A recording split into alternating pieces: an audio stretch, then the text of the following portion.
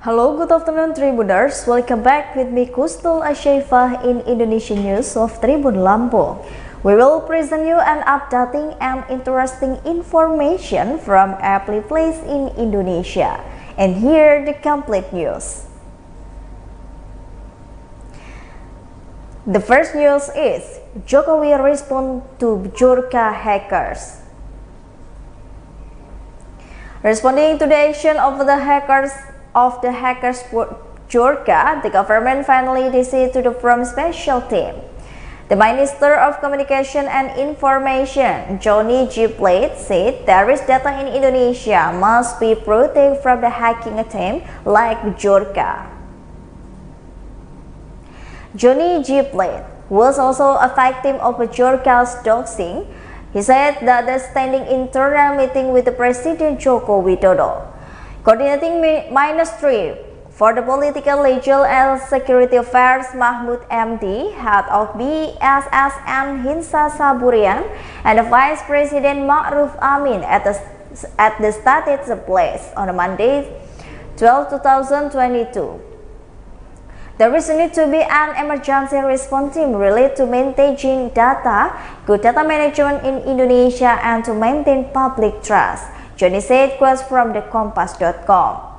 The Directorate of the Cybercrime, the Criminal Investigation Unit of the police, also invited to join the interim team. As you know, Bjorka hacker carried out to action government data and leaked the personal data of a number of state officials. The Cyber Criminal Investigation Team, National Police has entered to the deliberated team.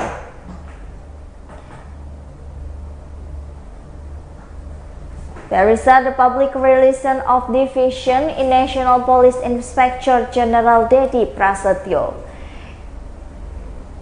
However, Dedi has not detailed further about the step will be taken by the Criminal Investigation Department.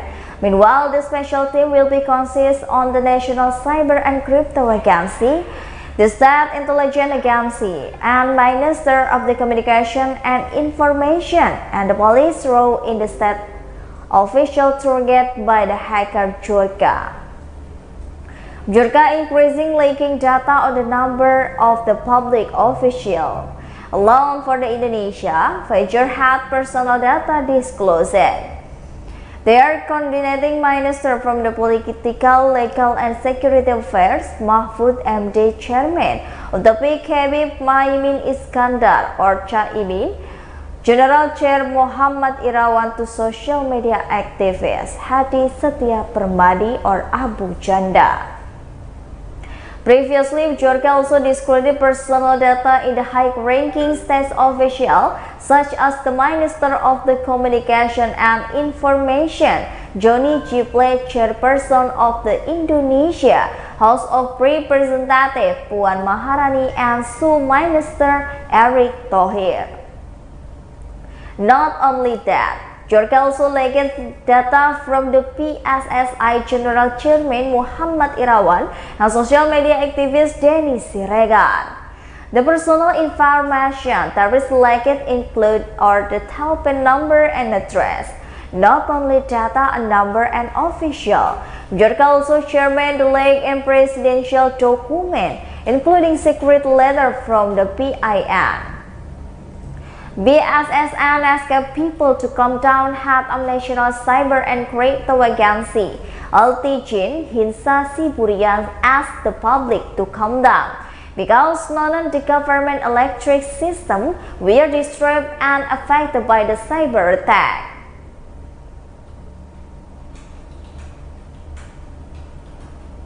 Furthermore, Hinsa did not ensure when they asked about the weakness and government cybersecurity due to the late amount of leaked data. He only said that the cyber screen and could still be accessed, but no data will be leaked. The risk will explain later, and there can still access it the others data leak.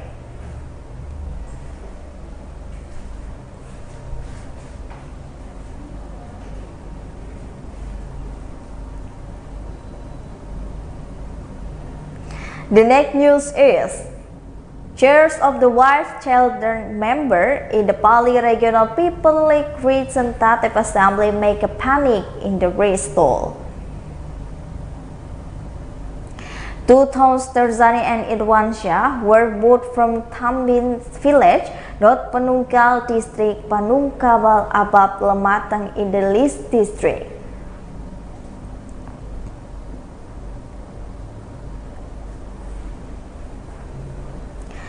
The risk were repressed to take action. The two residents took the victim call, a woman, and was riding a motorbike with her mother.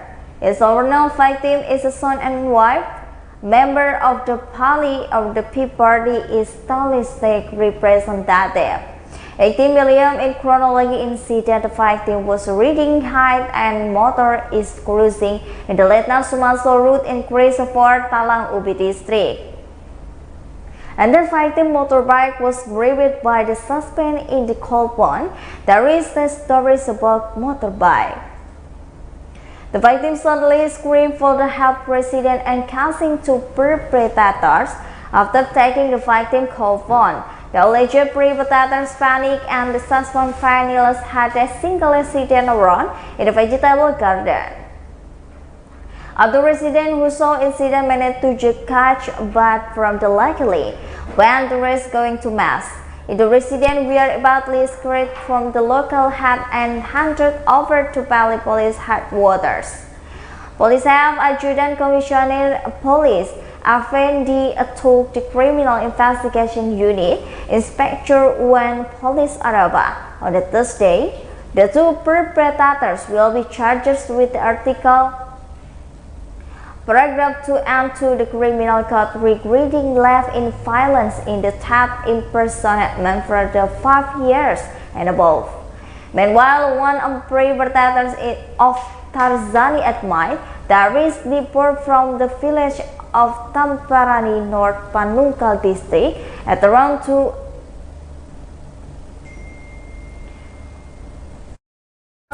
a.m. because the rest were looking for a girl. Initially no intention, but he shot the victim Kolpon in the front of the motorcycle. We took the runaway resident who saw panic and saw violence overturned.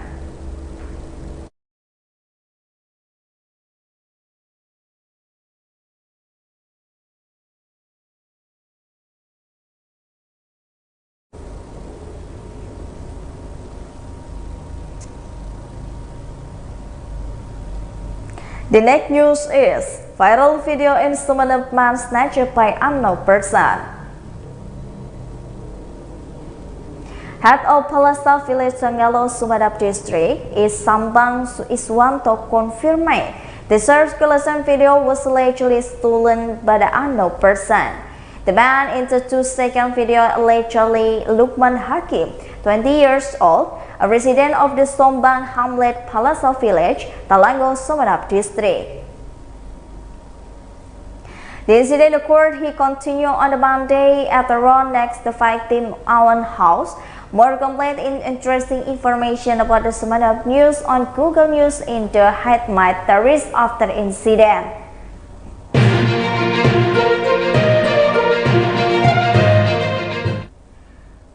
Lukman Hakim did not immediately report the incident to his side.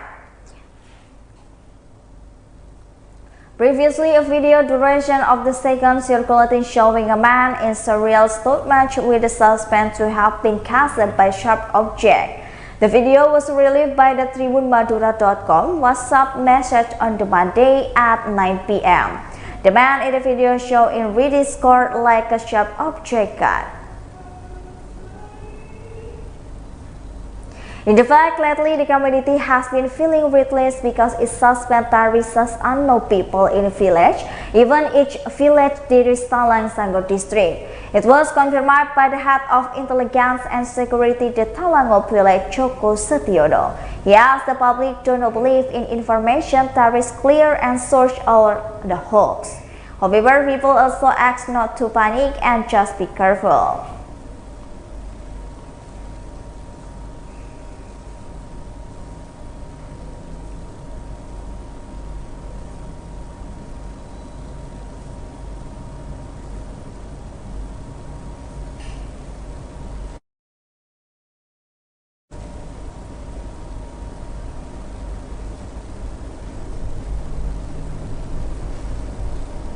The next news is murder in Gresik admitted in the dumping series wife body. The body of the woman from the Lumajang town was found on the side of the road in Glungan Ploso village, Benjang district. Gresik Regency was deliberately thrown away. According to the confession of the murder, who is also the victim's serial husband, Hendro Setiawan, 43 years old. He wanted to fight the body to be taken by his family in Lumajang. Hendro Setiawan is serial husband of the victim, Alice Prasetya Ningsi, resident of the Yoso Wilangun, Lumajang. Hendro was desperate to dispose of his body. On the other side, alternative on the Ploso Halmet, Klumperangan district, Pejang district, and the resident found in Wednesday. The rotting body and woman in Lumajang in the red bag was found site in the alternative route in the Klumpungan village, Benjang district, Gresik Regency on the Wednesday. The additional victim, Ali, was desperate to leave her legal husband to the children in the Yoso Wilangun.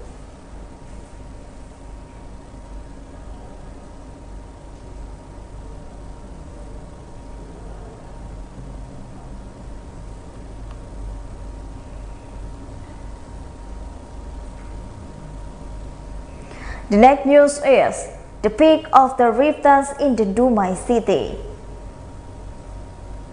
A number of the roads and houses in the Dumai in the sub-district were again inundated by the flooding on the Monday, a puddle of the water. No as Pasang River has until into such Monday morning.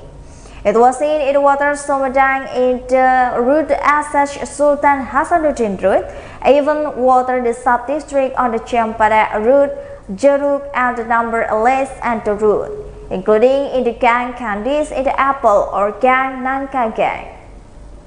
In the fact, number houses in the street in were also flooded by the tide was seen. There is the people had to flood the lodging to her palace with the some tourists were depressed to the brick to the floor. There is some construct terrace fighting broke down.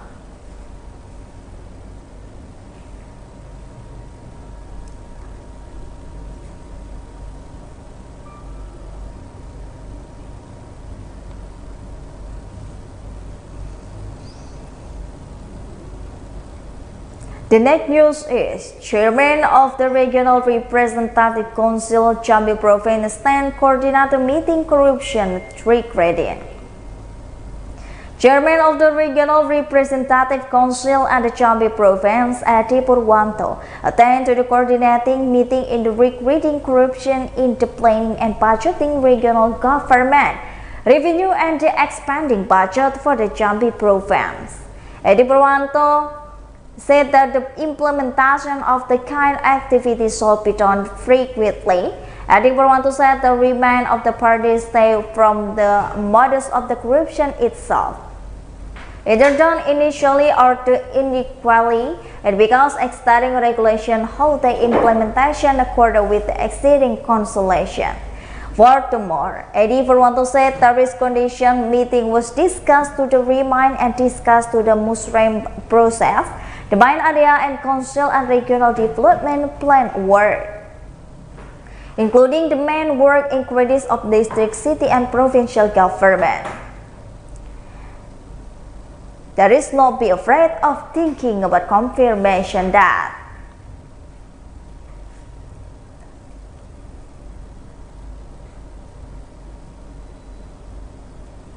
the next news is viral mosque bought at the coast 39 billion in the Batam collapse.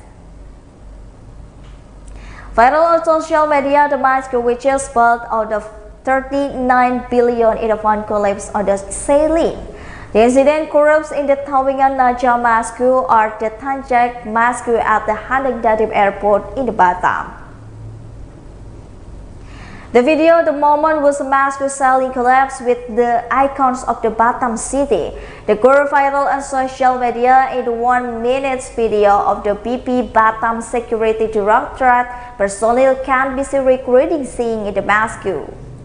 But not longer after the killing of Damascus collapsed, the the personnel were also escaped to the living immediately by the recorder. Suddenly, the collapse is selling at the Tanjak by Damascus was highlighted by the many parties, including the prosecutor office. The reason that Damascus not yet been for the moon site inaugurated and was attended by the coordinating minister for the economy, Airlangga Hartanto, on the June 2022.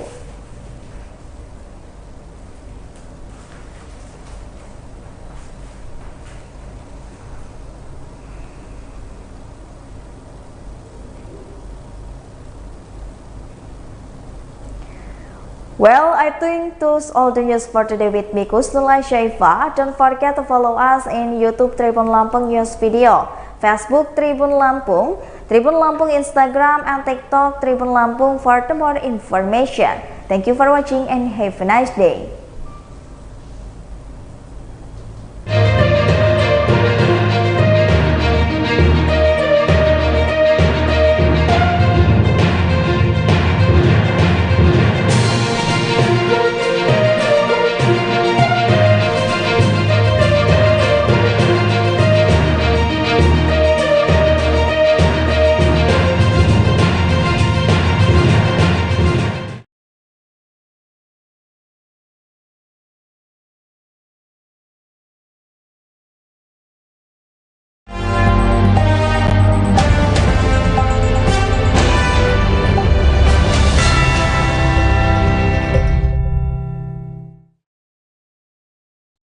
Selamat siang Tribuners, Live Update Siang kembali hadir menyapa Anda edisi Kamis 15 September 2022. Siang ini kami akan menyajikan berbagai informasi teraktual mengenai peristiwa yang terjadi di tanah air dan akan dilaporkan secara langsung oleh reporter kami di lapangan. Bersama saya Firda Ananda dan inilah Live Update selengkapnya. Kita ke berita pertama, Saudara. Jaksa Penuntut Umum Komisi Pemberantasan Korupsi KPK menuntut Wali Kota Bekasi nonaktif Rahmat Effendi 9 tahun 6 bulan kurungan penjara serta denda 1 miliar rupiah. Tuntutan JPU KPK dibacakan di Pengadilan Negeri Bandung, Jalan LLRE, Marta Dinata, Kota Bandung pada Rabu 14 September. Dalam sidang tersebut, Rahmat Effendi hadir secara virtual. Dalam tuntutannya, JPU KPK menilai jika terdakwa terbukti secara sah dan meyakinkan melakukan korupsi pengadaan barang dan jasa serta lelang jabatan di lingkungan pemerintah Kota Bekasi. Informasi lebih lengkapnya akan disampaikan oleh rekan jurnalis kami dari Tribun Jabar. Ada Nasmi Abdurrahman yang akan melaporkannya. Silakan rekan Nasmi. Ya, selamat siang Firda dan Tribuners dimanapun Anda berada. Benar sekali bahwa pada kemarin Jaksa Penuntut Umum menuntut Wali Kota Bekasi nonaktif dengan hukuman 9 tahun 6 bulan penjara. Selain hukuman badan, JPU juga menuntut Rahmat Effendi dengan denda 1 miliar, subsidiar 6 bulan kurungan penjara.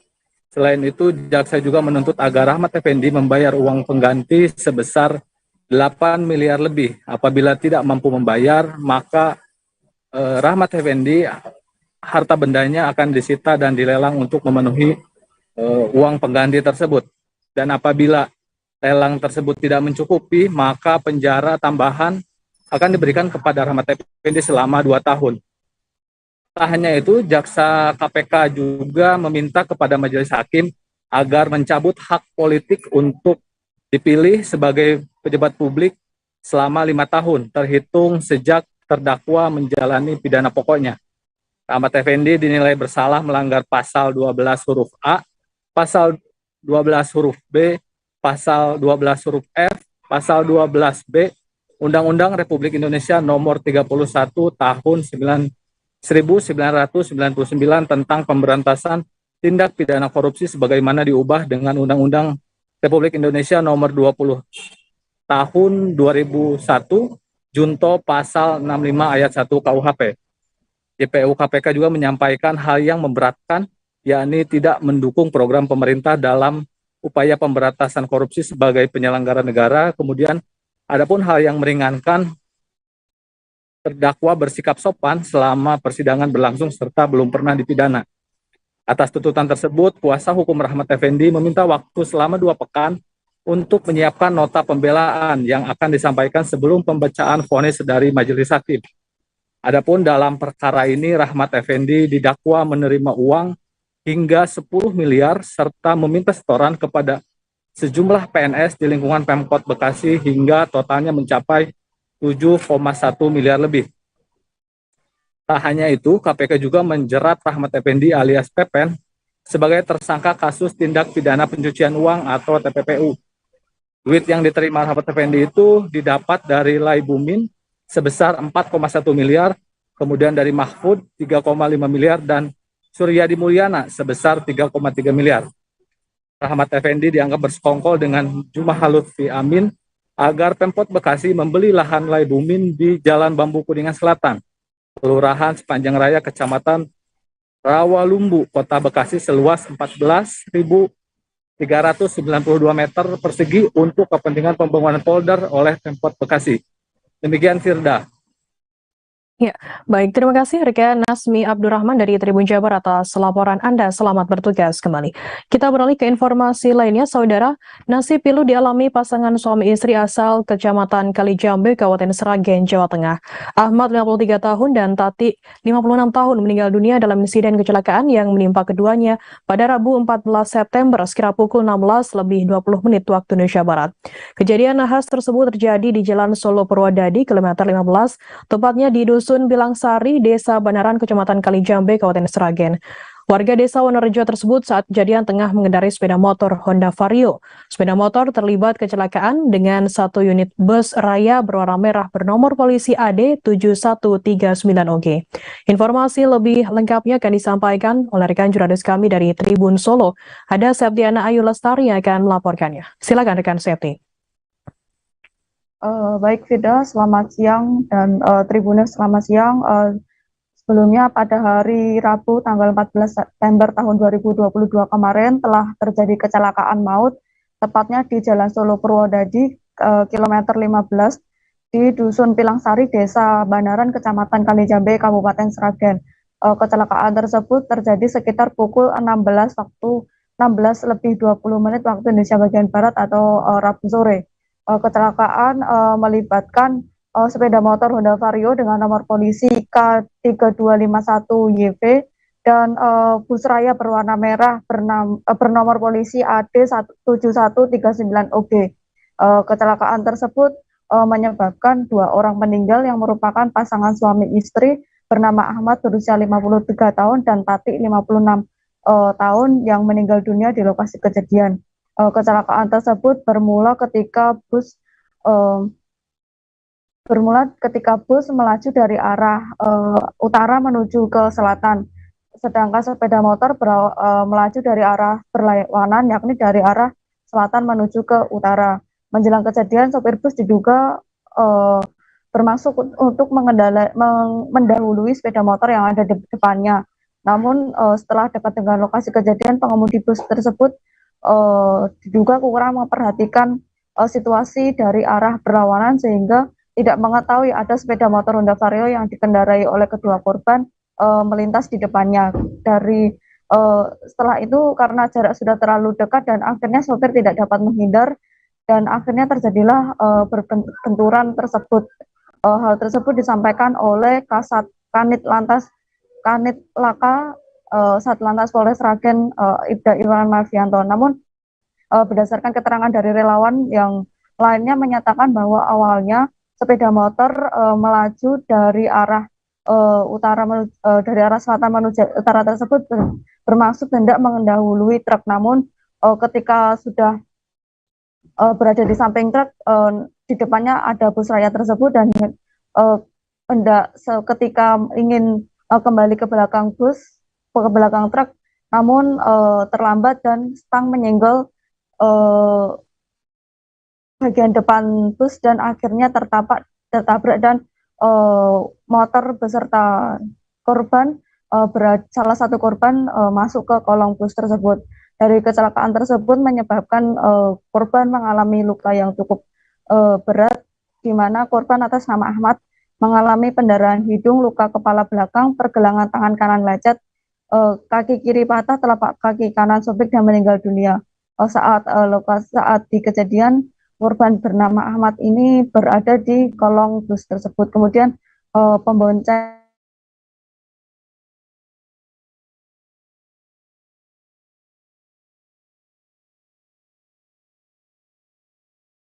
Halo, rekan Septi.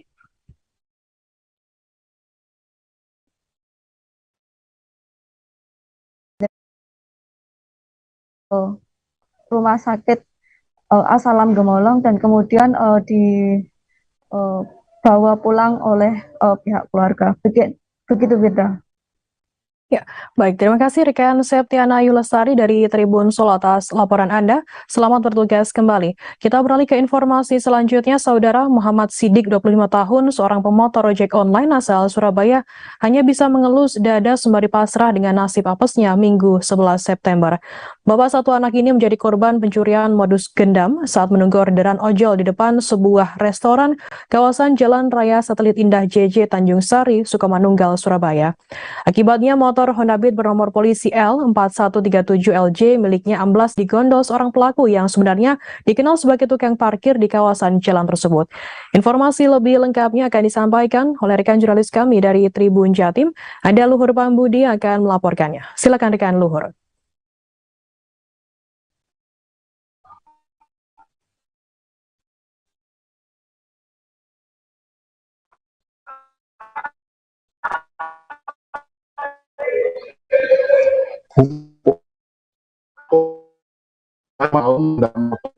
Sedang menunggu orderan di sebuah atau di depan sebuah restoran ayam bakar yang berlokasi di kawasan Jalan Raya Satelit Indah, Kelurahan Tanjung Sari, Kecamatan Sukamanunggal, Surabaya.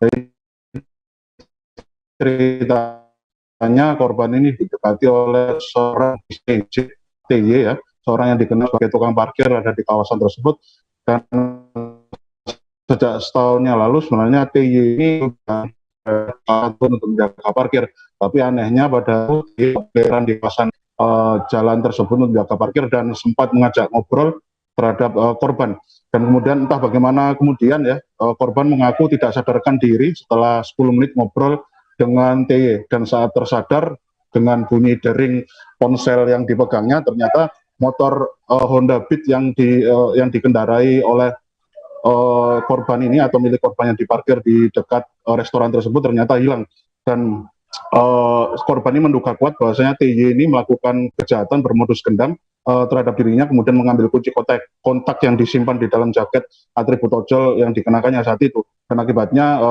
akibat pencurian itu korban mengalami kerugian sekitar 14 juta, dan korban ini sudah mengaku sudah bekerja selama 3 tahun sebagai ojek online, dan pihaknya juga mengaku bingung setelah mendapat insiden kriminalitas yang baru dalam itu. Ini ada motor satu-satunya milik korban untuk dijelaskan, dan lagi saat ini juga saja dikarangnya satu orang, dan tersebut sudah langsung dilaporkan dan penyidikan untuk menangkap pelaku yang melakukan aksi kejahatan tersebut. Demikian Firda, kembali ke studio. Terima kasih rekan Luhur Pambudi dari Selamat bertugas kembali.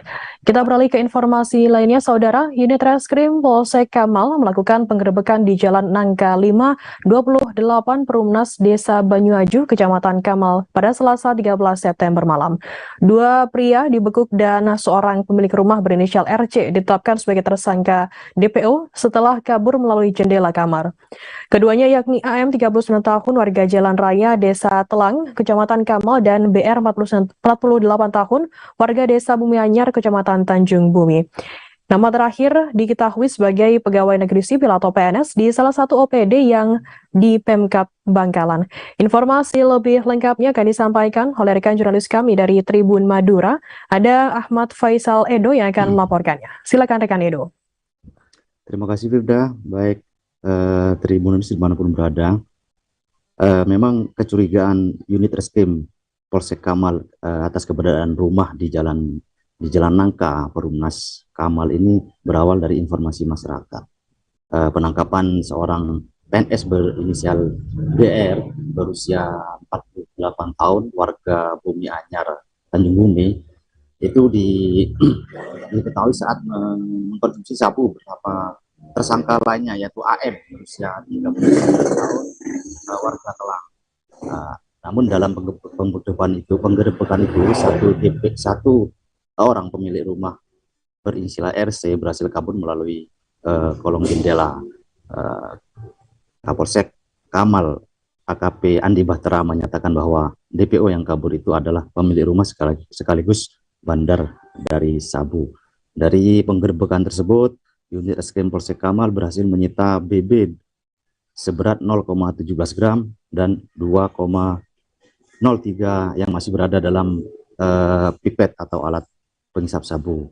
Tidak berhenti di situ, unit reskrim Polsek Kamal juga melakukan penggeledahan di beberapa sudut rumah di PUNC dan ditemukan barang bukti lain berupa 1,74 gram sabu, botol alkohol, 1 roll aluminium foil, dan 1 ponsel. Selain itu, petugas juga menyita 3 unit sepeda motor dan salah satu diantaranya berplat nomor merah atau milik dari salah satu OPD di Pemkab Bangkalan.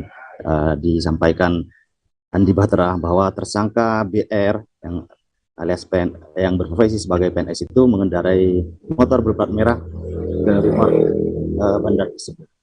Dan saat ini kedua tersangka AM dan BR masih dimintai keterangan di Polsek Kamal untuk menindaklanjuti perkara tersebut. Keduanya terancam pasal 112 ayat 1 subsidiar 132 ayat 1 Undang-Undang 35 2009. Sementara itu Firda dari Bangkalan melaporkan.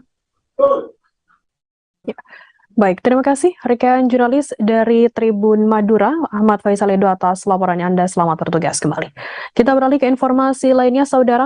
Pada sidang lanjutan mantan polisi Adriansyah yang membakar pacarnya Ningsih Marlina, akhirnya divonis dengan pidana penjara 20 tahun di Pengadilan Negeri Muara Enim. Hukuman ini lebih rendah dari tuntutan JPU, yakni hukuman seumur hidup di Pengadilan Negeri Muara Enim Selasa 13 September. Dalam dakwaan yang dibacakan majelis hakim bahwa berdasarkan pertimbangan hakim yang memberatkan terdakwa adalah perbuatan terdakwa sudah direncanakan secara sadar. Kemudian terdakwa adalah anggota polisi yang seharusnya mengayomi dan melindungi, dan terdakwa sering berbelit-belit selama persidangan. Informasi lebih lengkapnya akan disampaikan oleh rekan jurnalis kami dari Sriwijaya Pos, ada Ardani Zuhri yang akan melaporkannya. Silakan rekan Ardani. Baik, Firda. Benar bahwa dari sidang lanjutan mantan polisi Adriansyah yang membakar pacarnya Ningsih Marlina dengan cara disiram bensin divonis oleh majelis hakim 20 tahun penjara. Majelis hakim yang dipimpin oleh Selino Priyanti SH mempertimbangkan bahwa keringanan hukuman tersebut dari tuntutan JPU yakni seumur hidup, bahwa terdakwa masih mempunyai tanggungan, belum pernah dihukum dan menyesali perbuatannya. Sedangkan yang memberatkan terdakwa adalah anggota polisi yang seharusnya mengayomi dan melindungi, dan terdakwa berbelit-belit di selama persidangan.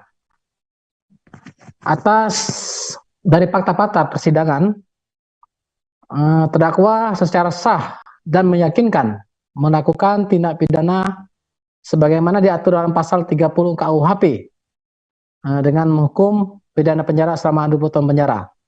Setelah mendengar putusan tersebut yang dilakukan secara daring, majelis hakim memberi kesempatan kepada terdakwa untuk melakukan banding. Ternyata terdakwa Adriansyah langsung menyatakan banding. Sementara itu, menurut dari pengacara terdakwa Heru Pujo, bahwa pihaknya sependapat dengan terdakwa menyatakan banding bahwa hukuman yang ditetapkan oleh majelis hakim dinilai masih tinggi. Sebab hukuman putusan 20 tahun penjara itu adalah maksimal.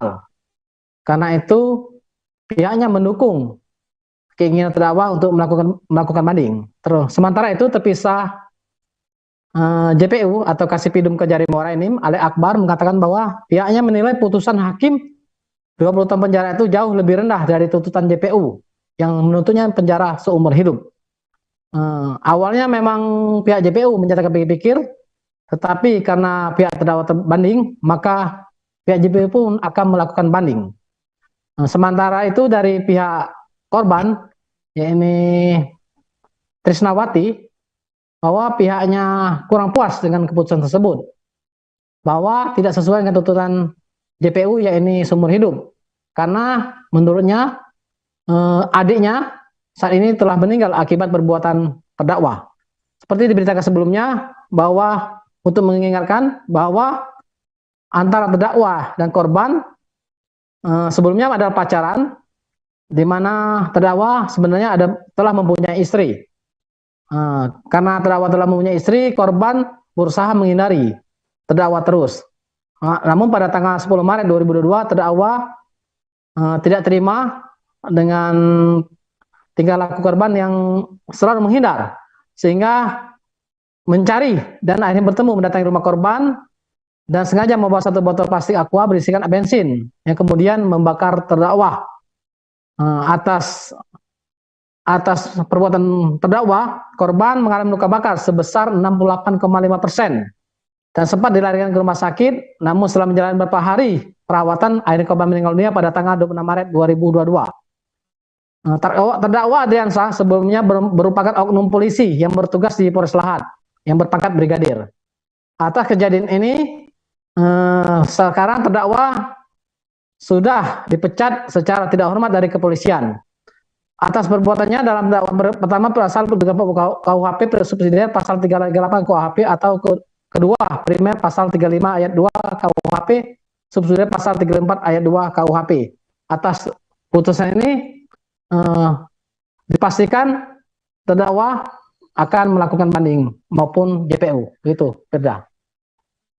Baik, terima kasih rekan Ardani dari Sriwijaya Pos atas laporan Anda. Selamat bertugas kembali, dan Tribuners akan kami tampilkan wawancara dari JPU Alex Akbar, Kasipidum Kejari Muara Enim, dan juga Tresnawati, keluarga dari korban. Berikut liputannya untuk Anda. Menurut saya kejam ya Bu ya, sadis, dan kita juga sebelum melakukan penuntutan terhadap perkara tersebut kita juga telah melaporkan ke Kejaksaan Tinggi Sumatera Selatan, yang mana dalam putusan mereka juga sependapat dengan kita untuk menuntut hukuman seumur hidup ke Kejagung juga. Jadi berjenjang dari sini ke Kejati terus ke Kejaksaan Agung dan hasilnya sama, seumur hidup. Jadi kita hanya membacakan apa putusan pimpinan.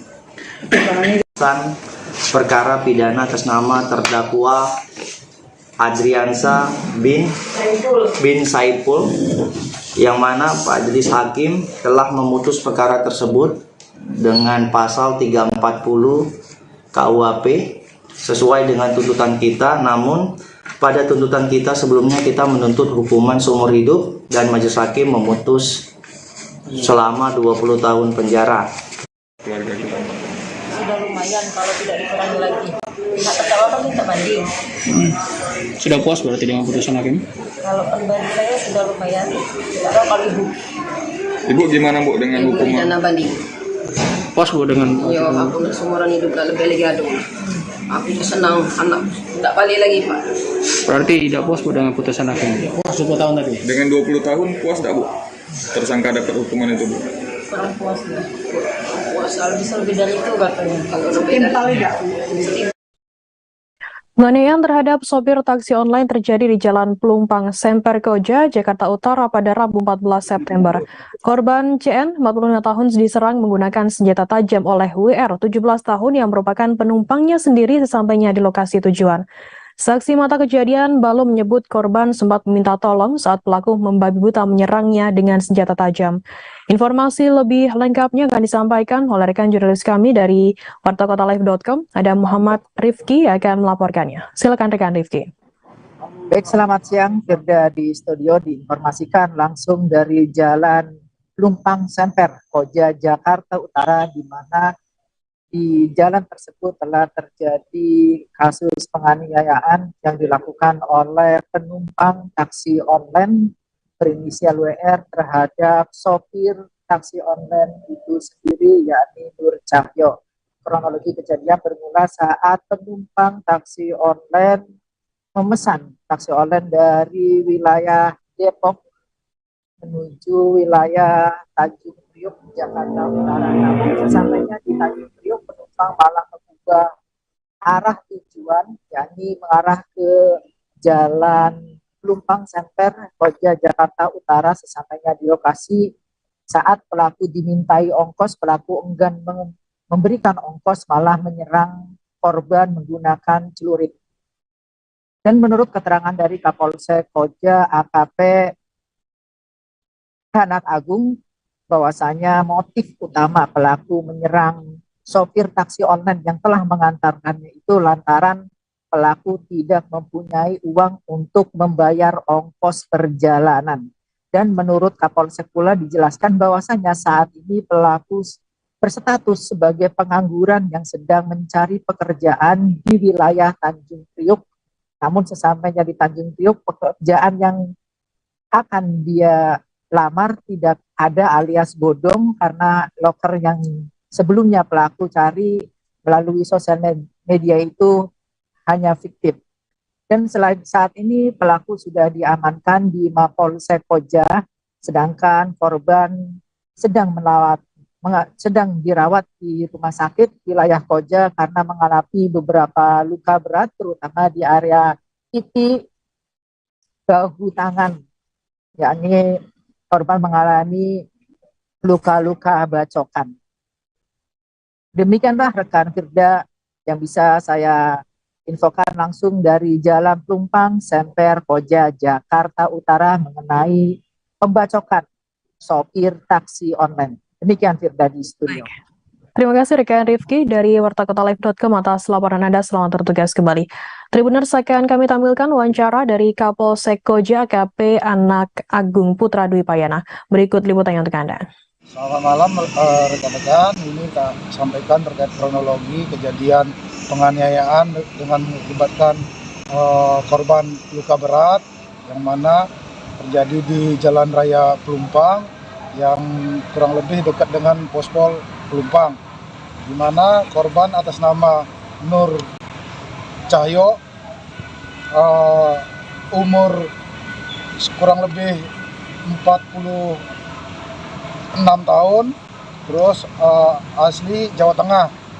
Ya, yang bersangkutan selaku sopir Grab, di mana pelaku atas nama Wendar Ramadhani, umur kurang lebih 17 tahun. Dia pelaku sementara posisinya ngontrak di Pondok Cabe, Cinere Pondok Cabe. Terus BB yang dapat diamankan berupa sebilah celurit yang mana diperoleh di lokasi di mobil korban. Satu korban meninggal dunia dari kebakaran satu buah rumah mewah di Jalan Asyafiah RT 7 RW 3 Kelurahan Cilangkap, Kecamatan Cipayung, Jakarta Timur, yakni S 40 tahun, memiliki keinginan membangun pesantren semasa hidupnya. Hal itu disampaikan Cahyo, adik kandung S, bahwa keinginan kakaknya itu memang sudah diketahui juga oleh keluarga. Namun nahas hingga S meninggal dunia, keinginan tersebut tidak bisa tercapai. Namun pihak keluarga juga mengungkapkan akan berusaha merealisasikan impian anak kedua dari 5 bersaudara tersebut. Informasi lebih lengkapnya akan disampaikan oleh rekan jurnalis kami dari wartakotalive.com. Ada Randy Rutama yang akan melaporkannya. Silakan rekan Randy. Baik, terima kasih rekan Firda.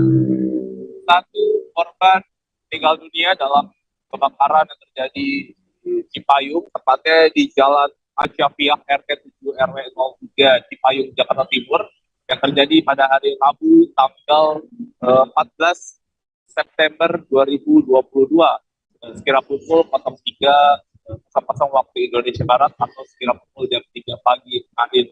Ya, korban tersebut berinisial S, berusia 40 tahun, yang dimana diketahui dari pihak keluarga yakni Cahyo selaku adik kandung, lebih tepatnya adik kandung ketiga dari kedua bersaudara dari S ini, yang menjelaskan bahwa keinginan kakaknya tersebut selama masih hidup yakni ingin membangun sebuah pondok pesantren.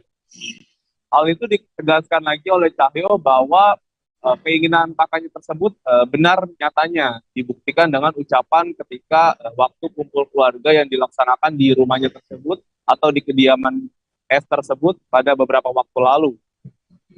Saat itu, menurut pengakuan Cahyo, S mengungkapkan akan membangun pondok pesantren apabila nanti dirinya terlebih dahulu resign dari pekerjaannya di PGN, tepatnya di wilayah Bantar Gebang, Kota Bekasi. Dan hingga saat ini atau hingga kemarin setelah atau usai menjadi korban dari kebakaran di rumahnya, S tidak bisa merealisasikan keinginan tersebut dan meninggal dunia dan sudah dikubur kemarin siang. Saya juga menjelaskan pihak keluarga akan terus berusaha mewujudkan keinginan sang almarhum dan nantinya akan diusahakan semaksimal mungkin menurut Cahyo. Dan perlu diketahui, S ini merupakan korban kebakaran yang terjadi di rumah Cipayung Rabu kemarin, dan juga kebakaran tersebut setelah membuat satu keluarga yakni S bersama istrinya TM yang berusia juga 40 tahun yang telah menjadi korban, dan satu anaknya berinisial SS berusia 6 tahun. Dan di mana saat kejadian kebakaran tersebut berlangsung, warga yang menyelamatkan atau warga sekitar yang menyelamatkan ketiga anggota keluarga tersebut sempat memecahkan kaca di rumah S. Dan kemudian saat menemukan ketiga korban tersebut, yakni keluarga S terlihat sedang menunduk atau menutupi sekeliling keluarganya atau pihak istrinya dan anaknya dari kobaran api. Dan kemudian warga menyelamatkannya. Selesai 15 menit dari menyelamatkan tersebut, warga kemudian membawa ke rumah sakit. Namun seusai selang waktu 15 menit dari perawatan intensif di Rumah Sakit Adi Aksa Jakarta Timur, S atau suami dari TM dinyatakan meninggal dunia. Dan kabar terkini yang saya dapat, yakni anaknya yang sudah juga mendapatkan perawatan intensif juga dikabarkan telah meninggal dunia, yakni berinisial SS, dan dinyatakan meninggal dunia pada malam tadi sekira pukul 18.00 waktu Indonesia Barat. Dan tersisa hanya istri korban yakni berinisial TM yang saat ini masih dalam kondisi kritis di Rumah Sakit RSCM Jakarta Pusat dan harus mendapatkan penanganan intensif hingga saat ini. Baik, terima kasih rekan Tisa. Mungkin itu saja terlebih dahulu bisa saya sampaikan. Ya, baik. Terima kasih rekan jurnalis dari wartakotalive.com atas laporan Anda. Selamat bertugas kembali. Akan kami tampilkan Tribuners wawancara dari adik kandung dari S, yakni Cahyo. Berikut liputannya untuk Anda. Mas kan ada keinginan buat bikin pesantren ya, terus ada nggak langkah dari keluarga buat terus ngabulin impian dari almarhum? Mudah-mudahan. Kalau almarhum itu berapa bersaudara? 5. Oh, berarti anak pertama almarhum? Kedua, saya ketiga. Pengakuan dari warga sekitar katanya dan teman rekan korban juga punya sifat yang humoris, itu benar nggak sih Mas? Iya. Emang suka ngebanyol, ngelucu gitu Mas ya? Iya. Orang yang baik, makanya berapa bulan ini dia udah sering ke masjid, udah ini dia lagi senang-senang ibadah gitu kan, makanya mungkin Allah lebih sayang. Ngasih tanda gitu nggak Mas sebelum beliau pergi? Enggak, yang belum ada. Siang kemarin juga ketemu sama ayah saya juga, dia masih ini aja, mau kerja mau ini gitu. Seperti biasanya aja Mas. 5 anak buah kapal atau ABK tenggelam di perairan Muara Pegah, Kutai Kartanegara pada Selasa 13 September sekira pukul 23.00 waktu Indonesia Tengah. Kepala Basarnas Kaltim, Melkianus Kota dalam siaran resminya mengatakan kelimanya merupakan ABK kapal motor mahkota. Karena cuaca buruk, kapal pengangkut batu bara yang sedang menuju Samarinda dan tak bermuatan ini karam dihantam ombak semalam. Adapun kelima korban yakni Muhammad Rizkiawan 23 tahun dan Hasbir 29 tahun berhasil menyelamatkan diri setelah kapal terhantam ombak. Informasi lebih lengkapnya akan disampaikan oleh rekan jurnalis kami dari Tribun Kaltim, ada Miftah Aulia yang akan melaporkannya. Silakan rekan Miftah.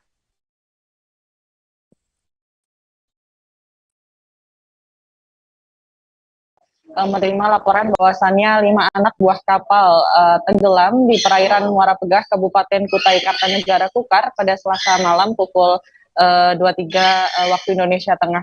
Dan saat dikonfirmasi, memang Kepala Basarnas Kalimantan Timur, Matius Kota, membenarkan hal tersebut, bahwasannya kelima ABK tersebut merupakan ABK dari kapal motor mahkota. Dan kelimanya tenggelam lantaran kapal pengangkut batubara yang sedang menuju Samarinda dan tidak bermuatan itu karam dihantam ombak karena cuaca yang buruk.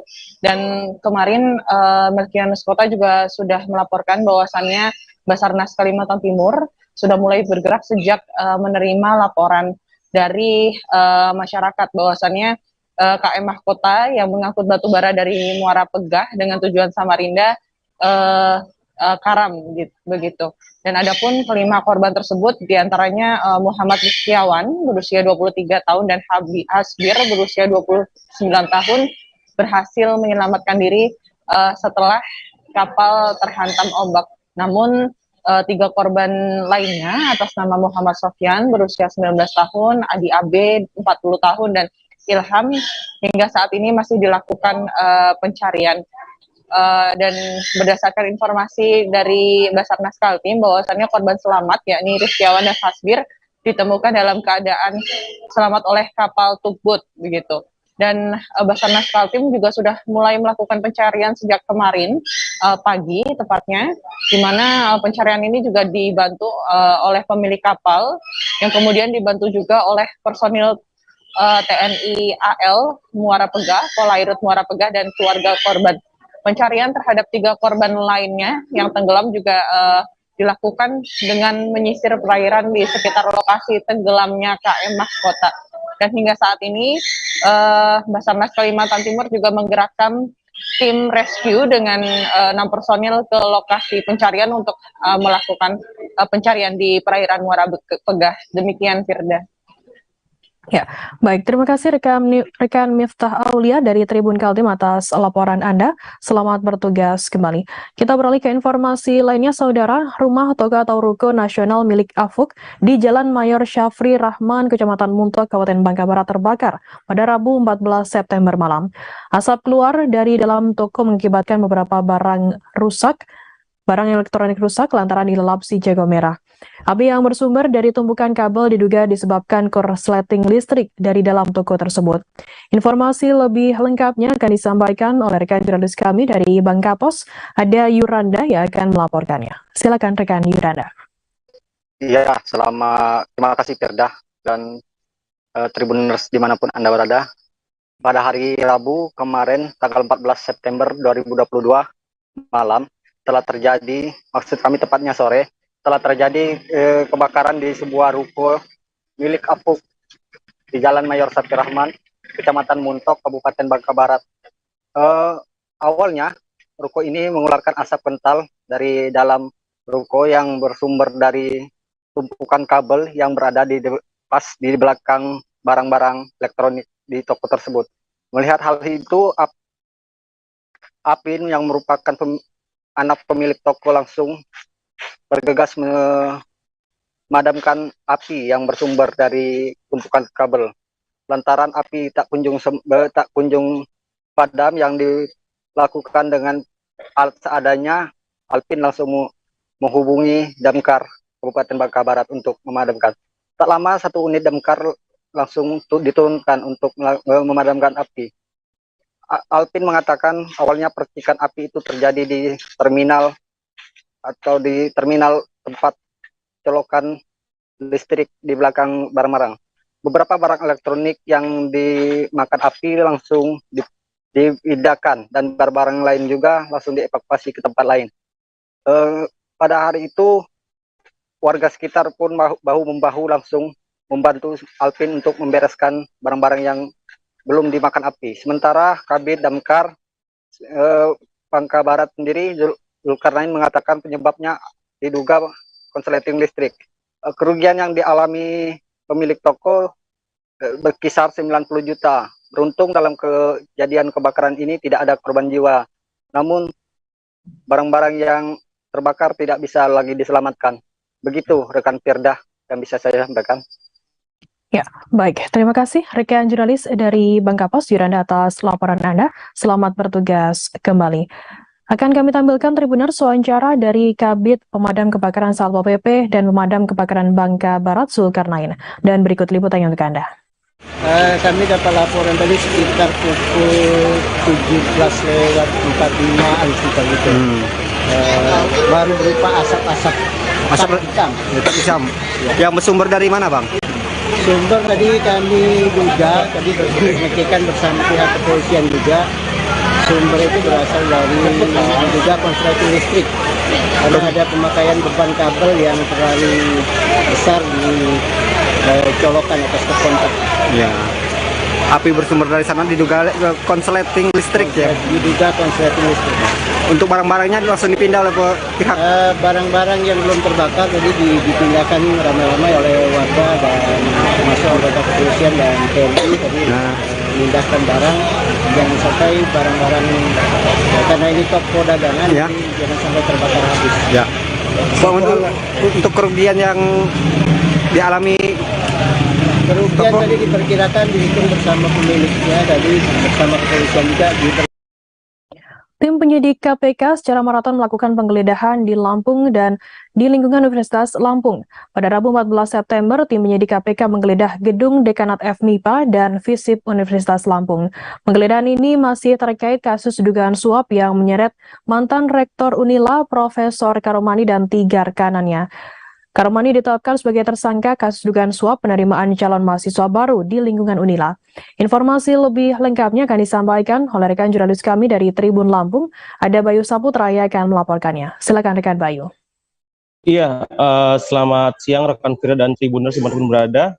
Benar, kemarin ada kegiatan penyidikan KPK di Universitas Lampung yang secara maraton mulai dari Fakultas Ilmu Pengetahuan Alam atau MIPA, kemudian berlanjut ke Fakultas Ilmu Sosial dan Politik pada sore harinya.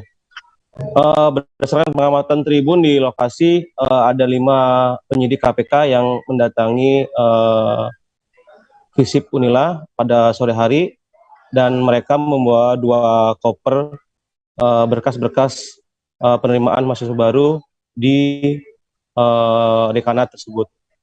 Nah, sebelumnya pada siang harinya pada pukul 08.30 sampai dengan 14.20 KPK itu mendatangi Fakultas MIPA, dan pada sore harinya dilanjutkan ke Fakultas Ilmu Sosial dan Politik.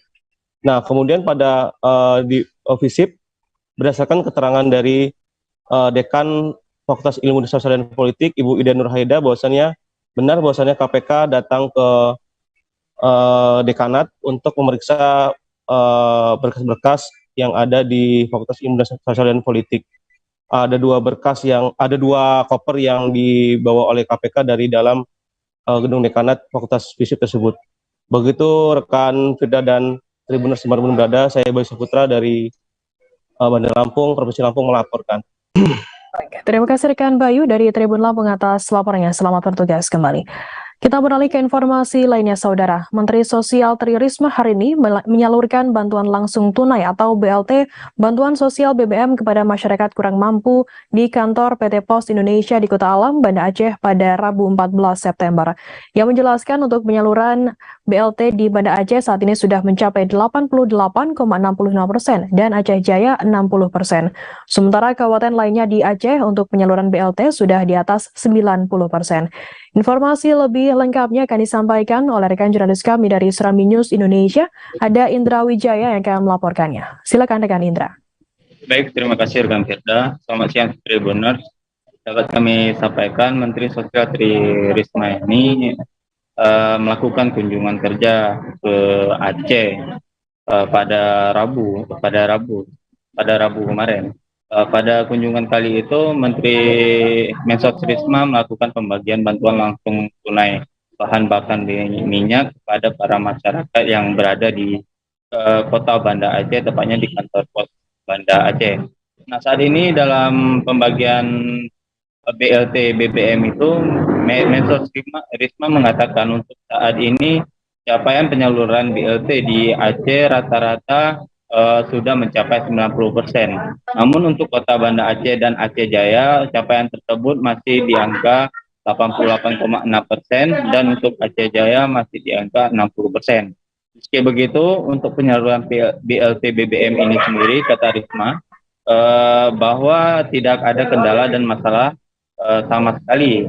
Selain itu, ia juga meminta kepada penerima manfaat BLT BBM itu agar uang subsidi, uang BLT yang diberikan oleh pemerintah untuk digunakan sebaik-baiknya, memang untuk digunakan membeli kebutuhan pokok seperti sembako dan sebagainya. Ia juga menegaskan agar uang BLT tersebut tidak digunakan masyarakat untuk membeli rokok, namun memang digunakan untuk kebutuhan pangan lainnya. Saat ini sendiri ia mengatakan, saat ini sendiri untuk Aceh sendiri ada 516.000 masyarakat penerima manfaat BLT BBM di Aceh. Nah, untuk tahap pertama ini sendiri penyaluran BLT BBM itu sebesar Rp300.000 atau tahap pertama 150.000 dan di tahap kedua akan disalurkan pada Desember nanti. Untuk penerima BLT BBM ini besaran yang diterima oleh penerima manfaat sendiri 2 kali penyaluran itu sebesar 600.000. Demikian rekan Firda. Ya, baik. Terima kasih rekan Indra Wijaya dari Serami News Indonesia atas laporannya. Selamat bertugas kembali. Akan kami tampilkan Tribuners wawancara dari Menteri Sosial Tri Risma hari ini. Berikut liputannya untuk Anda. Per hari ini tadi saya lihat datanya di Aceh 88,65%. Kota Banda Aceh. Kota Banda Aceh. Yang Aceh Jaya itu baru 60, kemudian satunya tadi Jaya Baru 60%. Yang lain di atas 90% semua. Hanya 2 ini. Tapi menurut kantor pos tidak ada masalah, hanya memang proses untuk pembayaran. Target realisasinya berapa?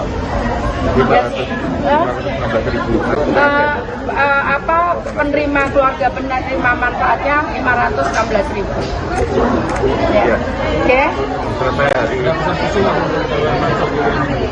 Ya, saya berharap ini digunakan memang untuk mensupport kenaikan harga. Jadi bukan untuk rokok, bukan untuk yang lainnya, ya, tapi memang untuk kebutuhan pokok sehari-hari supaya mereka tidak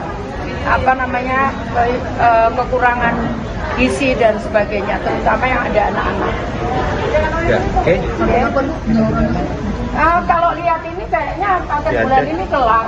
Kalau Aceh hari Minggu. Iya. Minggu ini kayaknya selesai. Ya. 90% minggu ini. Iya. Minggu ini kayaknya selesai. Ya. 90% minggu ini. Iya. Sejauh ini di lapangan sendiri apakah ada kendala dalam? Alhamdulillah nggak ada. Kalau dengan PT Pos kita cepat sekali. Cuman kami harus bayar gitu aja. Wakil Ketua DPR RI Muhaimin Iskandar merasa dirugikan dengan ulah hacker Bjorka yang telah membocorkan datanya. Tak ingin dampak peretasan berlanjut, Muhaimin alias Caimin ini langsung mengganti SIM card handphone miliknya. Muhaimin mengaku akan meminta bantuan ahli teknologi informasi untuk memproteksi data-data yang berkaitan dengan dirinya dan pemerintah. Informasi lebih lengkapnya akan disampaikan oleh rekan jurnalis kami dari Surya Malang. Ada Erwin Wicaksono yang akan melaporkannya. Silakan rekan Erwin. Baik, terima kasih Firda. Ya, beberapa waktu lalu Muhaimin Iskandar ponselnya diduga diretas oleh hacker yang mengaku sebagai Bjorka seperti itu dan mengungkap adanya data-data pribadi yang dimiliki oleh Ketua Umum Partai Kebangkitan Bangsa tersebut. Muhaimin ketika kami wawancarai ketika berkunjung di Kepanjen merasa dirugikan dengan adanya ulah hacker yang menurutnya tidak bertanggung jawab tersebut. Muhaimin bahkan sempat mengaku mengalami beberapa peristiwa-peristiwa tidak mengenakan yang berkaitan dengan ponselnya. Salah satunya adalah adanya ribuan pesan yang tiba-tiba masuk ke dalam ponselnya begitu seusai data dari Muhaimin Iskandar disebarkan oleh hacker yang mengaku sebagai Bjorka tersebut. Nah, Muhaimin sendiri lantas tidak tinggal diam dan kemudian langsung bergerak cepat dengan mengganti SIM card miliknya dan menggantinya dengan SIM card baru dan membuang SIM card yang lama begitu. Kemudian Muhaimin sendiri mengaku meminta bantuan oleh ahli-ahli teknologi agar dapat memproteksi data-data dirinya dan beserta orang-orang terdekat dari Muhaimin sendiri.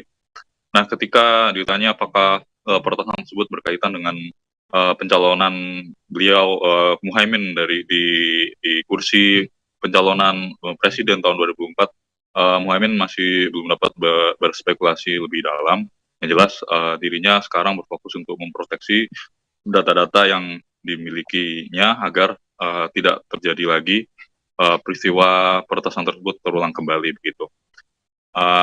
Dan kemudian Muhaimin sendiri akan terus melakukan kunjungan-kunjungan kerjanya di wilayah dan kemarin di Malang Raya untuk membahas mengenai kelangkaan pupuk subsidi begitu.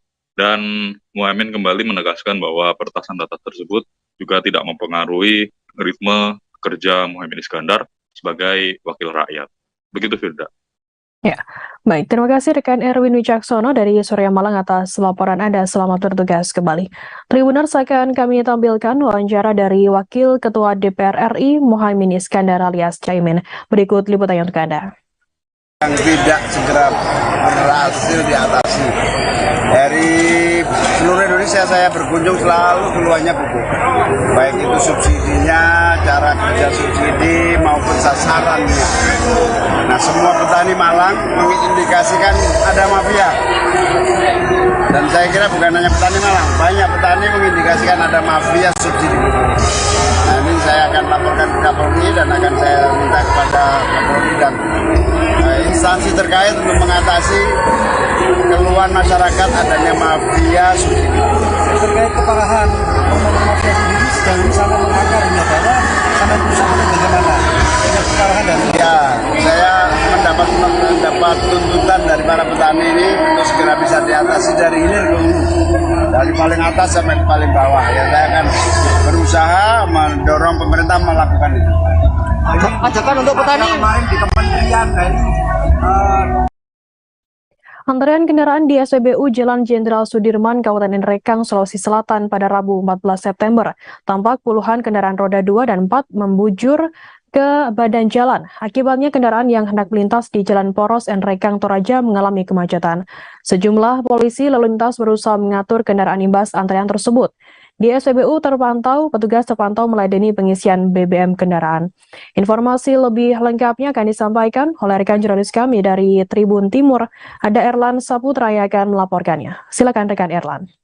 Baik, terima kasih untuk rekan Firda dan selamat siang untuk Tribuners. Jadi semenjak adanya kenaikan harga BBM di Kabupaten Nrekang hingga mengakibatkan kelangkaan BBM di mana-mana, mulai dari solar, pertalite, dan bahkan ke Pertamax. Dan seperti yang terlihat di layar kaca bahwasanya kemarin itu tampak puluhan kendaraan memadati SPBU yang ada di kota Nrekang, tepatnya di Jalan Jenderal Sudirman, dan yang lebih mendominasi itu adalah kendaraan roda 2.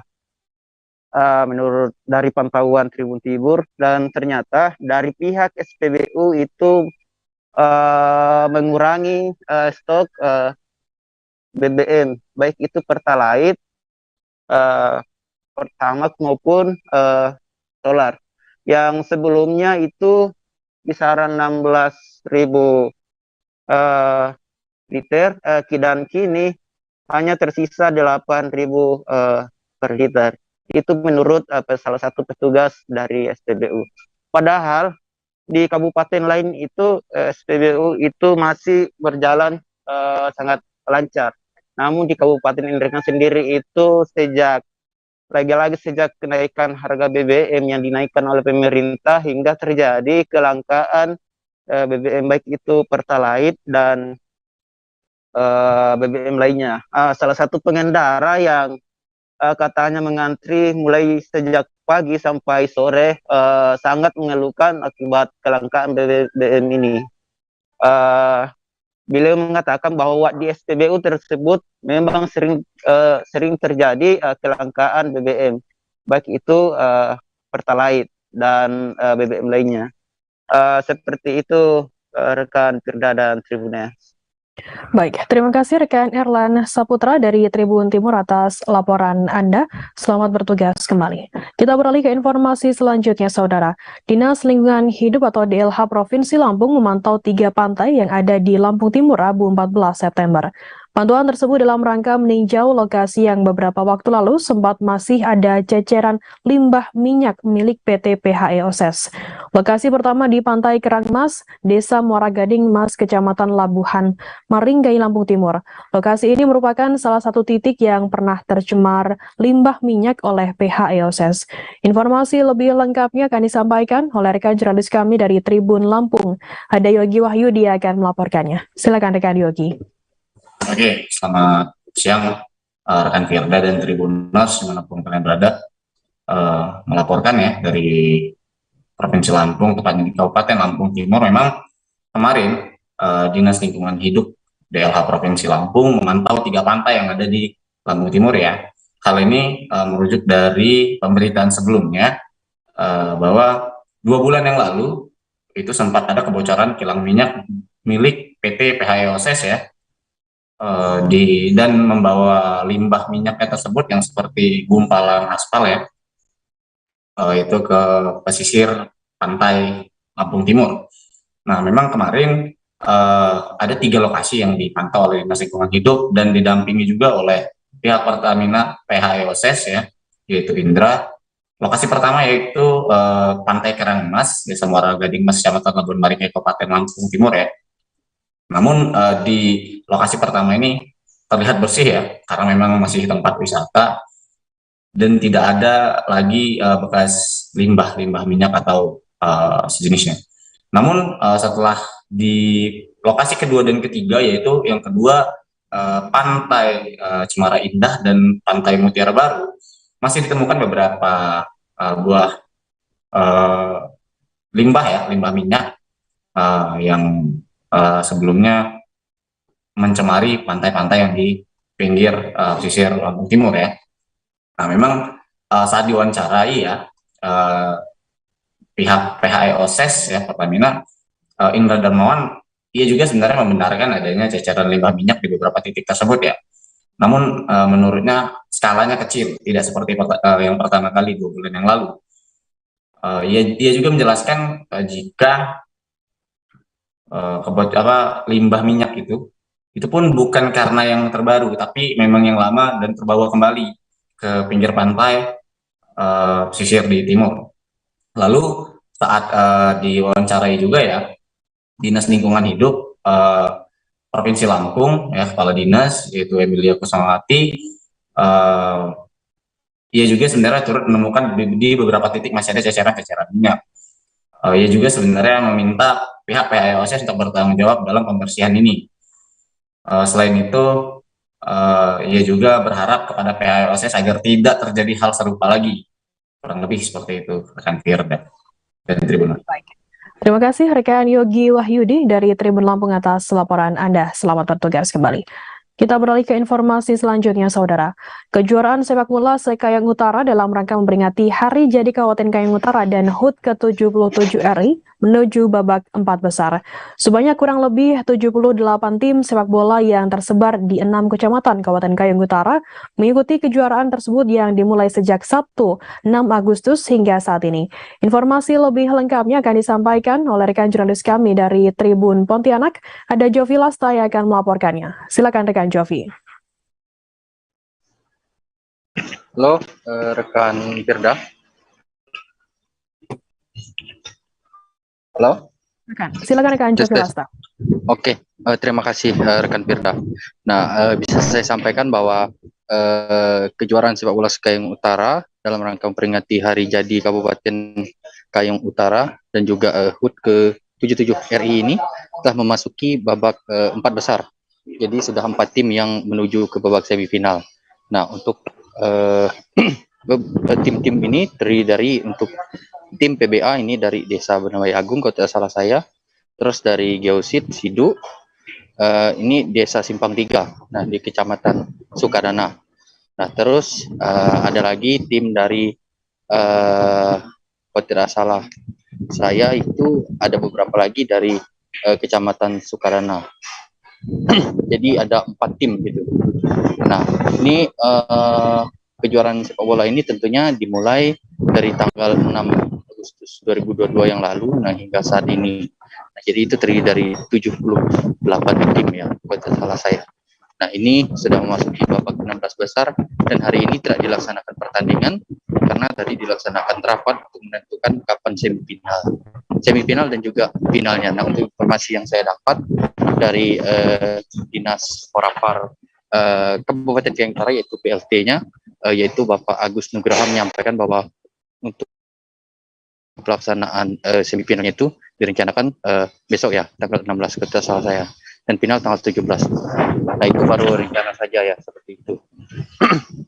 Nah untuk kejuaraan sepak bola ini, berdasarkan informasi yang saya dapat dari Pak Agus Nugraha itu tentunya untuk menjaring para pemain-pemain atau bakat-bakat muda dari Kabupaten Kayong Utara untuk persiapan Porprov Kalimantan Barat, yaitu pada akhir tahun ini, tahun 2022 ini. Nah tentunya ini persiapan yang dilakukan oleh pihak dari Dinas Porapar melalui Pengcap, nah yaitu PSSI maupun AFK, yaitu dari Asosiasi Futsal Kabupaten Kayong Utara. Nah itulah persiapan yang tentunya dilaksanakan oleh pemerintah Kabupaten Kayong Utara melalui dinas terkait untuk melaksanakan Porprov nantinya untuk persiapan Porprov seperti itu. Nah jadi inilah momen yang sangat ditunggu-tunggu. Nah tentunya ini seleksi Porprov ini sudah dilaksanakan. Jadi berdasarkan informasi yang saya dapat juga yaitu sekitar 30-an orang putra daerah jadi persiapkan untuk menjadi atlet pemain sepak bola untuk persiapan Porprov nanti pada akhir tahun seperti itu. Nah sekian dari saya, Pak Firda. Baik, terima kasih rekan Jovi Lasta dari Tribun Pontianak atas laporan Anda. Selamat bertugas kembali. Kita beralih ke informasi selanjutnya, Saudara. Puluhan prajurit dari 3 matra, yakni TNI AD, TNI AL, dan TNI AU melaksanakan aksi bersih-bersih di Taman Makam Pahlawan pada Rabu 14 September. Aksi bersih-bersih ini dalam rangka menyambut HUT ke-77 Tentara Nasional Indonesia atau TNI. Di momen tersebut, Dandim 0907 Tarakan mewakili unsur TNI AD juga ikut menyatakan sikap terhadap komentar yang disampaikan Effendi Simbolon mengenai TNI yang disebut seperti gerombolan. Informasi lebih lengkapnya akan disampaikan oleh rekan jurnalis kami dari Tribun Kaltara. Ada Andi Pausiah yang akan melaporkannya. Silakan rekan Andi. Ya, baik rekan Firda, selamat siang Tribuners, bersama saya Andi melaporkan dari Tarakan, Provinsi Kalimantan Utara. Ya benar, pada hari Rabu tanggal 14 September 2022 kemarin ada kegiatan aksi bersih-bersih yang dilaksanakan oleh puluhan prajurit yang tergabung dalam 3 matra dari TNI Angkatan Darat, TNI Angkatan Laut, dan dari TNI Angkatan Udara melakukan aksi bersih-bersih di Taman Makam Pahlawan dalam rangka menyambut hari ulang tahun TNI yang ke-77. Adapun usai kegiatan aksi bersih-bersih kemarin di Taman Makam Pahlawan, Dandim 0907 Tarakan, Letkol Infantri Reza Fajar Lesmana berkesempatan ikut menanggapi terkait komentar yang disampaikan oleh Effendi Simbolon, anggota DPR Komisi 1 DPR RI, yang dinilai sangat menyakitkan prajurit TNI yang ada di seluruh Indonesia. Dikatakan Dandim 0907 Tarakan, Bapak Letkol Infantri Reza Fajar Lesmana, adapun pernyataan yang menyebut kata gerombolan kepada TNI sendiri dimaknai sebagai konotasi yang negatif dan menurutnya itu tidak pantas untuk disebutkan oleh seorang yang memiliki jabatan sebagai anggota DPRD. Kemudian dikatakan Dandim 0907 Tarakan terkait pernyataan Effendi Simbolon tersebut, pihaknya di lingkup wilayah Kodim sendiri, di Kota Tarakan sendiri, tidak ingin terpengaruh dengan adanya komentar tersebut dan pihaknya tetap ingin menunjukkan bagaimana prajurit TNI dari seluruh matra yang ada di Kota Tarakan tetap solid, tetap kompak dan selalu bersama-sama bersinergi ketika melaksanakan agenda apapun itu. Dikatakan lagi Letkol Infantri Reza Fajar Lesmana, dalam hal ini ia tidak pernah merasa adanya disintegrasi antara jajaran yang ada di TNI sendiri, sehingga tidak benar jika kata gerombolan itu ditujukan kepada prajurit TNI, karena bagaimanapun TNI sendiri dan termasuk Polri adalah termasuk pilar yang dimiliki bangsa Indonesia yang menjaga kesatuan NKRI, khususnya Tentara Nasional Indonesia yang menjaga di garda perbatasan. Ia juga meminta masyarakat untuk tidak terlalu terpengaruh dengan adanya pernyataan tersebut dan juga adanya opini yang menyatakan di tubuh TNI sendiri tidak kompak. Ya, jangan sampai dengan kondisi yang saat ini sedang menuju tahun politik bisa merusak kondisivitas dan soliditas di tubuh TNI itu sendiri dan tercipta opini bahwa TNI tidak solid. Ia bersama jajarannya dari TNI AD, dari TNI AU dan TNI AL tetap kompak, kukuh bersatu, termasuk juga merangkul masyarakat dalam hal beraktivitas atau berkegiatan. Kemudian di kemarin pada saat kegiatan aksi bersih-bersih yang dihadiri oleh seluruh 3 matra, ada prajurit TNI Angkatan Laut, TNI Angkatan Darat, dan TNI Angkatan Udara, dikatakan Kapten Infanteri Fatah Setiawan dan Ramil 0907 Kecamatan Tarakan Barat, untuk pernyataan viral yang disampaikan Effendi Simbolon, ia juga ia juga menyampaikan bahwa dalam setiap kegiatan sendiri di lingkup bawah prajurit TNI selalu bersatu, bersinergi di lapangan, sehingga ia berharap tidak ada lagi perkataan-perkataan serupa yang seperti yang disampaikan Effendi Simbolon di pihak lain, dan cukup menjadi pelajaran terkait adanya komentar tersebut. Dan kemudian jika pun nanti misalnya ada terjadi perselisihan, harus diselesaikan dengan baik-baik antar instansi dengan melakukan koordinasi. Kemudian juga di kesempatan itu ada juga Bapak Letu CSI Jafar Maluru dan Ramil 09074 Kecamatan Tarakan Utara juga ikut menyampaikan agar Effendi Simbolon melakukan permintaan maaf secara terbuka kepada seluruh prajurit TNI yang ada di seluruh Indonesia. Demikian rekan.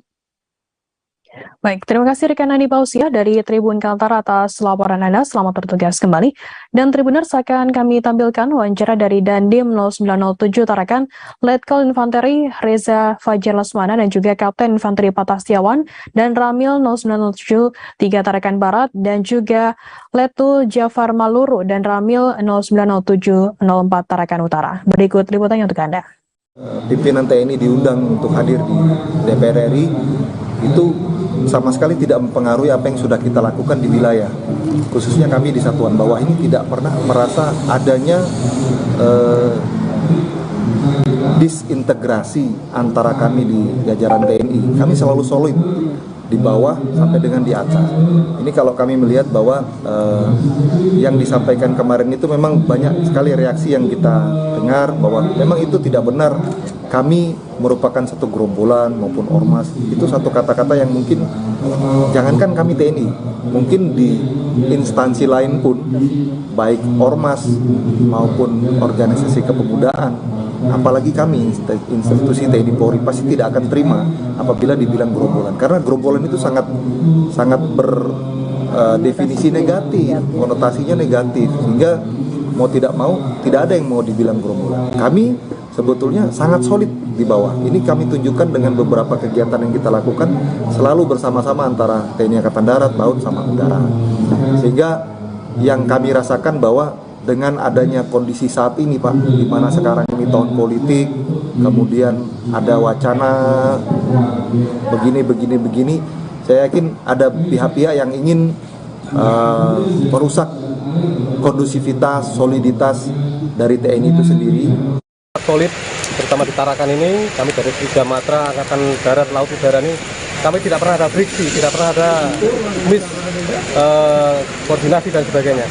Kami tetap solid dalam setiap kegiatan maupun dalam keseharian kami di luar kedinasan pun kami tidak pernah ada masalah. Kalaupun toh ada masalah, hal-hal kecil selalu bisa kami selesaikan secara baik-baik. Koordinasi antar instansi, demikian. Tapi prajurit merasa kecewa nih. Nah, dengan adanya pernyataan dari salah satu anggota DPR Komisi 1 itu, ya terus terang kami sebagai manusia biasa kami kecewa. Namun demikian kami menyerahkan kepada PNJ Sembolon supaya minta maaf secara terbuka, itu saja. Apakah dari teman-teman dan Ramil yang lain yang ada di seluruh Indonesia juga demikian pernyataannya, satu sikap menyuruh yang bersangkutan melakukan permintaan maaf? Saya rasa demikian, karena ini organisasi TNI itu sudah sudah menurunkan kehormatan pimpinan kami, Panglima. Mencatat terjadinya peningkatan permintaan trombosit darah seiring bertambahnya kasus demam berdarah dengue atau DBD. Peningkatan permintaan trombosit ini mulai terjadi sekira akhir Agustus. Informasi lebih lengkapnya akan disampaikan oleh rekan jurnalis kami dari Pos Belitung. Ada Adelina Nurmalitasari yang akan melaporkannya. Silakan rekan Adel. Baik, terima kasih rekan Firda dan Tribuners. Dapat kami informasikan bahwa peningkatan kasus DBD yang terjadi di kabupaten ini mulai terjadi peningkatan sejak Agustus. Sepanjang Agustus saja tercatat ada 33 kasus dari total 146 kasus yang terjadi selama 8 bulan di 2022. Peningkatan kasus DBD ini menyebabkan peningkatan kebutuhan trombosit darah di PMI Kabupaten Belitung. Sebelumnya disampaikan Kabid Teknis Transfusi Darah PMI Kabupaten Belitung Hawani, sebagai antisipasi kebutuhan trombosit dari pasien DBD ini, ketika ada donor darah maka langsung diolah menjadi trombosit. Meski begitu, jumlah pembuatan trombosit pun harus dipertimbangkan karena masa simpannya hanya 5 hari, agar darah yang didapat dari donor dan juga kantong penyimpanan darah ini tidak sia-sia. Apalagi pembuatan trombosit hanya bisa dilakukan dari darah yang baru didonor. Makanya meskipun stok darah di PMI saat ini banyak, namun stok yang masih dalam lemari penyimpanan tak bisa digunakan untuk membuat trombosit. Makanya ia pun meminta pendonor agar dapat mendonorkan saat ada pasien yang memang sedang membutuhkan trombosit darah. Dari waktu darahnya siap sampai ke hasil trombosit jadi ini harus menunggu waktu sekitar 2 jam. Prosesnya pun semua dapat dilakukan di PMI Kabupaten Belitung karena memang sudah ada alat untuk pembuatan trombosit. Dan proses donor darah di PMI juga tampak terus berlangsung setiap harinya, di mana terlihat beberapa pendonor yang juga datang langsung ke kantor PMI di Jalan Sudirman, Pangkalalang, Tanjung Pandan. Dan sebagai informasi, memang saat memasuki musim penghujan saat ini, kasus DBD di Kabupaten Belitung ini memang rentan meningkat. Sebelumnya juga disampaikan oleh Wakil Bupati Belitung, Ishak Merobi, ia meminta berbagai pihak untuk mengantisipasi terjadinya kasus DBD ini dan menurutnya, Puskesmas harus menyiapkan regen untuk memeriksakan kondisi jumlah trombosit pasien sebagai pertanda kemungkinan penyakit DBD. Selain itu, Ishak juga meminta PMI Kabupaten Belitung untuk bersiap mengolah darah menjadi trombosit serta mempersiapkan transfusi yang lebih banyak. Ia juga meminta masyarakat untuk bergotong royong membersihkan lingkungan dan masyarakat pun harus bersiaga mencegah DBD ini dengan membersihkan wadah yang kemungkinan menampung air hujan seperti kaleng bekas dan batok kelapa. Demikian rekan Firda. Ya, baik. Terima kasih rekan Adel dari Pos Belitung atas laporan Anda. Selamat bertugas kembali. Kita beralih ke informasi lainnya, saudara. Ribuan mahasiswa yang tergabung dalam aliansi mahasiswa Bangka Belitung melakukan unjuk rasa di sejumlah ruas jalan raya di Pangkal Pinang pada Rabu 14 September siang. Iring-iringan bendera organisasi dan kampus disertai spanduk bertuliskan tuntutan aksi menyertai demonstrasi yang dimulai pada pukul 2 siang tersebut. Informasi lebih lengkapnya akan disampaikan oleh rekan jurnalis kami dari Bangka Pos. Ada Ahmad Rifki yang akan melaporkannya. Silakan rekan Rifki. Baik, terima kasih rekan Firda. Baik Tribuners, dapat kami informasikan bahwa memang pada kemarin siang, tepatnya pukul 2 waktu Indonesia Barat, aliansi dari mahasiswa se-Bangka Belitung melakukan aksi demonstrasi atau unjuk rasa di sejumlah ruas yang ada di Kota Pangkal Pinang. Aksi tersebut dalam rangka mereka menolak kenaikan harga BBM yang terjadi beberapa waktu lalu dan menimbulkan keprihatinan dan menimbulkan kontroversi di kalangan masyarakat karena dinilai mencederai rakyat kecil. Aksi para demonstrasi ini dimulai di titik 0 km Kota Pangkal Pinang, kemudian mereka berjalan atau long march menuju atau menyusuri beberapa titik jalan yang ada di Kota Pangkal Pinang, diantaranya perempatan Ramayana Pangkal Pinang, kemudian Jalan Mentok Kota Pangkal Pinang, dan diakhiri di simpang DKT Kota Pangkal Pinang, di mana mereka juga sempat memblokade beberapa ruas jalan tersebut guna menyampaikan orasi berkaitan dengan tuntutan mereka yang disampaikan. Nah, dalam saat blokade memang pada saat tersebut arus lalu lintas yang ada di Kota Pangkal Pinang sendiri sempat tersendat ya, karena kendaraan tidak bisa melaju sebab jumlah massa tersebut sangat banyak yang berkisar sekitar ribuan orang. Dan aksi para mahasiswa ini mereka cukup tertib, namun mereka ada juga membakar ban ya, karena merasa bahwa memang setelah melakukan beberapa kali aksi unjuk rasa di kantor DPRD atau pemerintahan Provinsi Bangka Belitung belum ada arahan lebih lanjut atau belum ada perhatian lebih kepada mereka sehingga mereka melakukan aksi dengan jumlah eskalasi massa yang lebih besar.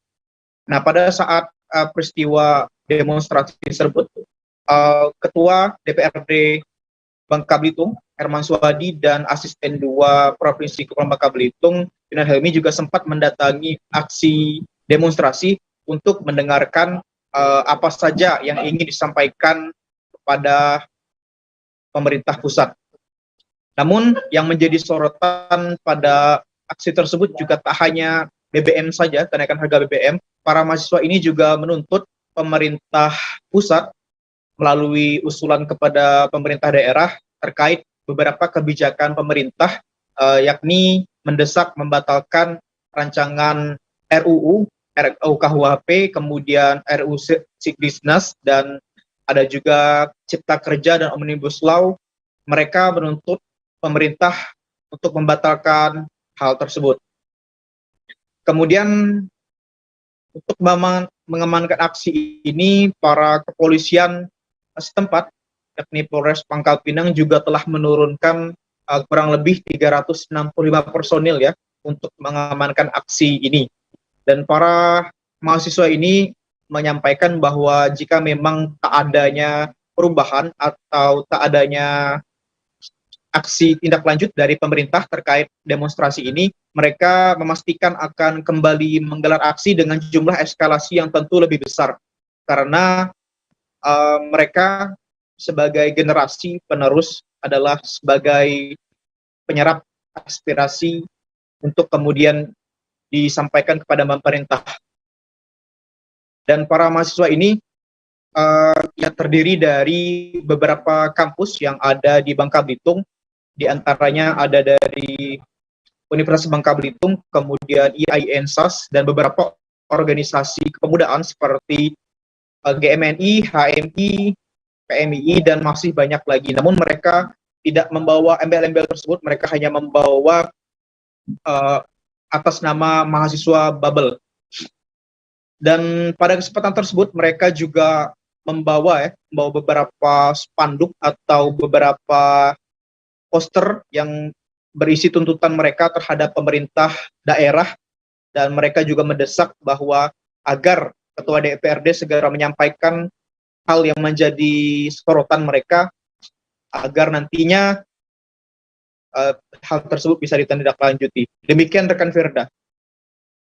Baik, terima kasih rekan jurnalis dari Bangka Pos atas laporan Anda. Selamat bertugas kembali. Kita beralih ke informasi lainnya, Saudara. Pemerintah Kota Medan melakukan penertiban bangunan liar di sepanjang Jalan Multatuli, Kecamatan Medan Maimun pada Rabu 14 September. Sejumlah bangunan termasuk Sekretariat Organisasi Kemasyarakatan dan Pemuda atau OKP serta kantor partai politik juga turut dihancurkan. Informasi lebih lengkapnya akan disampaikan oleh rekan jurnalis kami dari Tribun Medan. Ada Vian yang akan melaporkannya. Silakan rekan Vian. Ya, baik rekan Firda dan juga Tribuners. Ya, memang kemarin pemerintah Kota Medan melalui Satpol PP menghancurkan sejumlah bangunan yang berdiri di drainase sepanjang Jalan Multatuli, Kecamatan Medan Maimun. Di sana terdapat beberapa sekretariat dari organisasi kemasyarakatan dan kepemudaan seperti dari AMPI, IPK, dan juga Pemuda Pancasila. Selain itu di sana juga terdapat ada dua kantor ranting partai, yaitu Partai Golkar dan juga PDI. Menurut keterangan dari Kasat Pol PP Medan, Rahmat Araha mengatakan bahwasannya penertiban itu dilakukan karena lokasi itu memang seharusnya dijadikan drainase, bukan sebagai bangunan liar yang sudah berpuluh-puluh tahun dibangun di sana. Pihak Satpol PP juga sempat menurunkan sejumlah alat berat dan juga pemadam kebakaran untuk menyemprotkan parit di sana. Namun parit itu sudah tersumbat, sementara dari alat berat itu langsung menghancurkan kantor ataupun sekretariat yang berada di sana. Menurut keterangan dari Ketua Ranting PDIP sempat mengatakan bahwasannya kantor PDI di sana dibangun sudah sejak lama, dari era reformasi tahun 99 berdiri dan menjadi bangunan liar di sana. Dia pun mengatakan sebelumnya pihak pemerintah Kota Medan sudah menyurati sebelum dilakukan eksekusi di bangunan di sana. Dia mengatakan bahwasanya terima saja karena itu memang drainase yang memang seharusnya dipakai untuk drainase untuk mencegah agar Kota Medan itu tidak terjadi banjir begitu. Ali juga mengatakan belum mengetahui kemana lagi akan kantor partai dipindahkan setelah dihancurkan oleh petugas. Sejauh ini memang beberapa sekretariat dan kantor saja yang dirubuhkan oleh pihak Penko. Namun untuk para pedagang yang kebetulan juga berdagang di sepanjang Jalan Multatuli itu masih diberi kesempatan untuk berjualan dan mencari lapak dagangannya di tempat lain begitu. Tempat itu nantinya akan dikembalikan fungsinya sebagai mana mestinya. Satpol PP juga mengatakan lokasi tersebut kelak nanti akan dikelola oleh kecamatan dan nanti kemungkinan akan diperbolehkan orang yang berjualan di situ, namun memakai gerobak, tidak mendirikan bangunan permanen yang seperti yang dihancurkan oleh petugas. Ya, itu dari saya kembali ke sini. Baik, terima kasih rekan Vian dari Tribun Medan atas laporan Anda. Selamat bertugas kembali. Dan Tribuners, akan kami tampilkan wawancara dari Ketua Ranting Partai PDIP, Kelurahan Hamdan, Kecamatan Medan Maimun Ali, dan kemudian juga Kepala Kesatuan Polisi Pamung Praja Kota Medan, Rahmat Harahap. Berikut liputannya untuk Anda. Sebelum ini udah memang udah dikasih surat dari kelurahan kepada kami. Cuma karena ini kebijakan Tempo ya gimana lagi. Apakah tahun-tahun sebelumnya Bang memang sudah sempat ingin ditertibkan Bang dari tahun-tahun sebelumnya? Ada, kalau surat ada sering memang dikasih lah, cuma penertibannya baru hari ini lah. Tanggapan dari PDI sendiri gimana Bang terhadap surat? Ya, gimana lagi Bang? Itu namanya udah kebijakan dari pemerintah kan, kami nggak bisa pula menolak lah. Rencana akan pindah Bang tempat lain tuh gimana? Ya nanti lah Bang, tengok ada dari sokongan dari dari DPC lah, bagaimana orang tua lah. Tapi kalau alasan dari Pemko sejauh ini yang Abang ketahui untuk penertiban kantor ranting ini itu kenapa? Ini untuk kebersihan jalan lah, supaya jalan ini bersih. Terus jalan ini kecil, supaya jalan ini tidak macet gitulah katanya dari pemberitahuan orang itu. Sebenarnya ini tindak lanjut dari Forkopimda di rumah dinas kota, lalu juga ada ikrar dengan seluruh anggota BIM itu membongkar sendiri bangunan yang di atas parit, badan jalan dan di atas drainase Kota Medan untuk mengatasi banjir, termasuk juga untuk kerawanan tadi yang kita lakukan. Termasuk kantor-kantor partai politik yang ada ya, seluruh. Jadi kita menganggap itu bangunan liar, kita tidak menganggap itu bangunan partai atau apapun, tapi yang di atas badan yang dilarang di atas badan jalan dan drainase itu kita lakukan Kota Medan. Dan ini sudah kita mulai dari beberapa kali.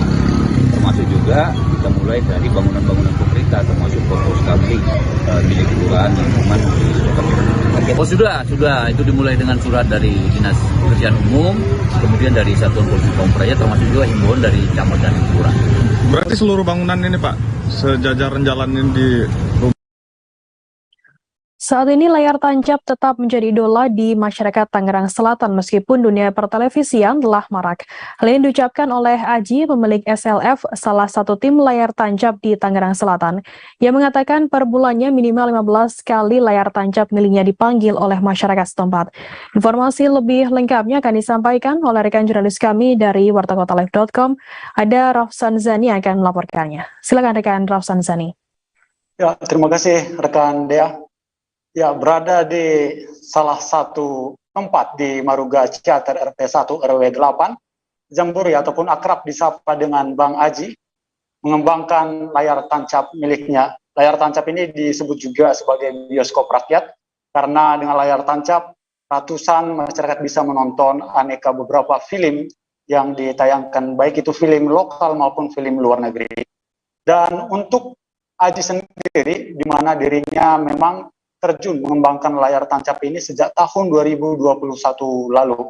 Meskipun baru 1 tahun, namun ia mengatakan bahwa layar tancap ini cukup banyak diminati. Hal ini dibuktikan dengan minimal 15 kali dirinya melayani ataupun mendapat panggilan untuk melayani pentas layar tancap di masyarakat, khususnya di hajatan-hajatan yang ada di lingkungan dari warga. Dan awalnya untuk layar tancap sendiri dia membeli alat rusak, yaitu mesin proyektor senilai 2 juta, lalu memperbaikinya 2 kali lipat. Namun hal itu ia rela merogoh kocek dalam-dalam demi untuk bisa mengembangkan layar tancap sendiri, satu hobi yang ia gemari sejak tahun 80-an. Memang Aji adalah salah satu pencinta film, di mana dulu dia sempat ikut kru layar tancap juga, dan hal itu masih membekas pada dirinya sehingga ia tidak ingin meninggalkan layar tancap, bahkan mengembangkannya dan bersaing dengan bioskop-bioskop yang merebak saat ini, bahkan dengan bersaing dengan dunia pertelevisian saat ini. Dan adapun untuk budget sendiri bagi masyarakat yang ingin mendapatkan layanan layar tancap ini, dapat juga menghubungi langsung dirinya, baik itu melalui Facebook maupun WhatsApp, di mana memang untuk area Tangsel ada kisaran 600.000 hingga 700.000, dan di luar Tangsel memang ada nego harga yang ia tetapkan. Dan untuk saat ini memang yang paling sering ia tampilkan adalah film lokal Indonesia dan juga film India. Sementara apabila ada pesanan untuk film Eropa maupun film Barat istilah rakyat, maka dirinya akan melakukan penyewaan terlebih dahulu di kantor yang berada di Depok. Dan sebagai pecinta layar tancap, salah satu bioskop rakyat yang telah lama sekali, Aji berharap bahwa layar tancap ini bisa memberikan persembahan hiburan kepada masyarakat dan tetap bertahan di dunia persaingan pertelevisian saat ini. Demikian rekan Firda. Ya, baik. Terima kasih rekan jurnalis dari wartakotalive.com, Rafsan Zani atas laporannya. Selamat bertugas kembali. Akan kami tampilkan Tribuners wawancara dari Aji, pemilik SLF. Berikut liputannya untuk Anda. Saya perkembangan alat ini tahun 2021. 2021, oh masih tahun lalu ya? Masih baru. Pak, kenapa akhirnya Bapak memilih untuk ikut di layar tancap ini dengan grup LSF ya? LSF ini apa Pak? LSF ini singkatannya Lapak Sound Film. Lapak Sound Film. Ya, karena awalnya dari kantor ini kan usaha lapak, jadi saya punya unit film, saya kasih nama LSF, Lapak Sound Film. Kenapa akhirnya mau ikut di layar tancap? Kalau Ya. sekarang kan banyak TV. Ya, saya kan karena hobi aja, alat-alat ini jadul, hobi. Hobi karena alatnya jadul. Alatnya jadul, hobi, dan unik lihatnya alat ini. Jadi semua masyarakat resep lihat alat-alat ini. Oke, tapi dari dulu memang pernah ngikutin nonton layar tancap masa kecilnya atau gimana? Masa kecilnya saya dulu emang hobi nonton film. Oke. Dimanapun saya samperin, dan awalnya ya begitulah kehobian saya, sehingga sekarang udah married, udah punya cucu, masih hobi di film. Oke, akhirnya sampai rela beli alat-alat ini ya? Sampai akhirnya punya, memiliki. Oke, karena hobi awalnya ya berarti. Saya hobi dari ke tahun dulu, dia saya masih SD kelas 3 saya hobi film. Ya, sampai sekarang sampean punya. Boleh disebut dari tahun 80-an seperti itu ya kali? Saya ngikut film dulu tahun 89. 89 mulai ya, oke. 89 itu saya ngikut di film lain lah, film lain gitu. Saya ngikut kayak kuli-kuli dulu lah, bantu-bantu, dan akhirnya jadi tukang. Tribuners, informasi tadi sekaligus menutup perjumpaan kita dalam live update siang hari ini. Jangan lupa saksikan terus live update di seluruh kanal YouTube dan Facebook Tribun Network. Saya Firda Ananda beserta kru yang bertugas pamit undur diri. Terima kasih dan sampai jumpa.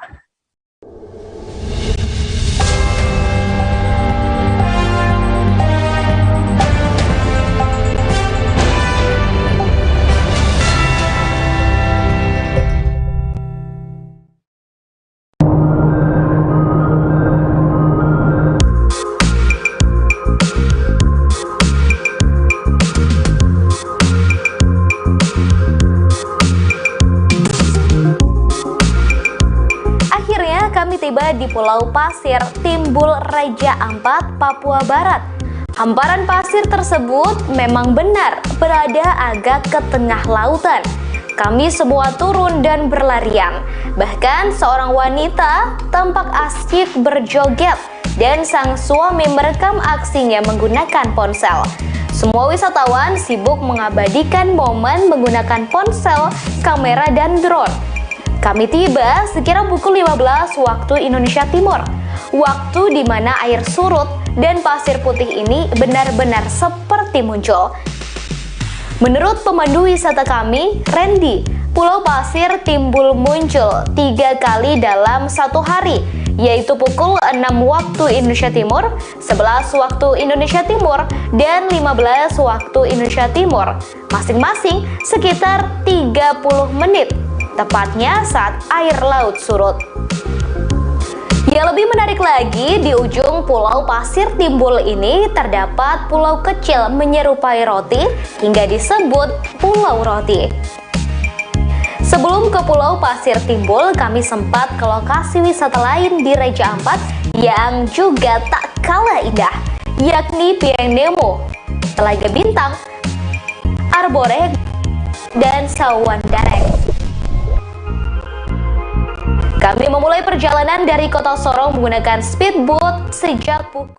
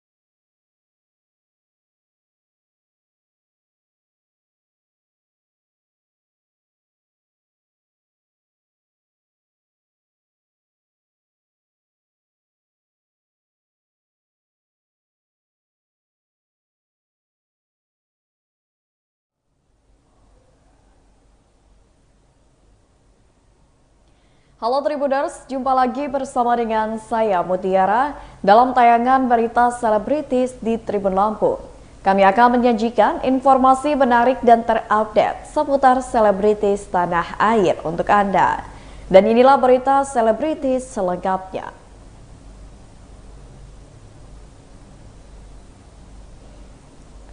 Berita pertama datang dari pedangdut cantik tanah air, Cita Citata batal nikah hari ini. Pernikahan Cita Citata dan Didi Mahardika ditunda. Rencananya akan digelar pada hari ini Kamis 15 September 2022. Penundaan tersebut dilakukan oleh pihak keluarga kepada Kepala KUA Cilandak Barat Bunyamin. Dalam pernyataannya menyebut bahwa penundaan tersebut dikarenakan salah satu pihak tidak bisa hadir ke Jakarta. Selain itu, Bunyamin menyebut semua dokumen pernikahan Cita Citata dan Didi Mahardika telah selesai dibuat. Namun belum diketahui pasti kapan keduanya akan melangsungkan pernikahan. Yang jelas, Bunyamin menegaskan pernikahan keduanya akan dilakukan dalam waktu dekat. Berikut wawancara dengan pihak KUA. Bentar ya Pak.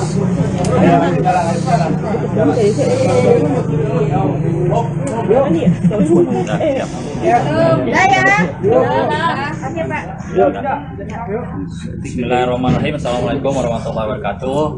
Saya ucapkan terima kasih atas hadiran teman-teman yang pada siang ini itu untuk meliput pernikahan saudara kita ya, untuk Bapak Mahardika dan juga Pak Cita Rahayu. Akan tapi tadi yang barusan turun mobil tadi ada 4 orang, yaitu menyampaikan bahwa pernikahan daripada Pak Mahardika dan Cita Rahayu itu ditunda karena Mbak Cita Rahayunya itu tidak bisa datang dari Bandung, ada urusan yang tidak bisa ditinggalkan, jadi ditunda dengan waktu yang belum ditentukan. Nah, nanti insya Allah teman-teman kalau seandainya nanti udah ada pelaksanaannya, tadi disampaikan juga bahwa Pak Mahardika dan Mbak Cita sendiri akan mengundang teman-teman. Insya Allah demikian yang dapat kami sampaikan. Terima kasih kurang lebihnya. Assalamualaikum warahmatullahi wabarakatuh. Awalnya rencananya emang gimana Pak mau diselenggarakan? Kalau sesuai pendaftaran itu di rumahnya Pak Mahardika di Cilandak Barat. Ya. Nah, di sana rencananya, tapi tadi kan kita nunggu penjemputan dari jam 10 sampai tadi jam 11 ya. Kita baru datang, ternyata bukan malah kita diajak ke sana untuk pelaksanaan, tapi mengabarkan bahwa tertunda untuk pelaksanaan akad nikah daripada Mbak Cita sama Pak Mahardika. Tapi diberitahukan untuk pendaftaran nikah itu dari kami berapa masuknya? Berkasnya Mas. Kalau pemberitahuan udah agak lama ya, akan tapi untuk pendaftaran resminya kami terima itu kemarin, jadi langsung terlihat udah lengkap semua dari, karena dia kurang dari 10 hari kerja kan harus ada dispensasi dari kecamatan ya, dan itu sudah ada, sudah lengkap, sudah kita terima, makanya kami berani untuk mendaftar dan untuk menikah pada hari ini. Tapi ternyata karena ada hambatan belum kita laksanakan. Yang mengajukan berkas di sini itu diwakilkan oleh keluarganya, yaitu dengan Pak Gunanto ya, yang sesuai dengan daftar di kita, itu namanya Pak Gunanto. Itu yang hadir untuk mendaftarkan. Jadi tadi yang tahu kalau dibatalkan ya, itu dari pihak keluarga? Iya, itu ajudan dan keluarga yang kemarin ikut mendaftarkan Pak Gunanto. Berarti last minute ya dibatalin ya Pak? Iya, nanti beliau pesan tadi ke yang di sini, dia bilang nanti teman-teman wartawan ketika sudah ada pelaksanaan, ada waktu nanti akan diundang oleh beliau. Jadi belum tahu kapan minggu depan kah? Belum, jadi tunggu kesiapan daripada mereka sendiri. Tapi lokasinya tetap di rumah Pak Mahardika atau? Ya, kalau dari lokasi, kalau dari kami ya, dari KUA itu nggak bisa dirubah, karena kan pada intinya kan udah menikah udah selesai, pendaftaran udah gitu kan, jadi nanti tetap tinggal pelaksanaan saja. Dari udah, karena kan sekarang kan kalau orang menikah itu sesaat setelah menikah harus diserahkan buku nikahnya, sehingga harus kita selesaikan sebelum pelaksanaan. Tapi nggak ada penarikan berkas ya Pak? Ya nggak apa-apa, karena kita kekeluargaan gitu kan. Kalau sekarang kita rubah semua susah pelaporannya karena harus berjenjang kan. KUA, Kementerian Kota, Kanwil, Pusat gitu, jadi panjang. Sehingga dengan kekeluargaan tetap dengan tanggal yang tercatat pada hari ini. Tapi nggak ada penarikan berkas, Bapak? Nggak ada, jadi bukan dibatalin. Kalau dari KUA sendiri ada ini nggak sih Pak, maksimal tuh ditunda sampai berapa lama? Oh, nggak ada. Nggak ada jenjang waktunya berarti? Nggak ada aturan tentang jumlah hari untuk penundaan. Bapak belum dikasih tahu ya Pak, kapan waktunya kira-kira? Iya, belum kasih tahu. Jadi perkiraan? Wah, kurang tahu deh itu kan, karena urusan keluarga gitu kan. Bapak kalau misalnya mau berjelas mungkin hari ini seharusnya pukul berapa Pak? Pukul 10, sudah pendaftaran pukul 10, tapi tadi kita tunggu penjemputan, rencana sesuai ini kita udah dari pagi nunggu sini juga, tapi ternyata karena ada penundaan sehingga belum melaksanakan hari ini. Pak, berkasnya sendiri dari kedua mempelai sendiri apa aja yang diserahkan? Karena kan berhubung kan keduanya kan sudah pernah melihat. Ya, kalau untuk berkas semua sudah lengkap seperti yang sampaikan tadi. Kalau dari status mereka ya kita sudah sama-sama tahu ya, artinya mereka statusnya bukan dijaka dan perawan lagi, tapi sudah duda sama janda. Itu sudah kita semua tahu sesuai dengan berkas yang diserahkan juga semuanya lengkap.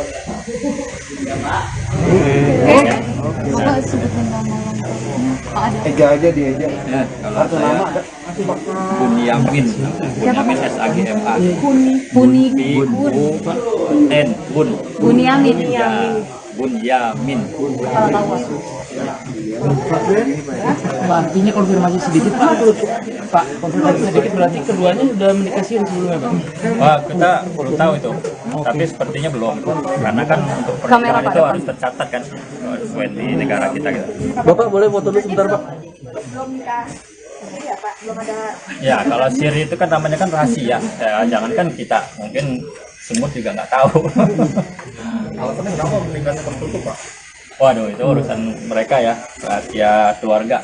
Pak, berarti numpang nikah di tempat di Mahardika, domisili kita apakah di Jakarta atau di KTP Bandung Pak? Kalau kita lihat dari alamat, karena Mbak Citanya udah pindah ke DKI Jakarta, sehingga kedua pengantar itu dari DKI. Pak, berarti ini tertunda bukan karena nggak ada kesiapan atau gimana ya Pak? Bukan, kayak sih memang untuk persiapannya nggak seperti pesta rame-rame, bukan. Tapi karena Mbak Cintanya nggak bisa hadir, sehingga ditunda dengan waktu yang belum ditentukan. Oke. Sip. Terima kasih ya. Pak.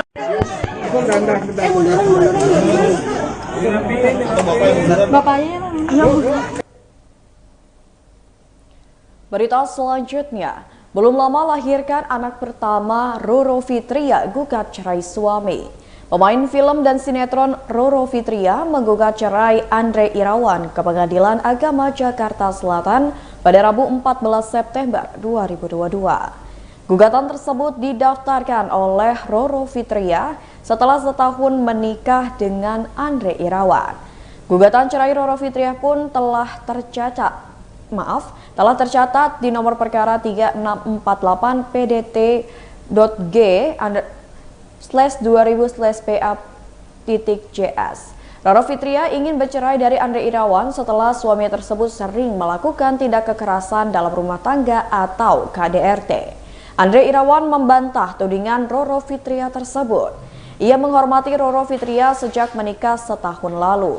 Roro Fitria juga kecewa saat tahu Andre Irawan memiliki anak dari pernikahan sebelumnya hingga menggugat cerai. Andre Irawan siap membuktikan tuduhan Roro Fitria itu saat sidang perceraiannya digelar di pengadilan. Seperti diketahui, Roro Fitria menikah dengan Andre Irawan pada Desember 2021 lalu. Roro Fitria baru saja melahirkan Sultan Al-Fatir, anaknya bersama dengan Andre. Berikut wawancara dengan pihak suami Roro Fitria. Dari Roro Fitria seperti apa sih Bang? Assalamualaikum warahmatullahi wabarakatuh. Waalaikumsalam. Sebelumnya saya ucapkan terima kasih buat rekan-rekan media yang udah perhatian untuk bisa sampai malam kayak gini.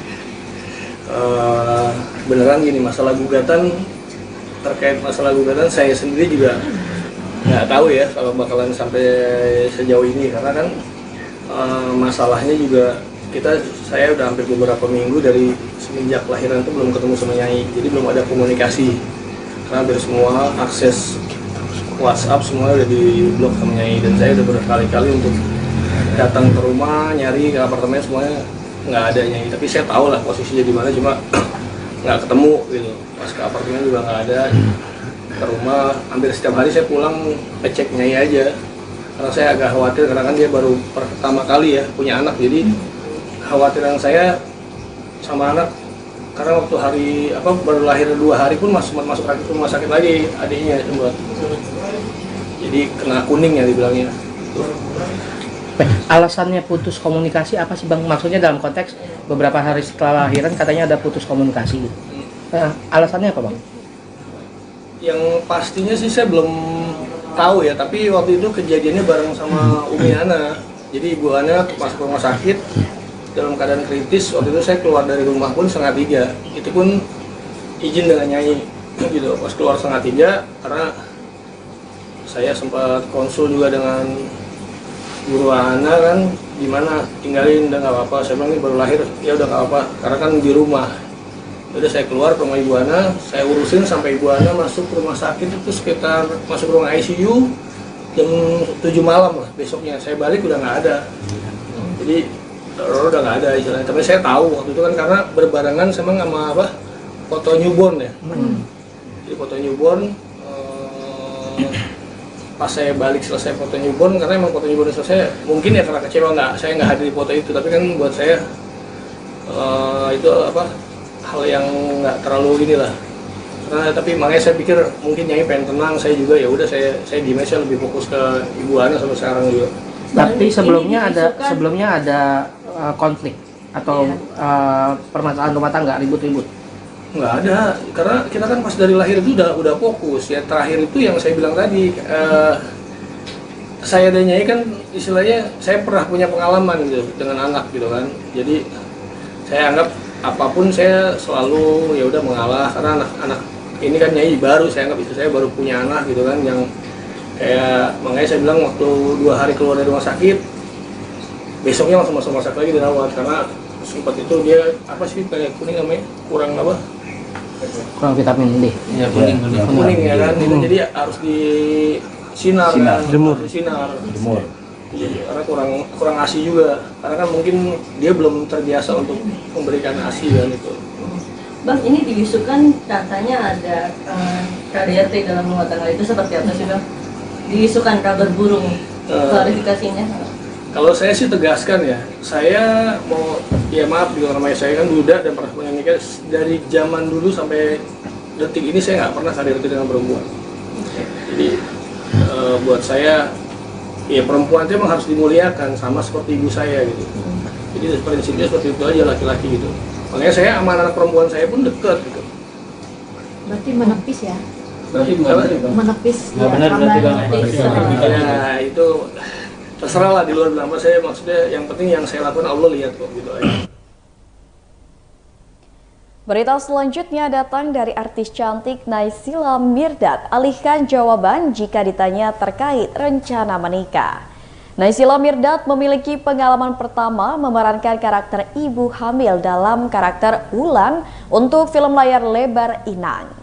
Inang merupakan film horor arahan Fajar Nugros dengan durasi 115 menit. Dalam film tersebut, Naysila Mirdad juga satu layar dengan ibu kandungnya Lydia Kandou. Melihat anaknya memerankan karakter wanita hamil, Lydia Kandou sempat menggelengkan kepalanya karena heran.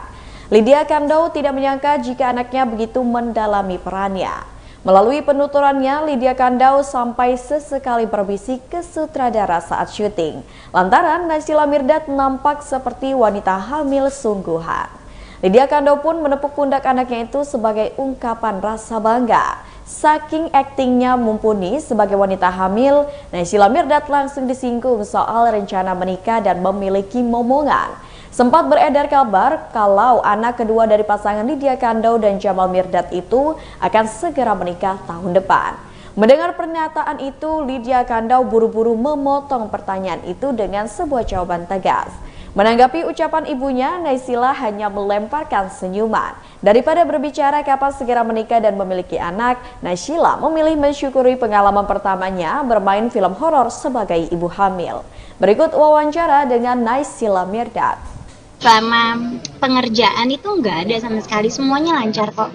Tapi ya memang si pemberani ini mungkin lebih sensitif kali ya terhadap hal-hal yang terjadi di sekitar. Karena begitu ngeliat ada sesuatu yang kayaknya gelap dikit, lebih baik nggak kesana. Kita ya kesana, nyari tempat aman lagi gitu. Aman dari aman. Lokasinya di mana sih pada saat syuting? Berapa lama? Kita masih di Jakarta kalau syutingnya. Jadi semua pengambilan gambarnya itu Full Jakarta. Full Jakarta. Ya.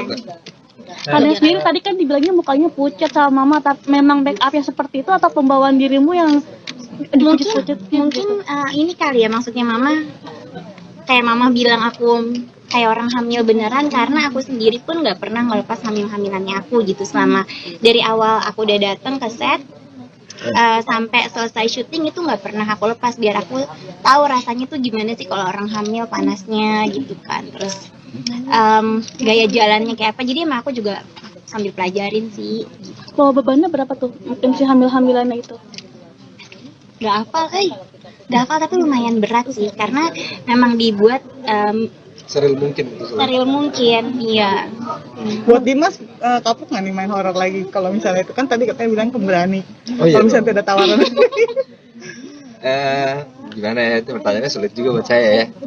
Karena awalnya saya kan bacanya dari sinopsis dan skenario-nya, begitu saya udah tertarik, saya langsung, oh iya, saya mau nih ikut terjun di sini.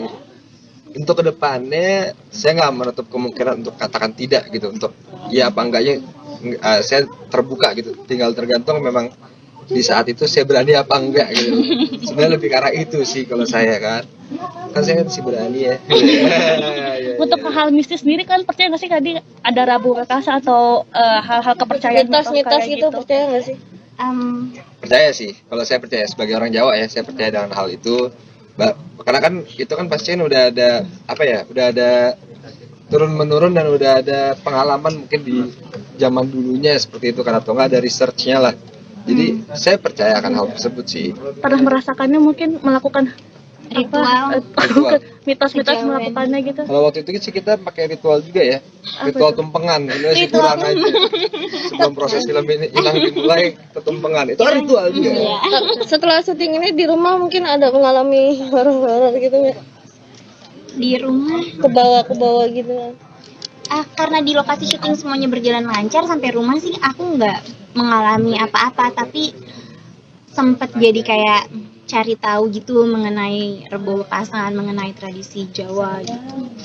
Tadi Bos kan dari Jawa juga ya. Ini kalau keluarga sendiri lekat sama kayak kerjaan gitu nggak sih, atau pernah nggak sih kayak apa gitu, acara apa, milih tanggal atau segala macam?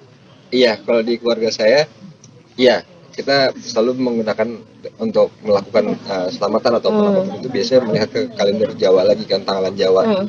Itu biasanya suka dilihat gitu, dan kebetulan kan masih nenek saya masih ada yang untuk biasa menghitung tanggalan-tanggalan Jawa itu gitu. Dan begitu saya cerita tentang Rebo Wekasan ini pun, keluarga sendiri pun jadi saling melihat lagi nih, kita lahir hari apa ya, lahir tanggal berapa ya, coba saya tanya, pasti di antara kalian kan ada yang lahir hari Rabu ya, coba cek itu Rabu apa. Iya,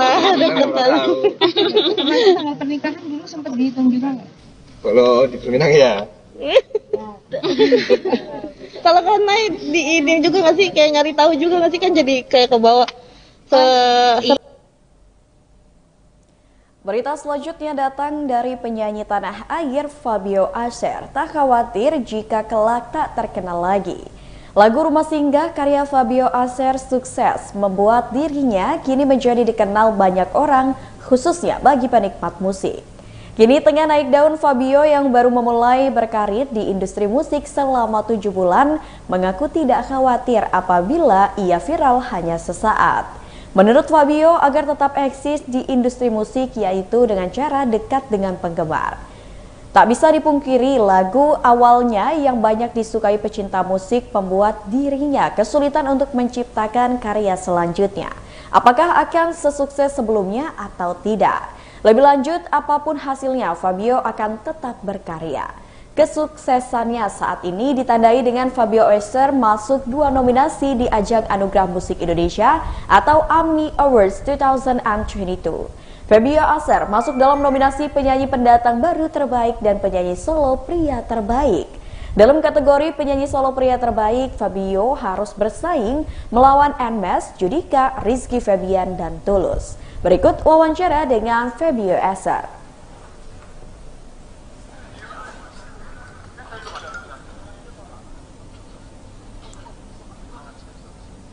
Baik mungkin bisa masuk, tapi kalau yang tadi ya, Apa satunya?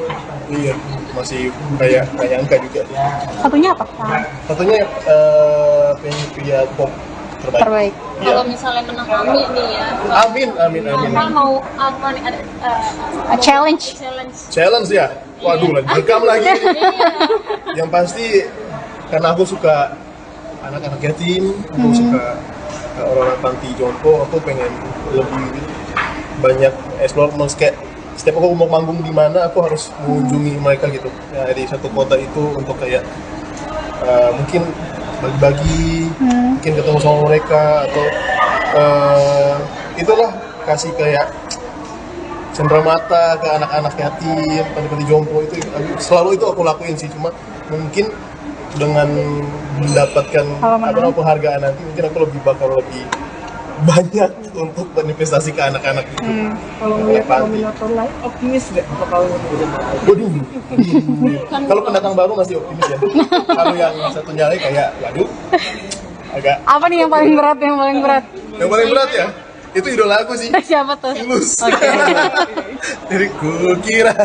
Ya, kamu sendiri disandingkan sama orang idola yang dan yang udah lama gitu. Udah lama. Ngerasanya gimana sih?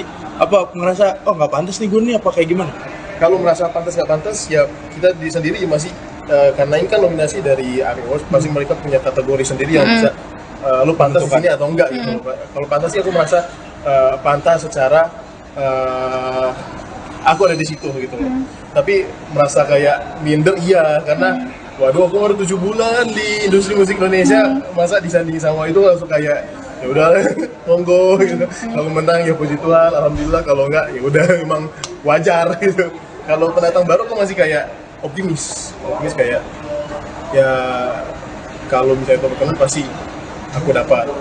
Bisa diceritain nggak sih Rumah Singgah itu kan dibuatnya itu pas lagi apa gitu, terus sampai sekarang kan sesukses ini itu gimana?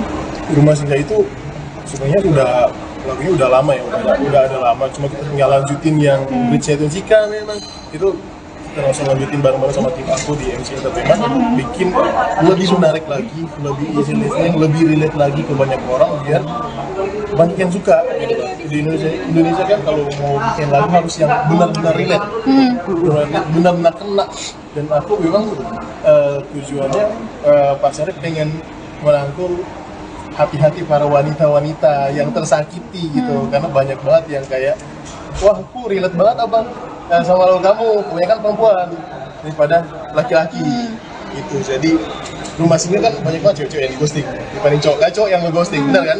Jadi emang inspirasiku lebih banyak ke perempuan, lebih banyak disakiti dari segi mananya sih gitu kan udah bertahan terluka. Rumah Singgah itu kan lebih ke lagu untuk perempuan sebenarnya. Atau pengalaman pribadi? Iya kan. Kalau pribadi mungkin pernah ghosting orang. Pernah juga sih bertahan dalam luka, tapi ya nggak sesakit itulah. Kedepannya ada lagu yang jadi tantangan baru gitu nggak sih? Kalau nggak sedih-sedih mulu maksudnya gitu. Berita selanjutnya datang dari Dwi Andika, akui kedekatannya dengan Cika Jessica lebih dari sekedar teman. Presenter Dwi Andika dan Cika Jessica kembali pamer kemesraan di media sosial. Cika Jessica mengunggah foto sedang mencium Dwi Andika. Warganet berharap Dwi Andika dan Cika Jessica menjalin hubungan asmara hingga menikah. Cika Jessica dan Dwi Andika sempat menjadi pasangan kekasih meski kemudian putus. Meski hubungan cintanya telah kandas, Cika Jessica dan Dwi Andika tetap berhubungan baik layaknya sebagai sahabat. Sebelumnya, Dwi Andika disebut Cika Jessica bisa membuatnya nyaman. Tidak hanya berteman baik, Cika Jessica bahkan sering menceritakan hal apapun kepada Dwi Andika. Dwi Andika adalah tempat curhat Cika Jessica. Meski pernah dekat dengan beberapa pria lain, Cika merasa hanya Dwi Andika lah yang bisa membuatnya nyaman. Meski membuat nyaman, Cika Jessica tidak pernah tahu soal jodohnya. Meski pernah menjalin cinta, Cika Jessica bisa saja membuka hatinya lagi untuk Dwi Andika. Berikut wawancara dengan Dwi Andika. Kalau kita berdua, jadi kita jangan ngoyo. Toh ternyata apa yang kita jalanin pun ini jauh lebih baik gitu daripada sebelumnya. Kalau sebelumnya mungkin penuh dengan drama, penuh dengan gelombang lagi, ini gara-gara aku ketemu Pak Ji ngomongin gelombang dulu ya. Ya pokoknya ya ternyata kalau seandainya di kamus bahasa Indonesia ini ada kata yang lebih dari pacaran, suami istri, teman dekat, sahabat, itu kita ada di kata itu. Jadi hubungan kita tuh dekat itu dekat banget gitu. Jadi ya udah, keluarga juga udah saling support. Aku juga sudah merasa kalau mamanya juga mama aku juga sama juga sebaliknya, mama aku juga udah merasa itu adalah mama Cika juga. Jadi kita ada di titik yang sudah sangat nyaman sekali. Apa bedanya Kak ketika kamu dulu berpacaran dengan Kak Cika dan sekarang itu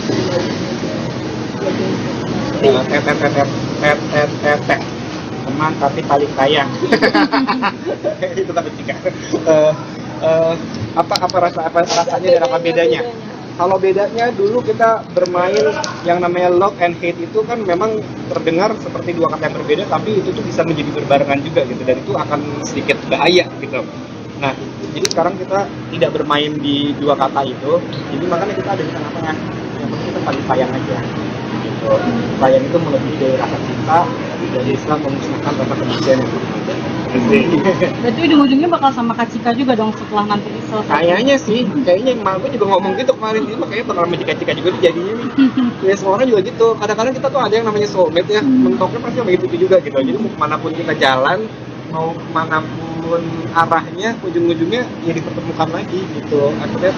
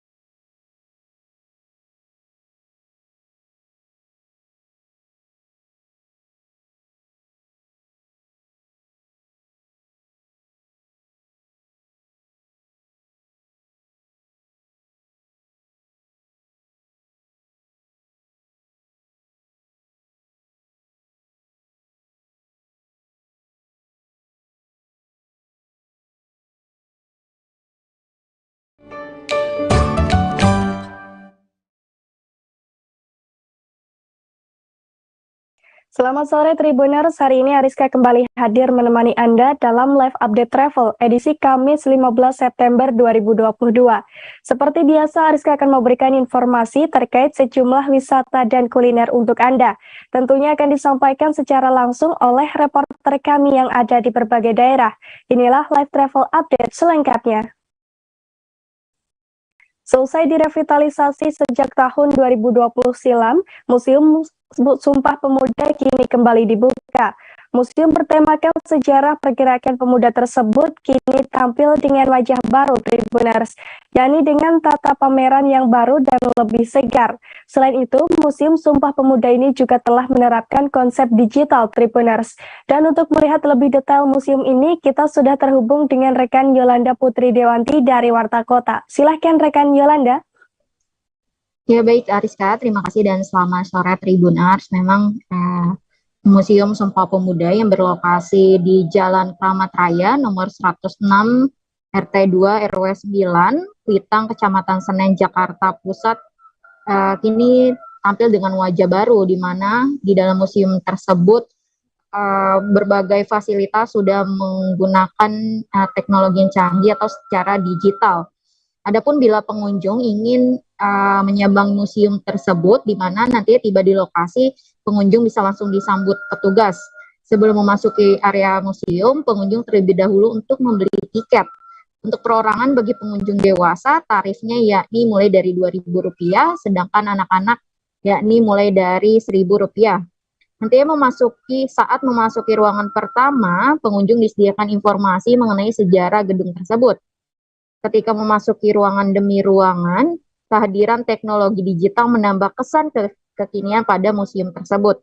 Istimewanya, tak hanya menyuguhkan teks, gambar, benda peninggalan ataupun instalasi patung para tokoh pemuda, namun juga terdapat video serta narasi suara yang membuat suasana di dalam ruangan pameran menjadi lebih interaktif dan hidup. Selain itu juga nampak ruangan-ruangan pameran Museum Pemuda lebih terang dan lebih berwarna. Terdapat ruang kongres pemuda yang dipenuhi dengan berbagai dokumen, surat maupun instalasi yang dipajang dengan estetik, dipadukan dengan sorotan pencahayaan yang tajam. Lalu juga ada audio yang bisa didengar oleh para pengunjung. Jadi bagi Tribuners yang ingin mengunjungi Museum Sumpah Pemuda bisa mendengar melalui audio di salah satu sudut ruangan, yang dimana dinarasikan tentang pergerakan pemuda masa Kongres tahun 1926, hingga video yang memperlihatkan adegan saat para pemuda melaksanakan rapat untuk Kongres tersebut. Lalu berjalan beberapa langkah, nantinya pengunjung bisa melihat ruang khusus tentang W.R. Supratman, sang pencipta lagu Indonesia Raya. Pengunjung disuguhkan benda sejarah seperti biola yang dipajang dalam instalasi kaca, lalu ada instalasi patung, hingga plakat yang pernah diterima W.R. Supratman atas penciptaannya. Selain itu terdapat juga piringan hitam yang dimana dapat memutarkan lagu Indonesia Raya versi keroncong. Pengunjung bisa mendengarkan versi tersebut menggunakan earphone yang telah disediakan. Nah, Ariska dan Tribuners, memang Museum Sumpah Pemuda ini sudah dibuka untuk umum, yakni mulai dari hari Selasa hingga Minggu, mulai pukul 9 pagi hingga 3 sore. Begitu Ariska. Baik rekan Yolanda Putri Dewanti dari Warta Kota, terima kasih atas informasi Anda. Dan Tribuners, rekan Yolanda juga sempat melakukan wawancara dengan salah satu pengunjung yang bernama Bintang. Berikut liputannya untuk Anda. Kenalan dulu ya, hai namanya siapa? Lalu Bintang. Bintang? Berarti umurnya berapa nih sekarang? 12. 12. Bintang di sini sama siapa aja datangnya? Ini sama temen, sama yang lain juga. Emang niat kesini tuh niatnya buat apa awalnya? Kepo, soalnya dari dulu tuh teman-teman banyak kesini, jadi kepo aja. Nah pas sudah masuk ke sini, apa sih yang Bintang rasain gitu? Keren. Kenapa? Keren. Keren. Apa yang membuat keren? Ya, tulisan-tulisannya jalannya gitu. Sebelumnya Bintang tahu tentang Museum Sumpah Pemuda ini dari mana? Dari teman. Kenapa? Dari teman. Oh dari teman. Nah terus kesannya gimana, boleh disampaikan nggak? Kesannya gimana gitu, perasaannya ketika masuk? Apa ya, keren aja. Tapi sebelumnya tahu sejarah Sumpah Pemuda kan ya di sekolah? Nah pas udah kesini kan ini bisa ngeliat semuanya nih banyak. Nah gimana? Lebih tahu lagi atau kayak gimana? Oh gitu. Tribuners, bagi Anda yang gemar camping, Pantai Semukuk bisa menjadi pilihan. Tepatnya pantai ini berlokasi di Desa Pauh Tanjung Iman, Kecamatan Kalianda, Lampung Selatan, Tribuners. Selain menyediakan fasilitas camping, pantai yang satu ini juga menyajikan panorama pesisir pantai selatan Sumatera. Banyak pula spot foto yang akan memanjakan Anda saat berada di sana, Tribuners. Dan seperti apa keindahan tempat ini akan disampaikan oleh rekan Domi Desmantri dari Tribun Lampung. Silakan rekan Domi. Baik, Tribuners, jika berkunjung ke Lampung Selatan, Tribuners wajib datang nih ke salah satu pantai yang ada di Lampung Selatan, khususnya di Kota Kalianda, yaitu namanya Pantai Semukuk. Itu berada di lokasi di Desa Pauh Tanjung Iman, Kecamatan Kalianda, Lampung Selatan. Nah, Pantai Semukuk itu diambil dari kisah ataupun sejarah. Di pantai tersebut terdapat banyak sekali tanaman atau pohon semukuk. Nah, lalu pohon tersebut sudah lama punah dan warga setempat menamai pantai tersebut dengan Pantai Semukuk untuk mengenang bahwasanya di pantai tersebut terdapat banyak pohon semukuk pada waktu itu. Nah, Pantai Semukuk sendiri sudah resmi menjadi destinasi wisata sekitar 9 tahun yang lalu atau pada 2013 lalu. Lalu untuk Tribuners yang ingin ke Pantai Semukuk bisa menempuh jarak sekitar 1,5 jam dari pusat kota Bandar Lampung maupun juga 10 menit dari Kota Kalianda, begitu. Nah, untuk harga tiket masuk di Pantai Semukuk sendiri dikenakan Rp10.000 per orang. Untuk harga tiket parkir untuk saat ini kendaraan bermotor tidak dikenakan biaya, namun saat weekend ataupun hari raya besar seperti hari raya keagamaan dan lainnya itu dikenakan biaya Rp5.000 per unit, dan untuk kendaraan roda 4 dikenakan Rp10.000. Lalu di pantai tersebut juga menawarkan wisata glamping atau glamour camping, begitu. Nah, untuk pemesan tenda untuk yang 2 layer yang dia bisa dua fungsi gitu. Nah, itu dikenakan Rp100.000 dan bisa diisi 4 orang. Lalu selain juga ada tenda camping di Pantai Semukuk juga terdapat banyak sekali gazebo yang berjumlah 16 gazebo. Ada 2 jenis gazebo, yaitu gazebo yang berukuran 3x3 itu dikenakan biaya sewa sekitar Rp100.000 yang dapat menampung sekitar 50 orang. Lalu untuk yang ukuran 4x4 itu dapat menampung 100 orang dan dikenakan biaya sewa sekitar Rp150.000. Lalu selain gazebo di Pantai Semukuk juga terdapat 2 buah kamar mandi yang masing-masing terdiri dari 2 bilik, dan ada musola yang dapat menampung sekitar 15.000 jemaah, begitu. Sehingga untuk pengunjung atau wisatawan yang ingin ke Pantai Semukuk tidak perlu ragu untuk beribadah, gitu. Takut tidak dapat beribadah di tempat tersebut, begitu. Baik, Tribuners. Baik, rekan Domi Desmantri dari Tribun Lampung, terima kasih dan selamat bertugas kembali. Tribuners, Rabu kemarin 22 peserta Nyong Noni Sulawesi Utara 2022 mengikuti talent show. Dalam acara yang digelar di Mantos 3 Manado ini, para peserta berkesempatan untuk menampilkan bakatnya masing-masing. Talent show ini dibuka oleh perwakilan dari Bitung, Brikita Bulu, Tribuners. Dalam kesempatan ini, gadis berusia 23 tahun tersebut menampilkan tari tangkap cakalang dengan lincah. Dan untuk mengetahui kemeriahan di sana, kita sudah terhubung dengan rekan Ferdi Guhuku dari Tribun Manado. Silahkan rekan Ferdi. Oke, selamat sore Tribuners dimanapun Anda berada, dan terima kasih untuk rekan Rizka untuk kesempatannya. Dari Manado, Tribuners, saya laporkan bahwa di Kota Manado, Sulawesi Utara saat ini sedang digelar satu ajang yang cukup menarik, dan ini sudah menjadi ajang tahunan, yaitu pemilihan Nyong Noni Sulawesi Utara tahun 2022 yang digelar kemarin pada hari Rabu memasuki hari karantina ketiga, dan kegiatan mereka di hari karantina ketiga ini menjalankan satu kegiatan, yaitu kegiatan talent show yang dilaksanakan di Mantos 3, dan 22 finalis ini mereka menunjukkan kebolehan mereka dalam hal menunjukkan bakat dan talenta mereka di atas panggung dan disaksikan langsung oleh para pendukung yang berada di Kota Manado dan Sulawesi Utara. Nah, 11 kabupaten kota ini yang mengikuti, ada 3 dari perwakilan dari Kota Manado, ada juga dari Bitung, Mitra, semua seperti yang saya katakan, semua berjumlah 22 orang finalis.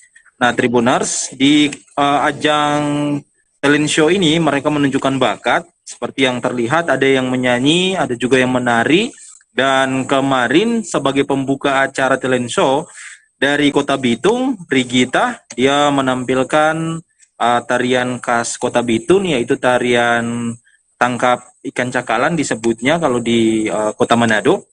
Nah, tarian ini sangat populer di masyarakat Kota Bitung karena mengingat sebagai tradisi orang Bitung, di sana populer dengan ikan cakalang dan ikan tuna. Jadi ini dijadikan satu budaya dan dibungkus sedemikian rupa menjadi satu tarian yang sudah menjadi budaya di tengah-tengah masyarakat Kota Bitung dan Sulawesi Utara.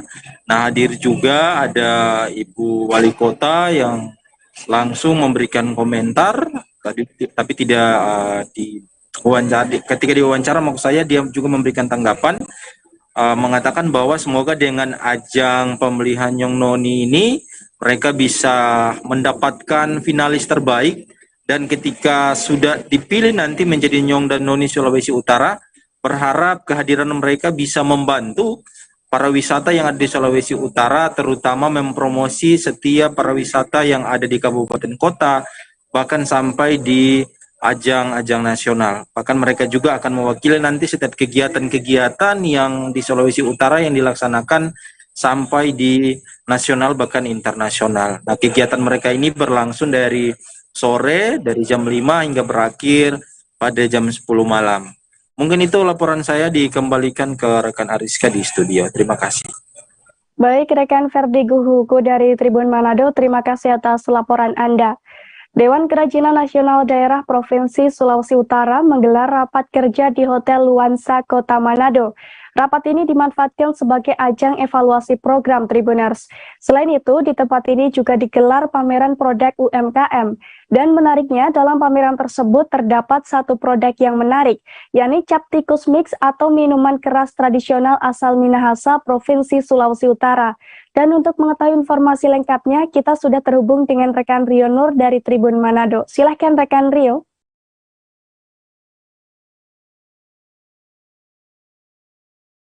Ya, terima kasih rekan Ariska.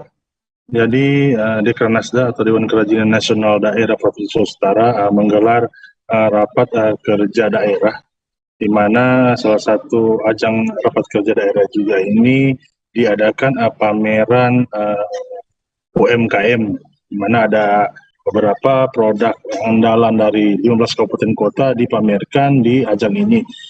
Kebanyakan yang dipamerkan berupa kerajinan tangan. Namun ada salah satu yang cukup menarik perhatian di sini adalah produk minuman keras tradisional Minahasa atau yang sering disebut dengan nama cap tikus. Cap tikus ini adalah minuman fermentasi dari air dari pohon aren kemudian diolah, di mana cap tikus ini sudah cukup populer. Yang membedakan cap tikus yang dipamerkan di pameran Dekranasda ini adalah produknya namanya cap tikus mix. Artinya ini cap tikus yang difermentasi bersama dengan bahan-bahan alami lainnya. Ada dua rasa yang dipamerkan, produk yang dipamerkan dalam pameran ini. Pertama, cap tikus mix dengan kandungan sari buah nanas dan kandungan ingredient alami lainnya. Ini cap tikus yang jenis ini kadar alkoholnya mencapai 25%, jadi cukup tinggi. Kemudian ada satu lagi cap tikus mix dengan campuran mulberry dengan kadar alkohol sekitar 35%. Nah, di sini ternyata cap tikus mix ini yang dikembangkan di Minahasa Utara, Provinsi Utara ini sudah merambah ke daerah-daerah di Pulau Jawa. Banyak peminat yang menginginkan untuk membeli produk dari asal dari Minahasa ini. Namun kendalanya produksinya masih sangat terbatas karena kendala permodalan, bahkan kemasannya juga masih menggunakan botol plastik. Memang pengembang Capticus Mix ini mengharapkan ada dari ajang Rakorda Deklarasi ini ada kesempatan untuk mendapatkan pinjaman modal dari bank untuk mengembangkan produk Capticus Mix ini agar dikemas lagi lebih baik lagi, di mana untuk harganya sendiri untuk satu botol ukuran sekitar 50 ml ini harganya 85.000 yang untuk rasa nanas, dan satunya lagi sekitar 65.000 untuk yang maksud kami yang 65.000 itu yang rasa nanas, yang 85.000 untuk yang rasa mulberry. Khusus untuk mulberry ini memang cukup sulit diperoleh bahannya, kalau nanas kan cukup banyak tersedia di Sulawesi Utara, namun untuk mulberry masih harus dikirim dari luar daerah. Demikian rekan Ariska. Baik, terima kasih atas laporan Anda rekan Rionur dari Tribun Manado. Tribuners, di sekitar pantai Pulau Dewata, Bali, ada banyak kuliner yang menarik untuk dicoba.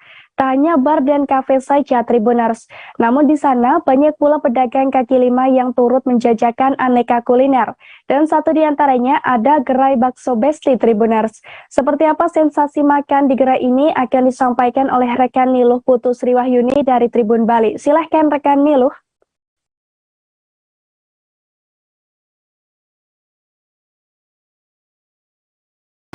Ya, baik. Terima kasih Ariska atas waktunya. Selamat sore teman-teman dan seluruh Tribunnews yang ada di Indonesia. Hari ini saya akan memberikan rekomendasi kuliner yang berada di Pulau Dewata, khususnya di pinggir pantai ya, Tribunnews. Jadi memang kuliner khas Bali itu memang banyak sekali, dan dominannya kalau yang di pinggir pantai itu pasti aneka bakso gitu ya. Nah, salah satu kuliner khas, maksud saya kuliner pinggir pantai yang wajib dikunjungi oleh Tribuners adalah bakso Besti yang berlokasi langsung di pinggir pantai Legian Kute, Bali, Tribuners. Nah, bakso Besti ini harganya mulai dari 15.000 untuk bakso ayam dan 20.000 untuk bakso sapi. Nah, bakso Besti ini juga menyediakan beberapa tetelan daging seperti tetelan bentuknya seperti lemak, ada daging sapinya dan juga ada iga sapi. Nah, salah satu menu yang best seller juga di bakso Besti ini terdapat pangsit kuah, di mana di dalamnya ada daging cincangnya gitu ya, Tribuners. Nah, peminat dari bakso Besti ini bukan hanya masyarakat lokal, wisatawan domestik dan masyarakat sekitar ya, namun juga wisatawan mancanegara yang juga penasaran bagaimana rasa dari bakso Besti ini. Bahkan beberapa dari mereka ada yang kembali lagi untuk membeli bakso di bakso Besti ini. Nah, bakso Besti ini juga menyediakan view sunset dari Pantai Legian. Jadi nantinya ketika kita membeli bakso Besti ini, kita akan duduk di atas beanbag dan di bawah payung gitu ya, Tribuners. Jadi kesannya seperti sunsetan gitu sambil makan bakso. Nah, untuk bakso Besti ini sendiri bukanya setiap hari, mulai dari hari Senin sampai hari Minggu, dan bukanya mulai dari jam 3 sore sampai habis terjual. Nah, dalam sehari bakso Besti ini dapat menghabiskan daging sebanyak 3 kg. Nah, bagi Tribuners yang penasaran, mungkin bisa langsung datang ke Pantai Legian ya. Terima kasih Ariska. Baik, rekan Niluh Putu Sriwahyuni dari Tribun Bali, terima kasih atas informasi Anda. Tribuners, bubuk kopi Liberica hasil petani Kalimantan Barat semakin banyak diminati. Bahkan penjualannya sudah sampai ke luar negeri, Tribuners. Melihat hal ini, 101 Coffee House juga menghadirkan bubuk kopi Liberica tersebut. Selain roastery, 101 Coffee House kini juga membuka coffee shop, Tribuners. Dan bagaimana informasi lengkapnya akan disampaikan oleh rekan Anggita Putri dari Tribun Pontianak. Silahkan rekan Anggita.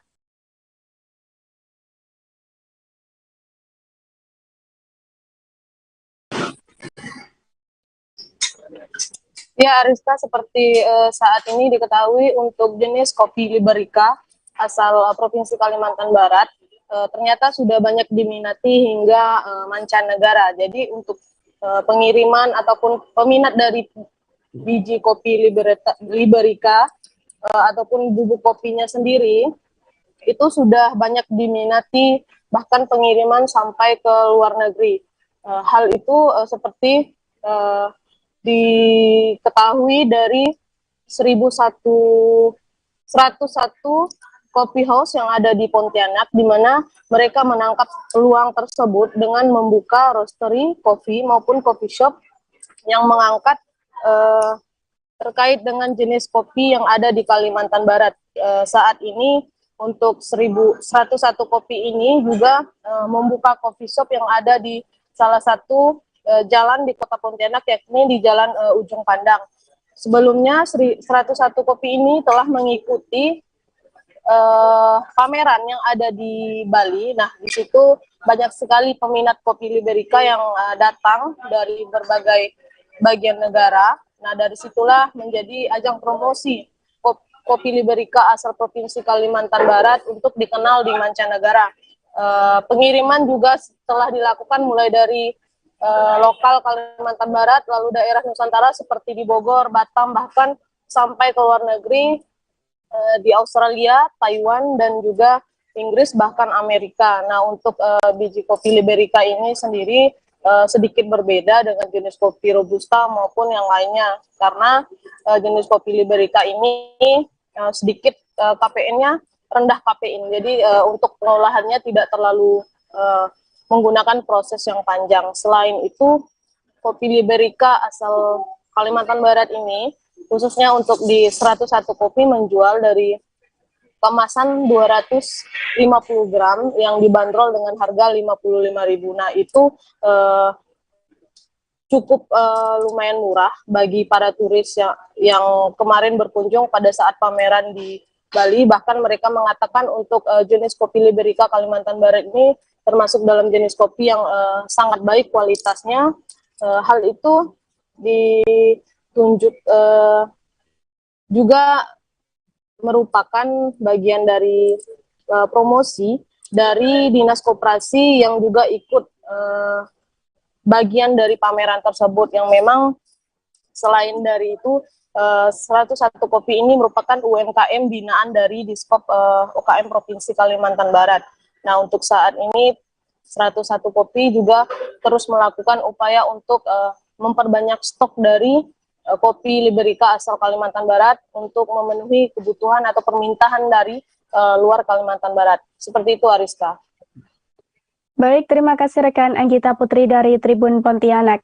Dan Tribuners, ada pula wawancara dengan Kepala Bidang Pemberdayaan Usaha Kecil Dinas Koperasi UMK Provinsi Kalbar, Ayub Barombo, serta Restu Dermawan, barista dan roster dari 101 Coffee House di Pontianak. Berikut liputannya untuk Anda. Orang luar tertarik dengan kopi Liberica ini. Bahkan waktu itu turis mancanegara pun tertarik dengan kopi ini dan memberikan apresiasi yang sangat tinggi dengan keberadaan kopi ini. Satu yang kesan yang disampaikan oleh para pembeli di Bali, harganya terlalu murah dibandingkan dengan harga kopi yang lain yang ada mengikuti pameran di Bali pada waktu itu. Nah, terkejut dia harganya, kok murah benar. Kopi seperti ini ada, tapi harganya murah. Nah, pembelajaran dari itulah maka ternyata memang kopi khas kita ini perlu digalakkan dan boleh menjadi salah satu produk unggulan daerah dari sisi atau jenis UMKM yang kuliner. Selain tenun-tenun yang selama ini udah kita kenal. Nah, itu kemudian dengan kopi ini juga. Kalau permintaan kita sementara ini baru memenuhi untuk lokal. Cuma kita kemarin udah kirim juga kayak kalau untuk nasionalnya ya, untuk ke Jakarta, ke Bandung, ke Garut, ke Jogja itu udah. Terus kalau untuk luar negeri kita ada pernah kirim ke Australia, ke Taiwan, ke Inggris, pernah juga ke Amerika. Nah, cuman ini masih yang skala kecil, masih end user. Karena kita begitu diminta untuk produk banyaknya, kita belum. Tribuners, hari ini terdapat pemandangan berbeda di Kebun Raya Bogor. Sebab setelah menanti selama 16 tahun, tanaman endemik bunga Rafflesia arnoldi mekar untuk pertama kalinya. Bunga endemik yang mekar ini pasalnya merupakan hasil dari budidaya di Kebun Raya Bogor, Tribuners. Dan bagaimana informasi lengkapnya akan disampaikan oleh rekan Rahmat Hidayat dari Tribun Bogor. Silahkan rekan Rahmat. Ya baik, Ariska dan rekan-rekan Tribuners lainnya, selamat sore. Dapat kami sampaikan bahwasanya memang pada hari kemarin, Rabu 14 September 2022 merupakan hari yang sangat istimewa bagi Kebun Raya Bogor, di mana pada hari kemarin setelah menanti 16 tahun lamanya atau dari tahun 2006 yang lalu, Kebun Raya berhasil memekarkan salah satu tanaman endemik khas Sumatera, yakni Rafflesia arnoldi, di mana Rafflesia arnoldi ini merupakan tanaman endemik yang pertama kalinya ada pada hari kemarin. Memang perlu diketahui oleh rekan-rekan Tribuners lainnya bahwasanya memang pada tahun-tahun sebelumnya ataupun belasan kali Kebun Raya Bogor berhasil memekarkan jenis yang sama, namun dalam kelas yang berbeda, yakni Rafflesia padma yang memang diketahui di Kebun Raya sudah tumbuh ataupun mekar banyak 16 kali. Namun untuk khusus yang Rafflesia arnoldi ini merupakan momen pertama kalinya Kebun Raya berhasil memekarkan tanaman ini di lokasi yang memang letaknya ini tak jauh dari Taman Utama Kebun Raya Bogor. Jika teman-teman Tribuners lainnya pernah berkunjung ke Kebun Raya Bogor, letak lokasi di mana Rafflesia arnoldi ini berhasil dimekarkan oleh Kebun Raya Bogor ini berlokasi tak jauh dari pintu utama, gerbang utama masuk ke Kebun Raya Bogor. Nah, disitulah letak dari Rafflesia arnoldi yang mekar pertama kalinya pada hari kemarin. Dan perlu diketahui oleh rekan-rekan Tribuners lainnya, memang Kebun Raya Bogor Kebun Raya Bogor sendiri sudah konsen melakukan penelitian untuk memekarkan jenis Rafflesia ini. Terbukti berdasarkan keterangan yang kami dapatkan dari riset yang melakukan risetnya sejak dari tahun 2006, memang sempat melakukan penelitian beberapa kali terkait Rafflesia arnoldi ini. Dan dirinya pun kemarin merasa sangat bangga sekali ketika hasil penelitiannya tumbuh mekar pada hari kemarin setelah 16 tahun menunggu. Dan diketahui juga memang Rafflesia arnoldi ini pertama kalinya juga tumbuh di luar habitatnya atau bisa dikatakan tumbuh di lingkungan ex situ Kebun Raya Bogor. Dan itu pun menjadi poin plus kenapa hari kemarin bisa disebut sebagai hari yang istimewa bagi Kebun Raya Bogor. Dan untuk masyarakat umum, khususnya masyarakat Bogor, bisa langsung melihat mekarnya Rafflesia arnoldi ini yang pada hari kemarin memang ukurannya tidak terlalu besar seperti Rafflesia yang lain, yang seperti yang kita ketahui memang bisa tumbuh dengan tinggi 1 meter. Namun khusus Rafflesia arnoldi yang tumbuh di Kebun Raya Bogor ini tidak terlalu besar dengan diameter 70 cm. Masyarakat bisa menikmatinya selama kurun waktu 3-4 hari semenjak hari kemarin. Dan dipastikan setelah 3 ataupun sampai 4 hari, riset dari yang melakukan kajiannya terhadap pemekaran Rafflesia arnoldi ini memastikan bahwa setelah 4 hari kemudian dari hari kemarin, Rafflesia arnoldi ini akan mati dan membusuk dengan sendirinya. Namun masyarakat diimbau untuk ketika ada masyarakat yang hendak melihat Rafflesia arnoldi ini, diimbau untuk menjaga jaraknya lantaran memang dapat mengganggu tumbuh dari Rafflesia arnoldi itu sendiri.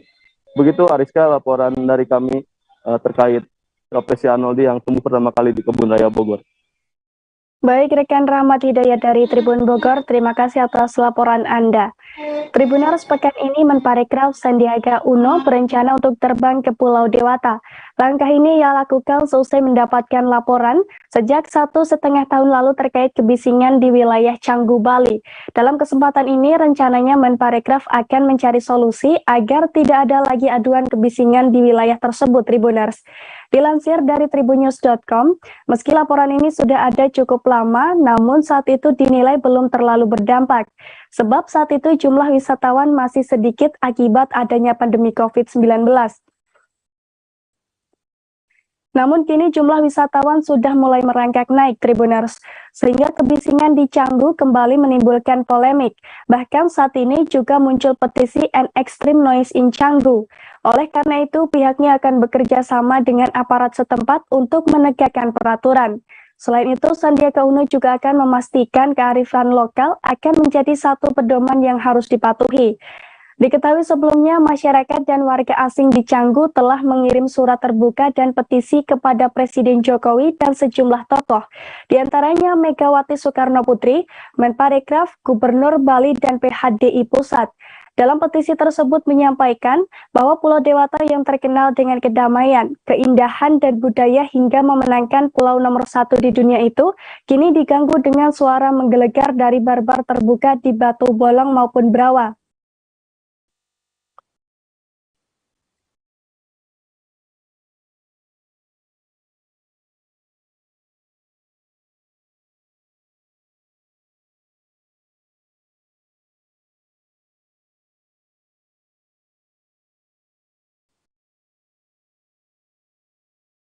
Selanjutnya kita akan menuju ke Bandar Lampung, Tribuners.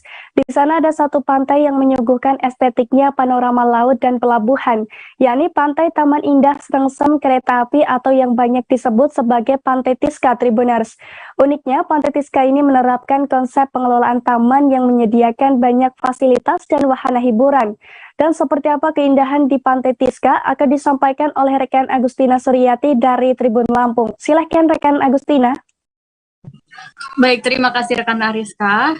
Jadi seperti yang telah disampaikan oleh rekan Ariska, Tribuners bisa coba mengunjungi Pantai Tiska yang berlokasi di Serengsem, Kecamatan Panjang, Kota Bandar Lampung. Nah, Pantai Tiska ini merupakan pantai yang memang menyuguhkan panorama yang berbeda daripada wisata pantai lain ya. Kalau untuk Pantai Tiska, Tribuners bisa lihat nih estetiknya panorama laut dan juga pelabuhan, Tribuners. Jadi Pantai Tiska ini, Tiska dipanjangkan menjadi Taman Indah Serengsem Kereta Api. Jadi sebelumnya memang Pantai Tiska ini digunakan sebagai tempat untuk menyimpan barang-barang kereta api ya. Jadi area Pantai Tiska ini memang masih termasuk lahan milik PT KAI. Jadi diketahui juga konsep pengelolaannya ini adalah taman dan disebut taman karena banyak fasilitas dan wahana hiburan yang menunjang aktivitas pengunjung ya, saat berrekreasi. Ada deretan gazebo kecil dan juga besar di sepanjang bibir pantai ya. Ada pula 4 jenis spot foto di sekitar pantai berupa jendela pintu, ayunan, dan teras jembatan. Kemudian masih banyak fasilitas lain Tribuners yang bisa dinikmati, seperti ada sewa wahana air, yang antara lain ada ban, perahu kano, paddleboard, dan kapal wisata. Jadi ada juga lapangan futsal, lapangan voli, jogging track untuk jalan-jalan sore, lalu ada spot outbound jembatan gantung di pohon, kemudian ada juga gedung serbaguna yang bisa digunakan untuk menyelenggarakan acara atau kegiatan, lalu ada halaman parkir, taman bermain anak, dan cottage serta penginapan. Jadi fasilitas yang bisa dinikmati itu bisa disewakan, dan untuk masuk ke dalam, untuk terlebih dahulu memang kita harus masuk ke dalam Pantai Tiska tersebut. Untuk masuk ke dalam terlebih dahulu membayar tiket masuk sebesar Rp10.000 per orang. Jadi sementara tarif masuk untuk anak-anak itu dibedakan menjadi Rp5.000 per orang. Jadi sedangkan untuk paket tiket masuk per kendaraan itu bisa diambil Rp450.000 bagi wisatawan yang menggunakan bis besar. Sementara untuk bus biasa itu dikenakan tarif sekira Rp350.000. Jadi paket tersebut sudah termasuk dengan biaya parkir kendaraan, Tribuners. Jadi makanan dan juga minuman di dalam area wisata Pantai Tiska juga sangat terjangkau, Tribuners. Jadi berbeda dengan wisata lain yang biasanya dikenal dengan makanannya yang lumayan tinggi harganya. Kalau di sini enggak, Tribuners. Jadi harganya normal mulai dari Rp5.000 sampai paling mahal tuh hanya Rp25.000 aja. Jadi Pantai Tiska ini buka setiap hari, Tribuners, Senin sampai hari Minggu, dan jam operasionalnya ini mulai dari pukul 6 sore sampai pukul 6 pagi sampai 6 sore ya, Tribuners. Dan pantai ini juga tentu sangat bisa untuk digunakan untuk berenang. Terdapat tali pembatas yang diletakkan yang berjarak 200 meter dari bibir pantai. Jadi Pantai Tiska ini memiliki ombak yang tidak terlalu besar sehingga aman untuk anak-anak. Jadi semakin sore di Pantai Tiska ini suasananya justru semakin ramai, Tribuners. Jadi banyak pengunjung yang datang ingin menengok matahari terbenam atau sunset yang berada hampir tepat di tengah pantai. Suasana panoramanya pun estetik apabila Tribuners memperhatikan. Jadi selain bisa memandang gunung dan juga laut, estetiknya kapal dari berbagai jenis dan juga ukuran nampak berlayar di atas permukaan air. Jadi terlihat ada siluet kapal derek, kapal barang, kapal tanker, lalu ada kapal feri yang lewat juga dari kejauhan. Jadi anak-anak sekitar juga terlihat sedang bermain di dermaga yang konon bekas pelabuhan penyeberangan kapal feri. Jadi sebelum pelabuhan Bakauni itu buka. Jaraknya untuk Pantai Tiska ini dari pusat kota Bandar Lampung itu cukup dekat, yakni sekira 13 km dengan durasi tempuh sekira 25 menit. Sekian, Ariska. Baik, terima kasih atas informasi Anda, rekan Agustina Suryati dari Tribun Lampung. Tribuners, baru-baru ini Menparekraf Sandiaga Salahuddin Uno melakukan visitasi di Desa Wisata Tebat Lereh di Pagar Alam, Sumatera Selatan. Dalam kunjungannya ini, Sandiaga Uno memberikan apresiasi ke desa wisata tersebut, Tribuners. Sebab desa wisata Tebat Lereh ini berhasil masuk 50 besar Anugerah Desa Wisata Indonesia atau ADWI 2022. Desa wisata Tebat Lereh juga menjadi satu-satunya desa wisata di Sumatera Selatan yang masuk dalam 50 besar Anugerah Desa Wisata Indonesia 2022. Dilansir dari tribuntravel.com, desa wisata yang berada di area perbukitan ini memiliki daya tarik utama tersendiri, mulai dari wisata alam sampai wisata budaya, serta kuliner yang digagas oleh para remaja desa, Tribuners. Selain itu, Sandiaga Uno membeberkan bahwa desa wisata Tebat Lereh juga memiliki air terjun cukup Napal Kuning yang menjadi primadona wisatawan. Air terjun ini memiliki ketinggian kurang lebih 8 meter dari permukaan sungai. Nama air terjun ini dipilih karena jalanan yang dilalui untuk mencapai tempat ini adalah jalanan terjal dan licin yang terbuat dari tanah napal dan liat. Agar tidak kesulitan menuju ke desa ini, Anda bisa memilih paket wisata menggunakan motor ATV, Tribuners. Saat kunjungan di Desa Wisata Tebat Lereh, Sandiaga Uno juga mengapresiasi masyarakat desa yang kompak dalam mengembangkan desa wisatanya. Oleh karena itu, Sandiaga Uno berharap Pagar Alam bisa bersinergi dengan Bengkulu Selatan agar bisa saling mendukung pengembangan destinasi wisata di masing-masing daerah.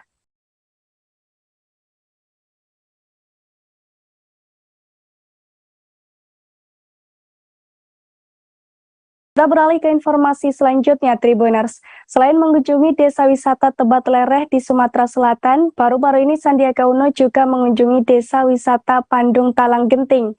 Tepatnya desa wisata yang juga dikenal sebagai desa wisata Pentagen ini berada di Kabupaten Kerinci, Provinsi Jambi, Tribuners.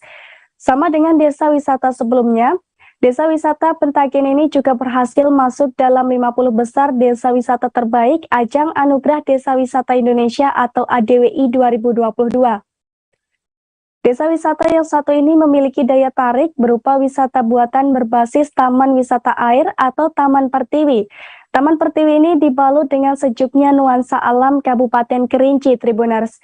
Di desa ini, kreativitas anak bangsa sangat terlihat, di mana mereka berhasil mengubah rawa-rawa yang tidak bernilai ekonomi menjadi sebuah situ atau banyak disebut sebagai embung.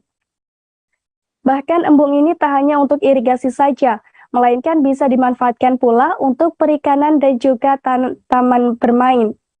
Menurut Sandiaga Uno, Hal ini tak lepas dari kreativitas dan solidaritas pengelola BUMDes Taman Pertiwi atau masyarakat setempat Tribuners. Tentunya dalam melakukan inovasi, adaptasi, dan kolaborasi dengan mengubah rawa menjadi destinasi wisata. Dilansir dari kompas.com, area wisata di Desa Wisata Pentagen yang disebut sebagai Taman Pertiwi ini dulunya merupakan rawa seluas 1,8 hektar yang tidak terurus. Namun sejak 2017, oleh BUMDes Taman Pertiwi yang dikelola warga setempat, area ini dikembangkan sehingga dapat memberikan manfaat yang luas bagi masyarakat.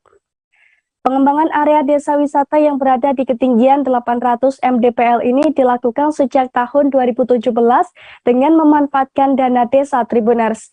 Anggaran dana fisik difokuskan pada rawa yang dikembangkan menjadi embung desa. Pengembangan desa wisata yang berada di Desa Pandeng, Taleng Genting, Kecamatan Danau Kerinci, Kabupaten Kerinci, Provinsi Jambi ini pada akhirnya menciptakan sebuah embung yang juga difungsikan untuk penyimpanan air bagi petani. Diketahui sebelumnya para petani di kawasan ini memang kerap menghadapi masalah kesulitan air, terutama di musim kemarau Tribuners. BUMDes Taman Pertiwi kemudian juga mengembangkan unit usaha budidaya ikan di kolam tersebut. Dalam pengembangannya, melihat potensi yang ada, pengelola BUMDes juga mulai mengembangkan unit usaha pariwisata. Ini tidak lepas dari ketertarikan masyarakat yang mulai berdatangan untuk melihat daya tarik embung desa. Selanjutnya, penambahan fasilitas dan sarana prasarana penunjang kegiatan wisata mulai dilakukan. Lalu pada tahun 2018, Taman Pertiwi akhirnya dibuka untuk publik.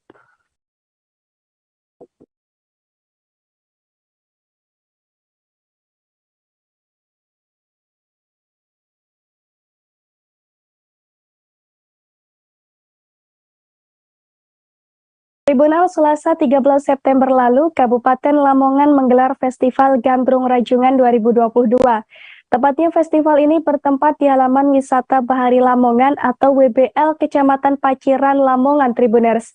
Kegiatan ini digelar dengan maksud untuk menunjang kuliner rajungan secara lebih luas.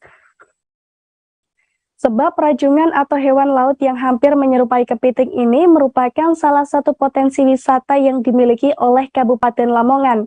Sementara itu, Ketua Panitia sekaligus Camat Paciran, Agus Hendrawan mengatakan, Festival Gandrung Rajungan 2022 digelar sebagai bentuk untuk memaksimalkan potensi, sekaligus untuk mengenalkan kuliner khas yang dimiliki masyarakat Pantura Lamongan, terutama di Paciran Tribuners. Meski demikian, dalam kegiatan ini juga dimeriahkan dengan bazar yang diikuti puluhan stand dari BUMDes sekecamatan Paciran. Selain rajungan, mereka juga menjual berbagai produk asli desa Tribuners. Dilansir dari kompas.com, saat festival berlangsung, Bupati Lamongan Yohronur Effendi sempat mampir ke lokasi. Dengan melihat antusiasme masyarakat yang tinggi sekaligus kemeriahan festival, ia pun lantas memberikan apresiasi atas terselenggaranya Festival Gandrung Rajungan. Sebab menurutnya, Festival Gandrung Rajungan memiliki ide kreatif dan inspiratif untuk mengangkat potensi lokal daerah. Dalam kesempatan itu, ia pun berharap festival ini bisa memberikan referensi kepada masyarakat luas mengenai kuliner rajungan di Paciran dan Lamongan pada umumnya. Dengan demikian, kota Lamongan bisa menjadi destinasi dan referensi kuliner rajungan di Jawa Timur. Diketahui untuk kegiatan ini, pihak panitia menyiapkan sekira 1.000 ekor rajungan yang telah dimasak dan diolah sedemikian rupa sehingga bisa dinikmati oleh para pengunjung. Menariknya lagi, pengunjung yang menyaksikan festival ini tak hanya berasal dari Lamongan saja Tribuners, namun banyak pula yang berasal dari luar kota.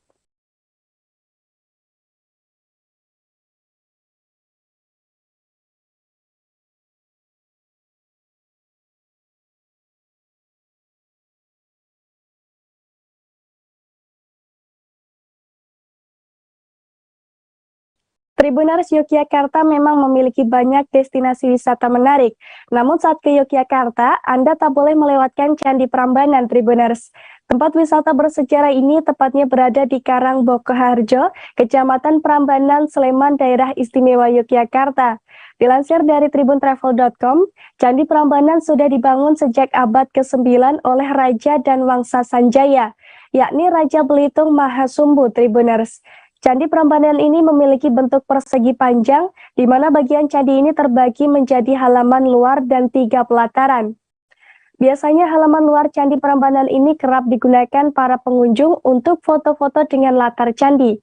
Sementara 3 pelatarannya ini adalah jaba atau pelataran luar, tengahan atau pelataran tengah, dan jeron atau pelataran dalam Tribuners.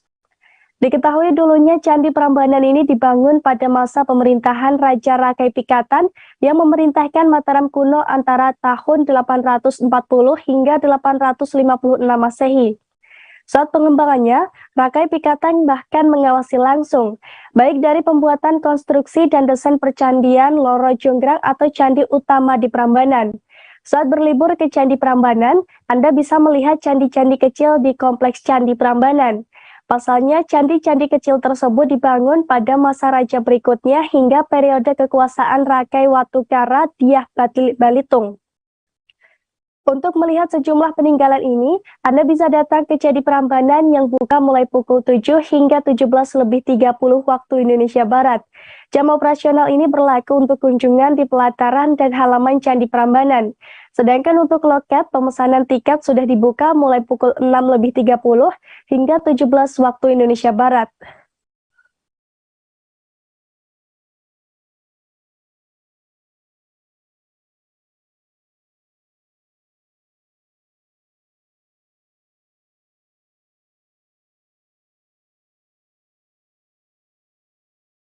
Tribunal saat berada di Jakarta dan bingung mencari tempat untuk staycation, Camp Park Ancol bisa menjadi pilihan. Camp Park Ancol ini adalah fasilitas penginapan yang ada di area Allianz Eco Park Tribuners. Saat menginap di tempat ini, Anda akan disuguhi dengan pengalaman staycation bernuansa berbeda, yakni berupa suasana hijau dan asri yang membuat Anda seakan menyatu dengan alam Tribuners. Camp Park Ancol juga memiliki udara yang bersih dan segar, sehingga sangat cocok untuk melepas penat dari hiruk-pikuk perkotaan Jakarta. Dan menariknya lagi, Camp Park ini lokasinya berdampingan dengan Fauna Land Ancol atau mini zoo. Jadi saat berada di Camp Park, Anda akan mendengarkan suara-suara hewan eksotis seperti kicauan burung hingga aungan singa. Dan untuk staycation di tempat ini, Anda hanya perlu mengeluarkan kocek sebesar 650.000 saja per malam dengan kapasitas 4 orang Tribuners. Dengan harga tersebut, Anda sudah mendapatkan sejumlah fasilitas yang memadai, mulai dari tiket masuk Ancol, tempat tidur susun, AC, Smart TV, stop kontak, dan masih banyak lagi. Dan jika penasaran, Tribuners bisa langsung datang ke kawasan Ancol di Jalan Lodan Timur nomor 7 Ancol, Pademangan, Kota Jakarta Utara, DKI Jakarta. Selain staycation di Camp Park, Anda juga bisa melakukan sejumlah aktivitas seru, seperti eco bike, archery land, serta paintball Tribuners.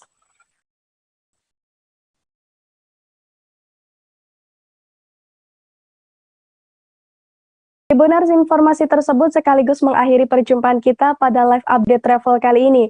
Nantikan informasi lainnya hanya di kanal YouTube Tribun News.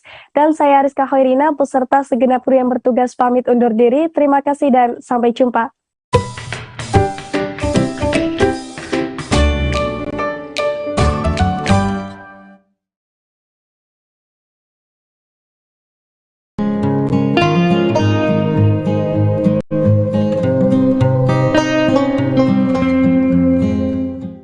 Kota Padang memiliki destinasi wisata yang menarik untuk dijelajahi, dari wisata alam, budaya, hingga kuliner.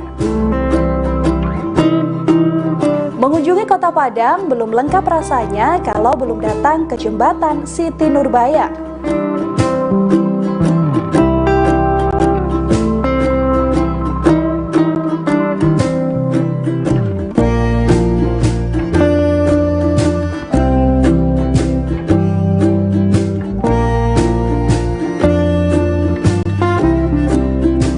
Jembatan Siti Nurbaya terletak di kawasan Padang Selatan, Kota Padang, Sumatera Barat.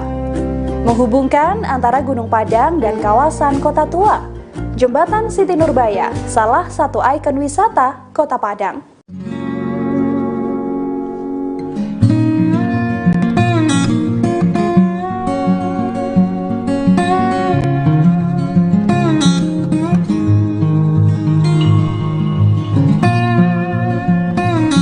Nama jembatan ini diambil dari satu legenda Minang, yakni Siti Nurbaya. Untuk jembatan Siti Nurbaya ramai dikunjungi saat sore hingga malam harinya. Di sisi kiri dan kanan jembatan Siti Nurbaya ada penjual jagung bakar dan pisang bakar. Dari jembatan Siti Nurbaya, pengunjung dapat melihat pemandangan ke arah Muaro Padang dan kapal-kapal nelayan yang berada di Batang Arau.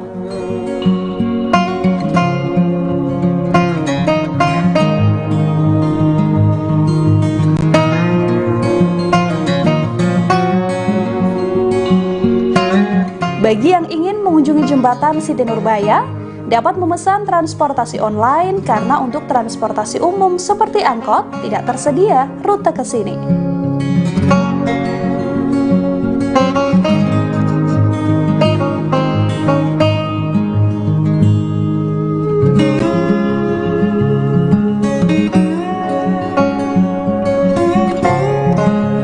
Untuk jarak jembatan Siti Nurbaya dari Pantai Padang tidaklah jauh, hanya berkisar kurang lebih 1 km.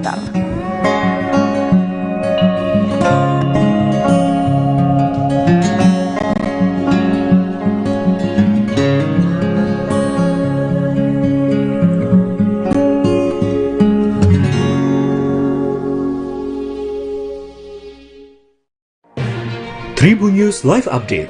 Tanggal 21. Selamat siang Tribuners, selamat sore Tribuners, selamat petang Tribuners, Anda sedang menyaksikan live up. Informasi teraktual dan terupdate dari siang hingga petang kami sajikan untuk Anda. Menewaskan 2 orang penumpang, yang mana kedua penumpang. Kami perdalam dengan laporan langsung dari lokasi kejadian dan narasumber terpercaya. Benar-benar menghukum mereka-mereka yang terlibat, menghentikan terduga pelaku yang ingin laporan terkait peristiwa pompong hilang kontak menabrak sejumlah pemotor yang melintas tepat. Saksikan live update siang, sore, dan petang hanya di channel YouTube Tribun News.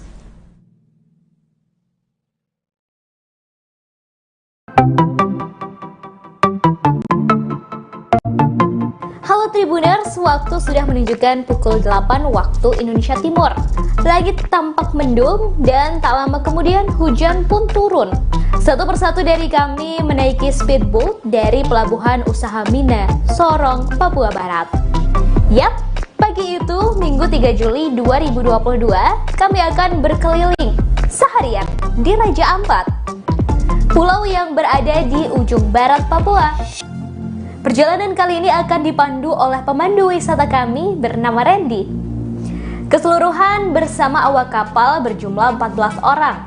Mereka berasal dari berbagai daerah seperti Jakarta, Solo, Jawa Barat, Sumatera Utara, juga mereka dari Papua. Sebelum perjalanan, pemandu rombongan mengingatkan untuk tidak membuang sampah sembarangan. Deru suara mesin speedboat terdengar cukup kencang. Sampai-sampai kami harus mengeraskan suara ketika berbincang agar terdengar satu sama lain.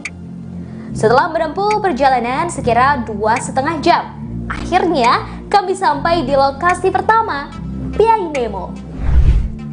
Tempat ini menjadi favorit banyak orang dalam mengabadikan momen. Gerimis tidak menyurutkan kami untuk menaiki tangga berbahan kayu hingga sampai di puncak spot berfoto yang sudah disediakan. Sesampainya di puncak, saya langsung menghela napas dalam-dalam. Takjub melihat betapa indahnya deretan batu karang yang tingginya hingga beberapa meter di atas permukaan air. Batu karang tersebut seperti membentuk pulau-pulau kecil dan indah. Pemandangan yang sangat eksotis ini tersohor hingga penjuru dunia loh Tribuners. Piai Nemo sebenarnya sangat akrab dengan masyarakat Indonesia karena pemandangan deretan karang berbentuk pulau ini ada di uang kertas Rp100.000.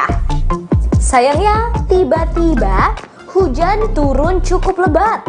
Kami pun bergantian turun mencari tempat berteduh di beberapa simpang tangga yang sudah disediakan seperti gazebo. Di tengah hujan, kami beristirahat di shelter sambil menikmati air kelapa. Sejumlah warga pulau sekitar tampak berjualan seperti kelapa muda, pernak-pernik, ikan-ikan kering, kopi, dan lainnya. Kemudian kami kembali ke kapal untuk melanjutkan perjalanan. Syukurlah hujan pun reda sebelum sampai di lokasi kedua Tribuners. Kami tiba di Telaga Bintang. Untuk meraih puncak pun tidak sejauh Piai Nemo, namun medannya cukup berat. Kami harus menaiki batu-batu karang yang keras dan tajam. Harus bergantian lantaran jalurnya hanya cukup untuk satu orang. Sampai di atas, kami bisa melihat batu karang tinggi yang membentuk seperti pulau-pulau kecil. Dan seperti namanya, kami bisa menyaksikan telaga berbentuk bintang. Di bawah airnya terlihat sangat jernih. Kami bisa melihat batu karang serta ikan-ikan dengan mata telanjang. Tak lama rombongan melanjutkan perjalanan menggunakan kapal, yaitu ke kampung wisata Arborek. Menurut Putu, fotografer wisata kami, lokasi ini adalah kampung wisata pertama yang ada di Raja Ampat loh. Arborek masuk 10 besar desa wisata terbaik di Indonesia.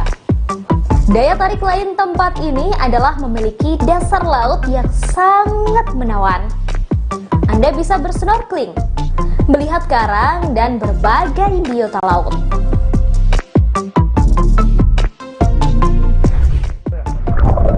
Selamat datang di Akuarium Raja Ampat.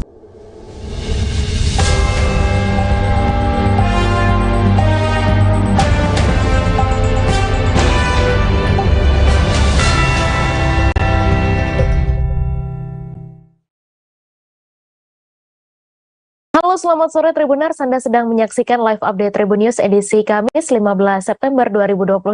Sore ini akan kami sajikan informasi teraktual dan menarik yang dilaporkan secara langsung oleh reporter lapangan kami. Bersama saya Meisa Sirait, inilah live update selengkapnya. Kita ke informasi pertama Tribuners. Kepala Staf Angkatan Darat Jenderal Dudung Abdurrahman menepis isu hubungan antara dirinya dengan Panglima TNI Jenderal Andika Perkasa yang tidak harmonis seperti yang disampaikan anggota DPR RI Effendi Simbolon beberapa waktu lalu. Hal ini diungkapnya saat melakukan kunjungan di Kecamatan Batin Solapan Bengkalis pada Rabu 14 September. Menurutnya bahkan sampai saat ini TNI Angkatan Darat masih tetap solid. Untuk informasi selengkapnya akan disampaikan langsung oleh wartawan Tribun Pekanbaru, M. Natsir yang kini sudah terhubung bersama kami. Silakan rekan Natsir. Ya, terima kasih Mai. Memang pada Rabu kemarin dari Kasat TNI Jenderal Dudung Abdurrahman melakukan kunjungan kerja ke Bengkalis. Di sana beliau melakukan kegiatan program ketahanan pangan di mana meluncurkan menanam jagung dengan lahan seluas 10 hektar, dan program ini bekerjasama dengan PHR dan dilanjutkan nanti akan sampai 100 hektar. Nah, pada kesempatan kedatangan beliau di situ, beliau juga menyampaikan bahwa bagaimana kondisi sebenarnya antara TNI Angkatan Darat dan Panglima TNI, hubungan saat ini tidak ada masalah apa-apa dan masih berjalan sangat baik koordinasi. Dan kedatangan beliau ke Bengkalis sendiri juga merupakan salah satu perintah dari Panglima TNI. Beliau menegaskan bahwa TNI dalam keadaan sangat solid saat ini. Nah, di mana beliau menyatakan dalam kesempatan tersebut bahwa pernyataan dari anggota DPR RI Effendi Simbolon tersebut tidaklah mewakili dari pernyataan sebagai anggota dewan ataupun mewakili partainya sendiri, karena PDI Perjuangan sendiri merupakan partai yang cukup dekat dengan TNI dan Wong Cilik. Nah, di kesempatan tersebut beliau juga meminta para prajurit yang beberapa hari belakangan ini banyak menyampaikan kemarahannya melalui media sosial untuk meredam emosi dan tidak lagi melakukan kecaman terhadap Effendi Simbolon.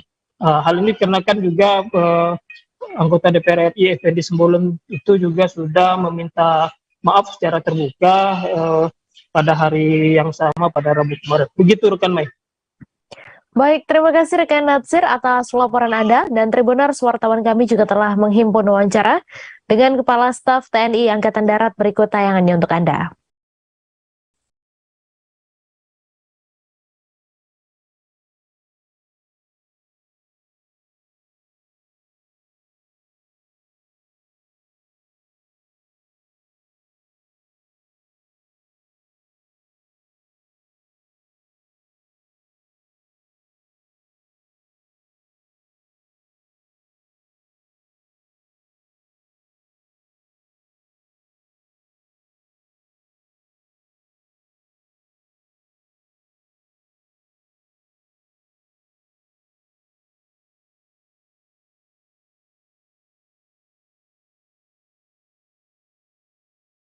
Kepala Staf Angkatan Darat Jenderal TNI Dudung Abdurrahman menggelar konferensi pers terkait polemik dengan anggota Komisi 1 DPR RI Effendi Simbolon di Markas Besar TNI Angkatan Darat Jakarta Pusat pada Kamis 15 September. Sebelumnya pernyataan Effendi soal disharmoni antara Panglima TNI dan Kasat serta menyamakan TNI dengan gerombolan atau ormas saat rapat Komisi 1 DPR RI dengan TNI dan Kementerian Pertahanan berbuntut protes dari sejumlah prajurit TNI melalui media sosial.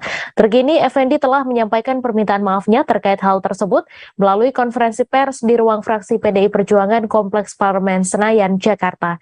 Untuk informasi selengkapnya akan disampaikan langsung oleh wartawan Tribun News, Gita Irawan yang kini sudah terhubung bersama kami. Silahkan rekan Gita.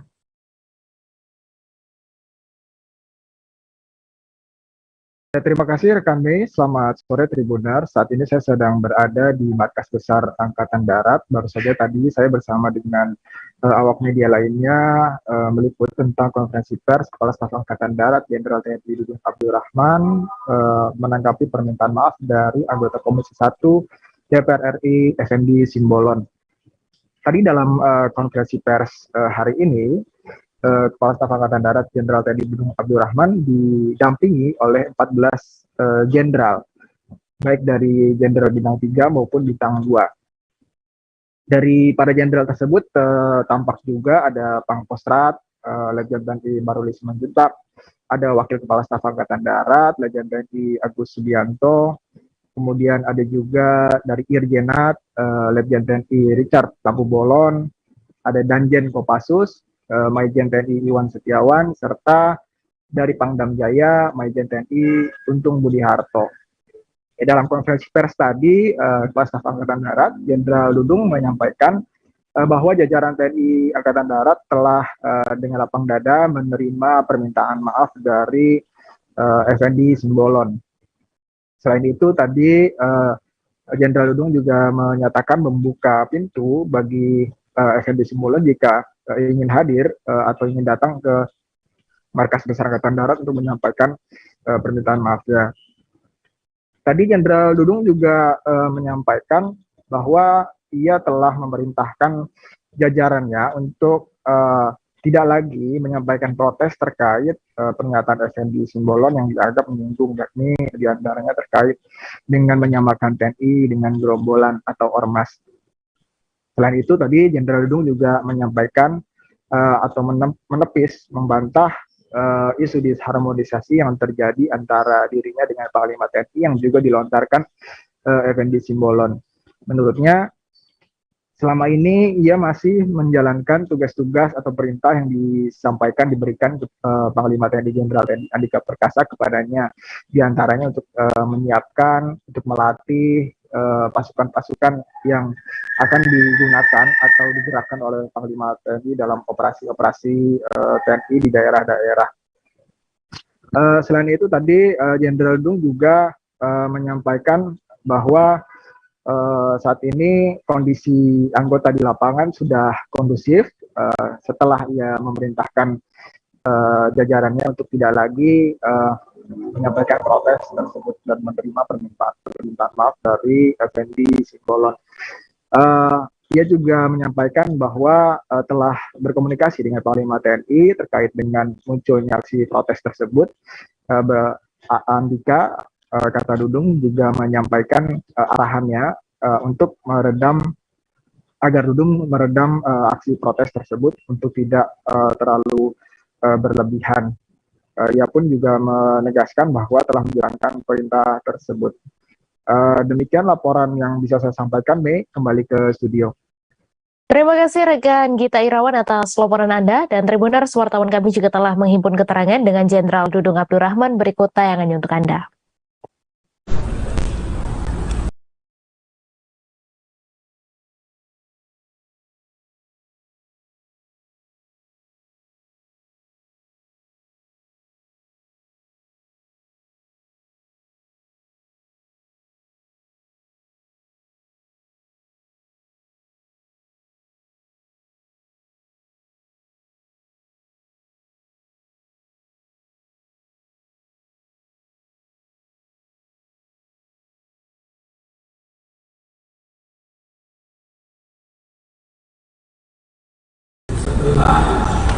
naik kondisi walaupun saya mohon maaf.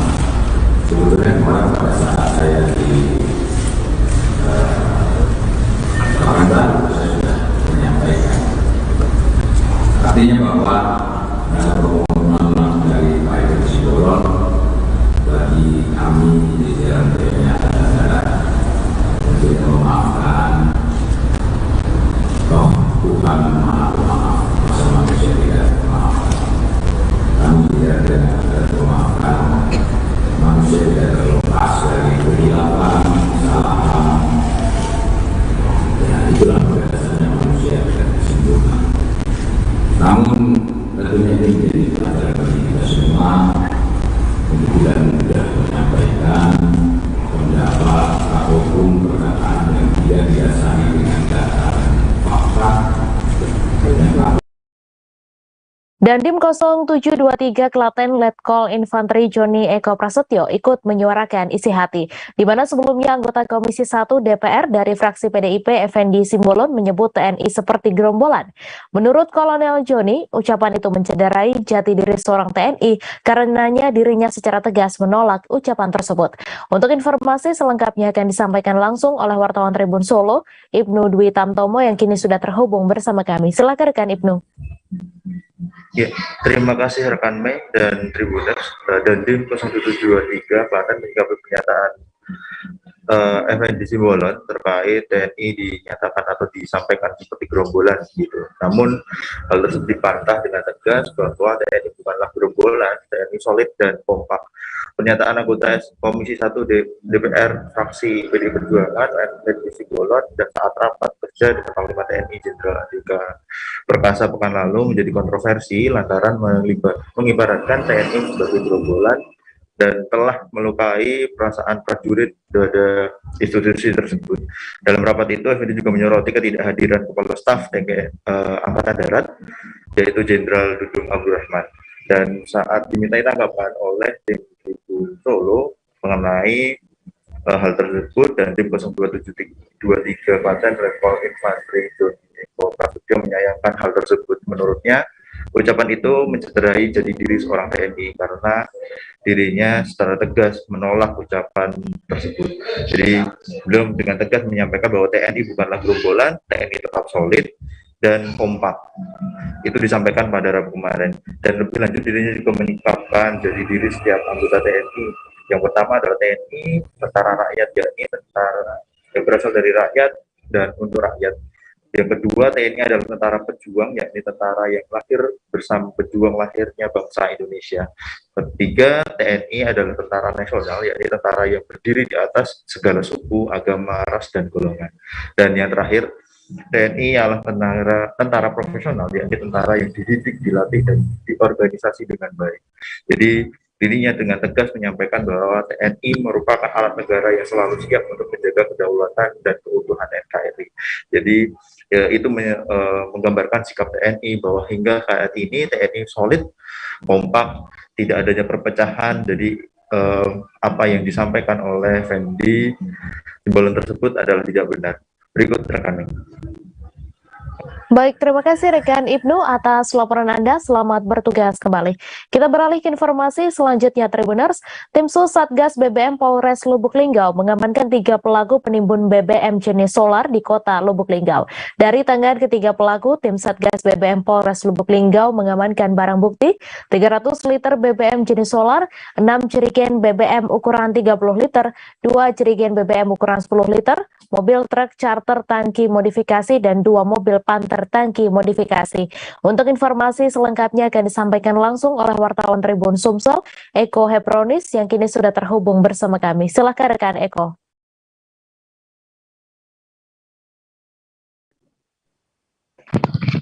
Baik, rekan Mei, dapat kami kabarkan dari kota Lubuk Linggau, tim Sus Satgas BBM Polres Lubuk Linggau telah mengamankan 3 orang pelaku ya, diduga pengunjal sekaligus penimbun BBM yang akan digunakan untuk kebutuhan industri, di mana BBM yang mereka beli tersebut merupakan BBM subsidi yang seharusnya diberikan kepada masyarakat. Nah, pengungkapan tersebut bermula ketika tim Sus Polres Lubuk Linggau, maksud kami tim Sus BBM, mendapatkan informasi adanya beberapa orang pengunjal yang sering keluar masuk SPBU. Dan atas laporan itu pada Senin malam Selasa, maksud kami, tim Sus Polres Lubuk Linggau melakukan pengintaian terhadap 3 mobil tersebut. Hasilnya yang pertama adalah Polres Lubuk Linggau menangkap Herwansah yang diduga menggunakan mobil jenis truk untuk mengangkut BBM subsidi ke lokasi sebuah pertambangan galian pasir di wilayah Kecamatan Musirawas. Saat itu truk tersebut ditangkap anggota polisi ketika tengah melintas dengan muatan kiri kanan dari truk tersebut telah dimodifikasi berisikan BBM. Masing-masing saat itu diamankan kurang lebih 180 liter BBM karena truk tersebut yang sejatinya hanya memiliki satu tangki BBM, namun ketika dilakukan pemeriksaan dan setelah diamankan ditemukan 2 tangki BBM di mobil tersebut yang masing-masing berisi 90 dan 90 liter. Kemudian atas informasi tersebut tim Sus Polres Lubuk Linggau kembali melakukan pengintaian di sebuah SPBU di wilayah Siringagung. Hasilnya tim Sus mendapati 1 buah mobil Panther yang saat itu ternyata di dalamnya telah memodifikasi tangki BBM. Semula tangki BBM tersebut isinya hanya 60 liter, namun ternyata setelah diperiksa di dalam mobil tersebut memuat 90 liter tangki BBM jenis solar. Akhirnya pelaku yang kedua ini atas nama Marsudi tersebut kemudian dibawa ke Polres Lubuk Linggau untuk diamankan. Dan kemudian ketiga di wilayah Lubuk Kupang, perbatasan Kota Lubuk Linggau dan Kabupaten Musirawas, polisi juga mendapati sebuah mobil yang menurut kepolisian telah 2 kali ya warawiri mengantri, dan ketika ditangkap oleh pihak tim Sus ternyata ditemukan juga BBM bersubsidi jenis solar. Menurut penuturan dari tersangka tersebut bahwa BBM solar yang dibelinya tersebut akan digunakannya untuk berjualan eceran di seputaran wilayah Kota Lubuk Linggau. Nah, dengan adanya temuan tersebut, tim Sus Polres Lubuk Linggau membawa ketiga tersangka di Polres Lubuk Linggau untuk dilakukan proses. Dan hingga saat ini ketiga tersangka telah dimasukkan ke penjara, maksud kami telah dilakukan setelah dimintai keterangan oleh pihak kepolisian. Saat ini Polres Lubuk Linggau khususnya tim Sus BBM masih melakukan monitoring di beberapa wilayah yang diduga masih ada pelaku-pelaku BBM, penimbun BBM lainnya. Demikian, Mei. Baik, terima kasih rekan Eko atas laporan Anda, dan Tribuners, wartawan kami juga telah menghimpun wawancara dengan Kapolres Lubuk Linggau serta pelaku. Berikut tayangannya untuk Anda. Merilis berhasil mengungkap kasus pembelian minyak BBM bersubsidi ya dengan cara dengan modus pelaku ini memodifikasi tangki, ya, yang dua semestinya kapasitas tangki ini 40 liter dimodifikasi menjadi 60 liter, ya, 60 liter.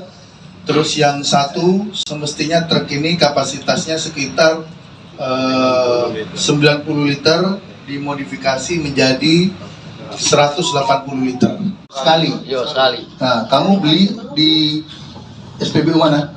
SPBU Serengagung. Kenapa kamu modifikasi itu tangki kamu?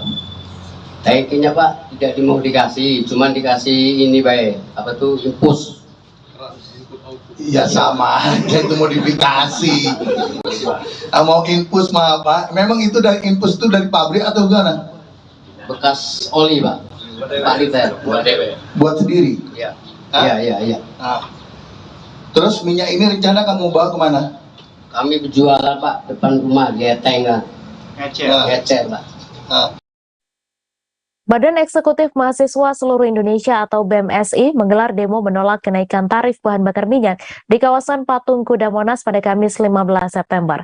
Koordinator BEM-SI Lutfi Yufrizal mengatakan demo ini merupakan lanjutan dari aksi sebelumnya. Ia menegaskan demo tersebut menindaklanjuti ultimatum pada tanggal 8 September yang tidak didengar pemerintah, khususnya Presiden Joko Widodo.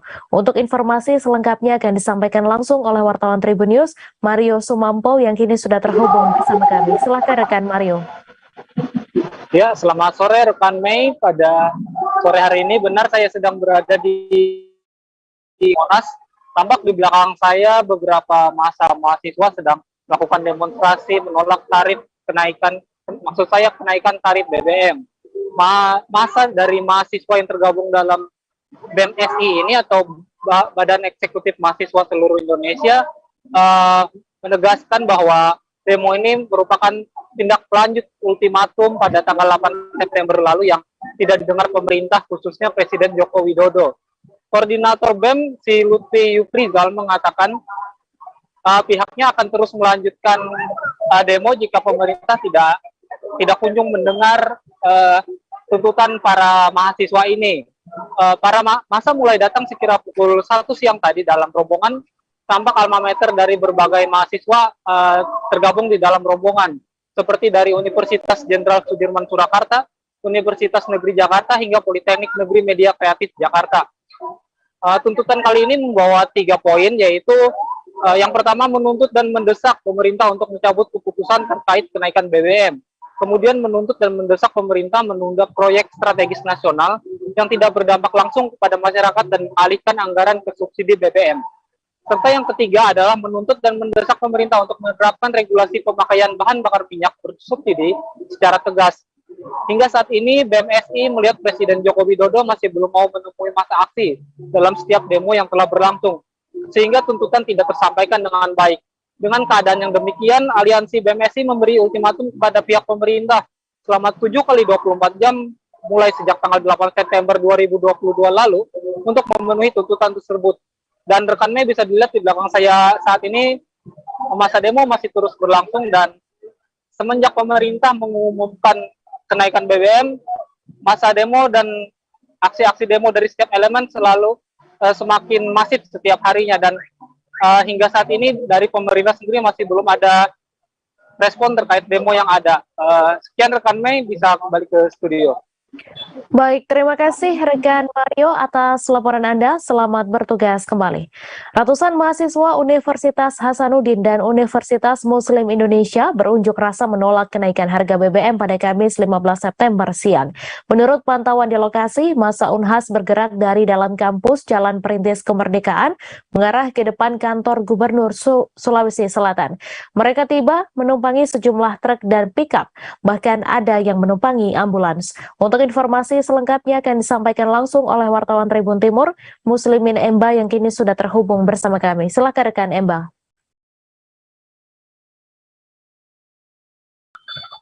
Ya, baik rekan Mei dan Tribuners, dapat saya sampaikan sore ini baru saja ratusan mahasiswa gabungan dari Aliansi Mahasiswa Makassar itu bertolak dari DPRD Sulsel ke di belakang saya ini di flyover Kota Makassar, dan baru saja juga mereka bergeser ke depan kampus UMI. Dalam aksinya, masa dari mahasiswa Unhas menggelar long march dari depan kantor Gubernur Sulsel ke arah DPRD Provinsi Sulsel, kemudian bergabung dari mahasiswa UMI, jumlahnya juga ratusan, dan ada juga mahasiswa Universitas Negeri Makassar. Setelah dari DPRD Sulsel, di DPRD Sulsel tepatnya mereka melakukan orasi, kemudian membakar keranda bertuliskan Jokowi di depan DPRD Sulsel. Mereka bergeser ke flyover dan baru saja saat ini bergeser kembali ke depan UMI.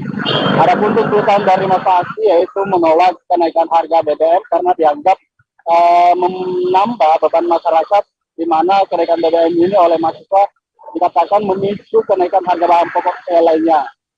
Untuk kelanjutan unjuk rasa, mahasiswa mengatakan akan terus menggelar aksi sampai adanya keputusan dari pemerintah untuk bagaimana dapat menurunkan kembali harga BBM ataupun memberikan solusi yang dianggap pasti dan berefek langsung kepada kesejahteraan masyarakat.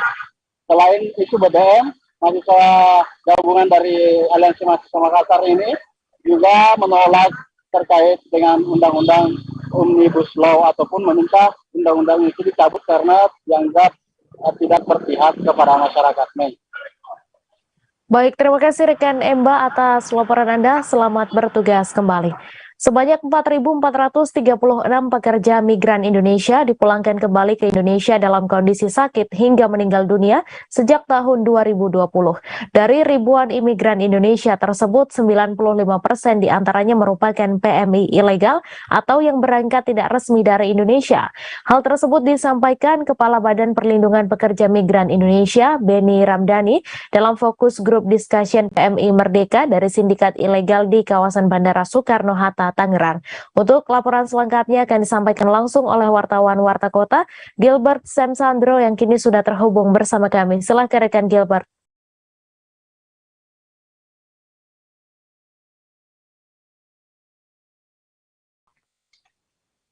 Iya, Mei. Sebanyak 4.436 pekerja migran Indonesia atau PMI dipulangkan kembali ke Indonesia dalam kondisi sakit hingga meninggal dunia sejak tahun 2020. Dari ribuan imigran Indonesia tersebut dipulangkan oleh Badan Perlindungan Pekerja Migran Indonesia atau BP2MI, yang mana 95% dari 4.436 pekerja migran Indonesia ilegal tersebut yang dipulangkan tersebut adalah ilegal. Mereka berangkat secara ilegal dari kawasan dari sindikat ilegal di kawasan Bandara Soekarno-Hatta, Tangerang. Dalam 2 tahun terakhir dari 4.436 tersebut, 1.400 diantaranya dipulangkan dalam kondisi meninggal dunia atau jenazah, sedangkan 3.036 PMI lainnya dipulangkan dalam kondisi sakit kembali ke tanah air. Kepala BP2MI, Beni Ramdhani, mengatakan dalam kurun waktu tahun 2 tahun tersebut atau sejak tahun 2020 lalu, pihaknya BP2MI juga berhasil mencegah keberangkatan 2.540 PMI ilegal. Mayoritas kasus tindakan kekerasan yang dialami oleh imigran Indonesia di luar negeri tersebut disebut Beni merupakan pekerja migran ilegal atau imigran gelap. Dan dari ribuan kasus tersebut didominasi pastinya oleh kaum perempuan dibanding kaum laki-laki ataupun ibu-ibu. Selain itu, para PMI yang berangkat secara ilegal juga kerap mengalami kekerasan dari para majikannya di luar negeri, mulai dari kekerasan fisik, kekerasan seksual, eksploitasi jam kerja, hingga diperjualbelikan antar majikan di luar negeri. Pasalnya dari seharusnya bekerja selama jam, para PMI tersebut dipekerjakan oleh majikannya di luar negeri bahkan sampai 20 jam per hari. Lantaran memang para PMI bekerja tidak sesuai dengan perjanjian kerja ataupun tidak berdasarkan dengan panggilan perjanjian kerja. Selain itu, mereka juga kerap tidak dibayar hasil dari pekerjaan mereka. Menurut Beni, para imigran gelap tersebut bisa berangkat dari Indonesia secara ilegal dengan menggunakan modus visa palsu yaitu visa turis, visa bagi masyarakat yang hendak menjalankan ibadah umroh, hingga visa ziarah ke luar negeri. Oleh karena itu, akibat banyaknya masyarakat Indonesia yang berangkat menjadi imigran di luar negeri secara ilegal, BNI meminta agar setiap pemerintah daerah di seluruh wilayah Indonesia turut serta dalam berperan aktif dalam mengantisipasi adanya penempatan PMI ilegal.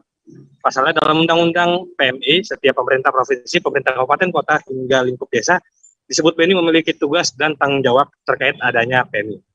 Hal itu berada dalam Undang-Undang PMI nomor pasal 40, yaitu ada 9 kewenangan pemerintah provinsi, pasal 41 ada 11 kewenangan pemerintah kota atau pemerintah kabupaten, dan dalam pasal 5 ada kewenangan desa. Menurutnya, apabila pemerintah provinsi, pemerintah kota kabupaten, dan juga desa dapat bekerja sama dalam mengantisipasi keberangkatan PMI tersebut, permasalahan PMI ilegal yang kerap muncul setiap bulannya atau bahkan setiap hari di Indonesia dapat dicegah karena dapat terproteksi terlebih dahulu penanganan pergerakan para mereka. Selain itu, BP2MI juga membentuk Satgas, satuan tugas sikat sindikat, yang mana satuan tugas sikat sindikat tersebut bekerja disebut BNI dengan pola intelijen tanpa terdeteksi. Hal itu dilakukan untuk menggerebek atau menuju lokasi-lokasi atau titik-titik yang jadi penampungan para PMI ilegal sebelum diberangkatkan ke luar negeri. BNI mengatakan Satgas ilegal tersebut telah dibentuk untuk mengantisipasi kepergian para pekerja migran Indonesia yang luar negeri. Pasalnya, pekerja migran Indonesia tersebut seharusnya dapat mengurus perjalanan mereka terlebih dahulu sebelum berangkat ke luar negeri untuk menjadi imigran. Dan BNI menyebutkan pekerja migran Indonesia ini harus dilindungi dan dijaga oleh pemerintah karena pekerja migran Indonesia merupakan menempati peringkat kedua pendapat pemasukan devisa negara bagi Indonesia. Demikian Mela sampaikan. Terima kasih rekan Gilbert Sensandro atas laporan Anda, dan Tribuners wartawan kami juga telah menghimpun wawancara dengan Kepala BP2MI. Berikut tayangannya untuk Anda. Mencegah. Ya, pembahasan besok itu 2 isu, ya, TPPO tujuan negara Malaysia dan juga Kamboja. Saya akan menyampaikan tambahan, mudah-mudahan menjadi perhatian semua pihak termasuk Menko, yaitu penempatan ilegal TPPO ke Timur Tengah. Ini yang sebetulnya juga marak, ya. Yang kedua, tentu saya ingin menyampaikan beberapa data. Mudah-mudahan dengan data yang kita sodorkan, berapa jumlah pekerja kita, berapa mereka yang diberangkatkan secara tidak resmi, melalui modus seperti apa, kemudian jalur-jalur tikusnya, di mana saja, siapa saja yang diduga terlibat, termasuk oknum-oknum yang memiliki atributif kekuasaan. Mudah-mudahan ini bisa menggugah. Karena saya selalu katakan, tidak ada yang sulit untuk melakukan pencegahan untuk penempatan ilegal. Tinggal komitmen dan kemauan politik, ya. Mandat undang-undang regulasi sudah memberikan wewenang yang sangat-sangat kuat, undang-undang TPPO, ya. Warga desa Bojongkoneng, Kecamatan Babakan Madang, Kabupaten Bogor, geram tanah yang ditempatinya tidak ada kejelasan dalam penanganannya. Kekesalan itu diungkapkan pada saat diskusi ATR BPN bersama warga Sentul di Kebun Cucating di Jalan Gunung Batu, Desa Bojongkoneng, Kecamatan Babakan Madang, Kabupaten Bogor, oleh kuasa hukum dari desa-desa yang dirugikan. Untuk informasi selengkapnya akan disampaikan langsung oleh wartawan Tribun Bogor, Reynaldi, yang kini sudah terhubung bersama kami. Silakan rekan Rey.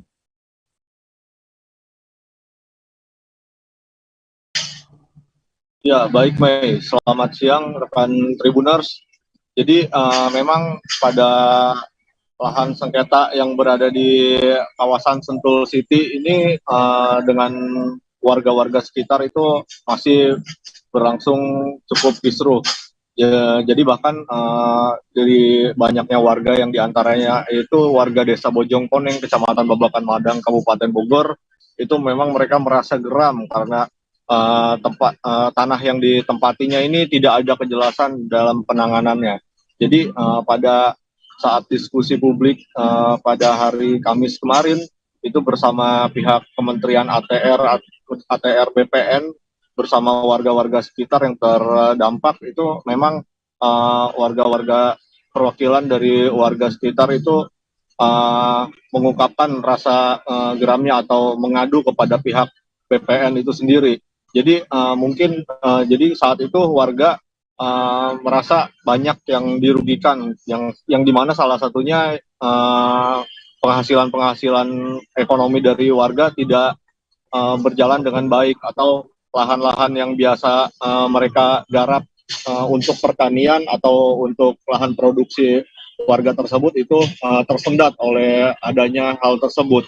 Jadi banyak juga warga yang memang membutuhkan kejelasannya seperti sertifikasi ataupun relokasi ini kedepannya akan seperti apa. Jadi pihak Sentul City juga memang saat itu belum memberikan penjelasannya seperti apa. Jadi untuk dari pihak BPN ini sendiri melakukan program IP4T ya, yang dimana program tersebut nantinya akan dijalankan seperti di mana pemetaan ataupun wilayah-wilayah yang nantinya warga tersebut akan diberi fasilitas atau didanai dengan sejumlah uang. Jadi saat ini memang dari sejumlah warga di 2 desa, Babakan Madang dan desa Bojongkoneng ini memang mereka seringkali menuntut dengan adanya sengketa lahan yang saat ini tidak kunjung diselesaikan. Bahkan dari pemetaan itu sendiri, pihak dari warga ini meminta untuk kejelasannya, yang dimana pemetaan itu sendiri lokasi tepatnya berada di wilayah mana saja. Jadi untuk saat ini dari pihak Sentul City sendiri memang kepada warga-warga sekitar masih belum ada respon yang lebih lanjut lagi kepada warga. Jadi bahkan warga-warga pun seringkali meminta mengadu kepada pihak BPR Kabupaten Bogor dan pihak Pemda pemerintah daerah Kabupaten Bogor itu sendiri, tetapi memang responnya masih terus berjalan karena memang masih banyak proses-proses dari BPN itu sendiri untuk ke depannya seperti apa. Seperti itu, Mei. Baik, terima kasih rekan Ray atas laporan Anda. Selamat bertugas kembali. Majelis Hakim Pengadilan Negeri Jakarta Selatan memvonis 5 bulan 15 hari kurungan penjara Irjen Napoleon Bonaparte dalam perkara dugaan penganiayaan MGC. Vonis terhadap Irjen Napoleon itu dibacakan Hakim Ketua Juyamto dalam sidang yang digelar di Pengadilan Negeri Jakarta Selatan pada Kamis 15 September.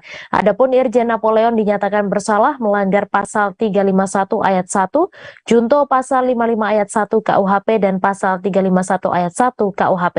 Untuk informasi selengkapnya akan disampaikan langsung oleh wartawan Tribun News, Naufal Lanten yang kini sudah terhubung bersama kami. Silakan rekan Naufal. Ya, baik Mei dan juga Tribuners, siang tadi Irjen Napoleon Bonaparte menjalankan sidang vonis di Pengadilan Negeri Jakarta Selatan pada hari ini, Kamis 15 September 2022. Dan dalam sidangnya itu Majelis Hakim telah memutuskan bahwa Jenderal Polisi Bintang 2 itu divonis 5,5 bulan penjara atas perkaranya terhadap dugaan penganiayaan saudara MKC. Nah, Mei dan juga Tribuners, pada saat pembacaan vonis oleh Majelis Hakim terkait 5 bulan setengah hukuman penjara itu, Majelis Hakim Ketua sempat membaca sebuah ayat suci Al-Quran sebelum akhirnya memutuskan terkait vonis tersebut. Lantas juga vonis yang diberikan kepada Napoleon tersebut juga disambut oleh sejumlah pendukungnya yang datang pada sidang tersebut dengan sautan takbir begitu. Kemudian juga Mei dan juga Tribuners, Hakim menjelaskan pertimbangan terkait vonis bagi Napoleon tersebut. Dia mengatakan bahwa menurut Majelis Hakim, upaya yang seharusnya dilakukan oleh Napoleon terkait perkara tersebut adalah melaporkannya kepada pihak yang berwajib, mengingat status Napoleon sendiri yang merupakan Inspektur Jenderal Kepolisian Republik Indonesia. Selain itu, dia juga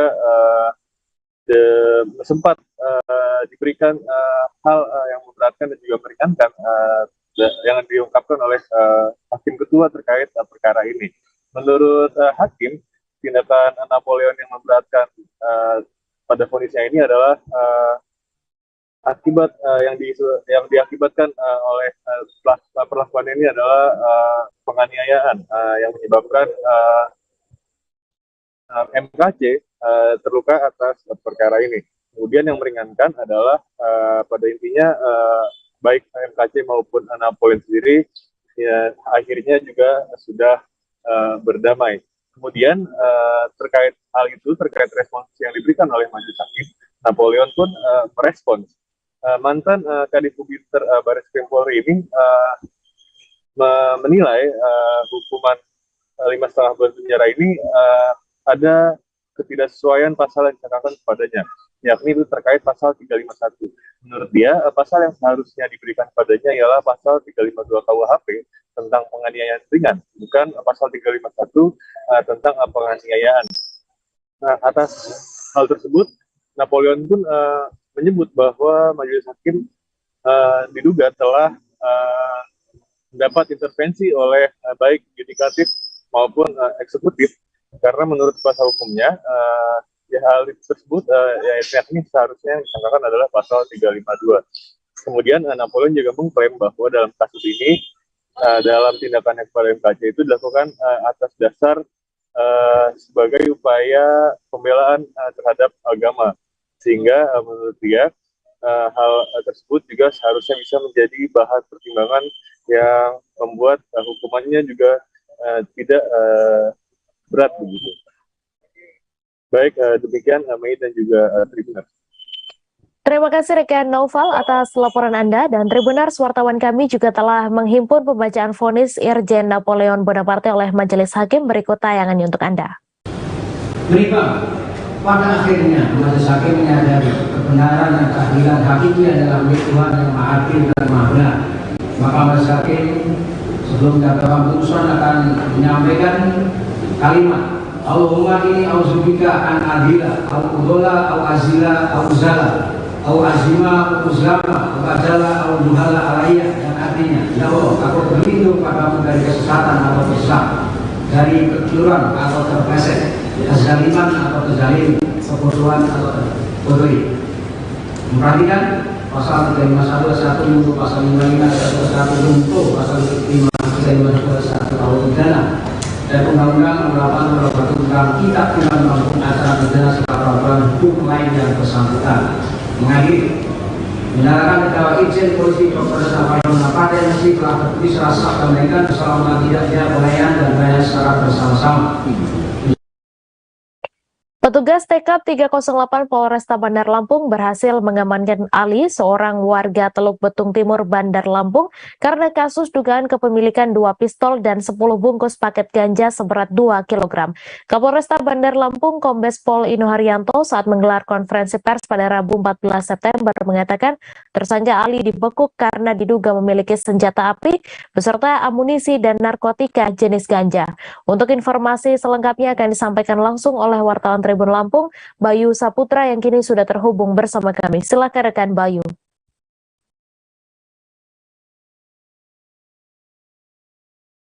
Ya, selamat sore rekan Mei dan Tribuners dimanapun berada. Dapat saya laporkan dari Bandar Lampung bahwasannya Polresta Bandar Lampung telah mengamankan salah satu orang warga Pekon Ampai, Keteguhan, Kecamatan Teluk Betung Timur, yang bernama Ali. Ali ini merupakan orang atau rentenir yang kesehariannya diduga membawa pistol saat menagih atau meminta hutang dari para debitur-debitur. Nah, Polresta Bandar Lampung yang dipimpin oleh Kasat Reskrim Polresta Bandar Lampung saat penangkapan Kompol Denis Arya Putra bahwasannya pelaku ini kerap meresahkan masyarakat, terutama kepada para orang-orang yang memiliki hutang kepadanya. Dan karena hal itu, polisi menangkap Ali ini, dan kemudian Polresta Bandar Lampung menggelandangnya ke kantor Mapolresta. Dan didapati selain kepemilikan 2 senjata api yang diamankan dari rumah pelaku, berdasarkan keterangan juga dari Kapolresta Bandar Lampung, Kombes Pol Ino Haryanto, bahwasannya ada juga kepemilikan ganja sebanyak 2 kg yang didapat dari rumah pelaku. Dan saat ini Polresta Bandar Lampung tengah menyelidiki dan terus berupaya untuk mencari dan mendeteksi dari mana asal muasal 2 senjata tersebut dan 2 kg ganja tersebut. Demikian dari saya Bandar Lampung, Provinsi Lampung melaporkan. Kembali ke studio, rekan Mei. Terima kasih rekan Bayu Saputra atas laporan Anda, dan Tribuners wartawan kami juga telah menghimpun wawancara dengan Kapolresta Bandar Lampung. Berikut tayangannya untuk Anda.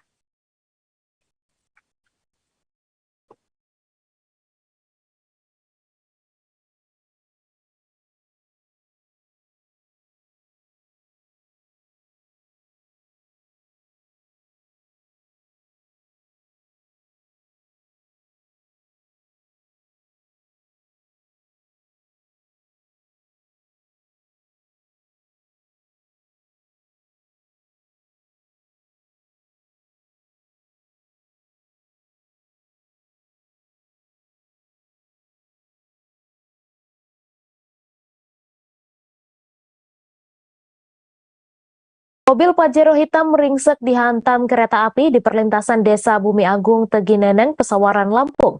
Menurut informasi warga sekitar bernama Tania, kejadian tersebut pada Rabu 14 September sekitar pukul 6 waktu Indonesia Barat. Dirinya mengaku kaget melihat kejadian kecelakaan kereta api tersebut. Untuk informasi selengkapnya akan disampaikan langsung oleh wartawan Tribun Lampung, Oki Indrajaya, yang kini sudah terhubung bersama kami. Silakan rekan Oki. Oke, selamat sore Mei di studio, dan selamat sore Tribuners. Kali ini saya akan melaporkan secara langsung dari Pesawaran, yaitu tentang mengenai kecelakaan yang melibatkan antara mobil Pajero Sport dengan nomor polisi BE777 UM dan juga kereta api dari perlintasan stasiun Tanjung Karang menuju Batu Raja. Kejadian tersebut terjadi pada pukul 6 waktu Indonesia Barat pagi hari, yaitu ketika mobil Pajero Sport akan melintas, namun tidak diketahui bahwa dari arah Tanjung Karang melintas sebuah kereta api dengan keadaan cepat, sehingga terjadi kecelakaan yang menyebabkan mobil Pajero Sport terseret sampai 47 meter. Itu dikonfirmasi langsung oleh Kasat Lantas Polres Pesawaran, yaitu AKP Martoyo. Dirinya mengatakan bahwa peristiwa tersebut melaporkan bahwa 2 orang meninggal saat kejadian tersebut, sedangkan 2 orang lagi mengalami luka berat dan 1 luka ringan. Yang meninggal dalam kecelakaan tersebut atas nama Toto Andrianto yang meninggal saat dia akan dilarikan di Rumah Sakit Abdul Muluk, dan sopir Faiz meninggal di tempat. Lalu seorang wanita yang berprofesi sebagai bidan, Umi Sanah, dilaporkan dalam keadaan kritis, dan juga seorang bocah perempuan berumur 6 tahun dikabarkan luka ringan. Pada hari itu lalu dilakukan evakuasi mengenai mobil tersebut. Dilaporkan bahwa tidak adanya palang pintu dan juga penjagaan yang menyebabkan mobil dapat berlalu lalang secara luas tanpa melihat keadaan di sekitar. Perlu diketahui bahwa kejadian tersebut memang baru saja terjadi, namun penjagaan yang tak pernah ada menyebabkan banyak mobil yang tidak menyadari ataupun juga tidak mengetahui bahwa kapan jadwal mobil itu melintas. Itu disampaikan langsung oleh AKP Martoyo saat diwawancarai, diri juga mengatakan bahwa kejadian tersebut merupakan peristiwa yang baru terjadi di Kabupaten Pesawaran, namun kejadian tersebut akan melakukan sesuatu yang penting bagi Kabupaten Pesawaran, mengingat bahwa kejadian tersebut akan melakukan pembangunan untuk penjagaan di sekitar tersebut. Berikut laporan dari Pesawaran, Mei. Baik, terima kasih rekan Oki atas laporan Anda, dan Tribuners, wartawan kami juga telah menghimpun wawancara dengan Kasat Lantas Polres Pesawaran. Berikut tayangannya untuk Anda. Telah terjadi laka lantas antara kereta api yang berpenumpang itu, ya, penumpang S6A Kuala Stabas dengan mobil Pajero BE 777 UMI. Kereta api berpenumpang ini datang dari arah Tanjung menuju Batu Raja. Setiba di wilayah tepatnya desa perlintasan sebidang Tapak Palang Pintu, ini desa Gunung Gubanti, Kecamatan Gedendang, datang mobil Pajero Sport, ya, yang datang dari arah Gedung Manti, ya. Nah, sehingga terjadi kecelakaan. Saksi mata yang kita tanya itu di sekitar itu, ya, mereka mengatakan tiba-tiba terjadi kecelakaan. Terjadi kecelakaan, mobil Pajero terseret 47 meter. Kebetulan korban atas nama Pak Ais. Seorang warga tertimbun longsoran saat tengah bekerja membangun pondasi bangunan di Tapak Jeddah, Kota Bengkulu pada Rabu 14 September sore. Menurut pantauan di lokasi, bangunan yang tengah dikerjakan tersebut memang berada di tanah yang miring sehingga memerlukan tanah timbunan. Kemudian sekitar pukul 17 waktu Indonesia Barat saat tengah bekerja, tiba-tiba tanah timbunan dan beton penahan bangunan longsor. Untuk informasi selengkapnya akan disampaikan langsung oleh wartawan Tribun Bengkulu, Romi Juniandra, yang kini sudah terhubung bersama kami. Silakan rekan Romi. Ya, baik. Selamat sore Mei dan juga Tribuners. Dapat kami laporkan di Kota Bengkulu pada hari Rabu 14 September 2022 kemarin, seorang warga yang sedang mengerjakan pondasi bangunan di salah satu wilayah Tapak Jeddah, Jalan Jenggalu, Lingkar Barat, Kota Bengkulu, tertimbun oleh longsoran saat membangun pondasi bangunan. Untuk diketahui Tribuners, di lokasi tempat warga tersebut melakukan pekerjaan bangunan, memang kondisi di wilayah tersebut, kondisi tanahnya memang miring sehingga memerlukan tanah timbunan dan juga beton-beton penahan agar bangunan bisa dibangun dengan rata. Nah, pada saat pengerjaan ini, sekitar pukul 16.48 sore, terjadi longsoran dari tanah timbun tersebut sehingga menyebabkan 4 orang pekerja yang saat itu sedang bekerja di bagian bawah tertimbun. Namun 3 orang lainnya berhasil untuk menyelamatkan diri, dan ada 1 orang warga, Imam Jawahari, yang tertimbun hingga setengah badan atau sampai pinggang. Nah, kejadian ini sendiri Tribuners baru diketahui warga saat mendengar permintaan tolong dari para korban yang tertimbun longsor. Dan kemudian warga atau saksi mata kemudian memanggil pihak pemadam kebakaran untuk menyelamatkan korban.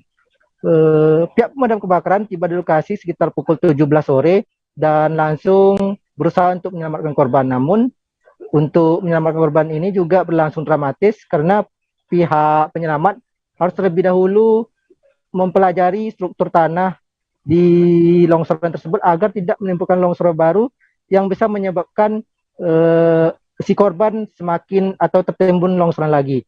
Nah, detik-detik penyelamatan ini sendiri sebenarnya berlangsung dramatis karena korban sudah sekitar setengah jaman tertimbun oleh longsor dan sudah tidak bisa lagi merasakan bagian tubuh bawahnya termasuk bagian kaki.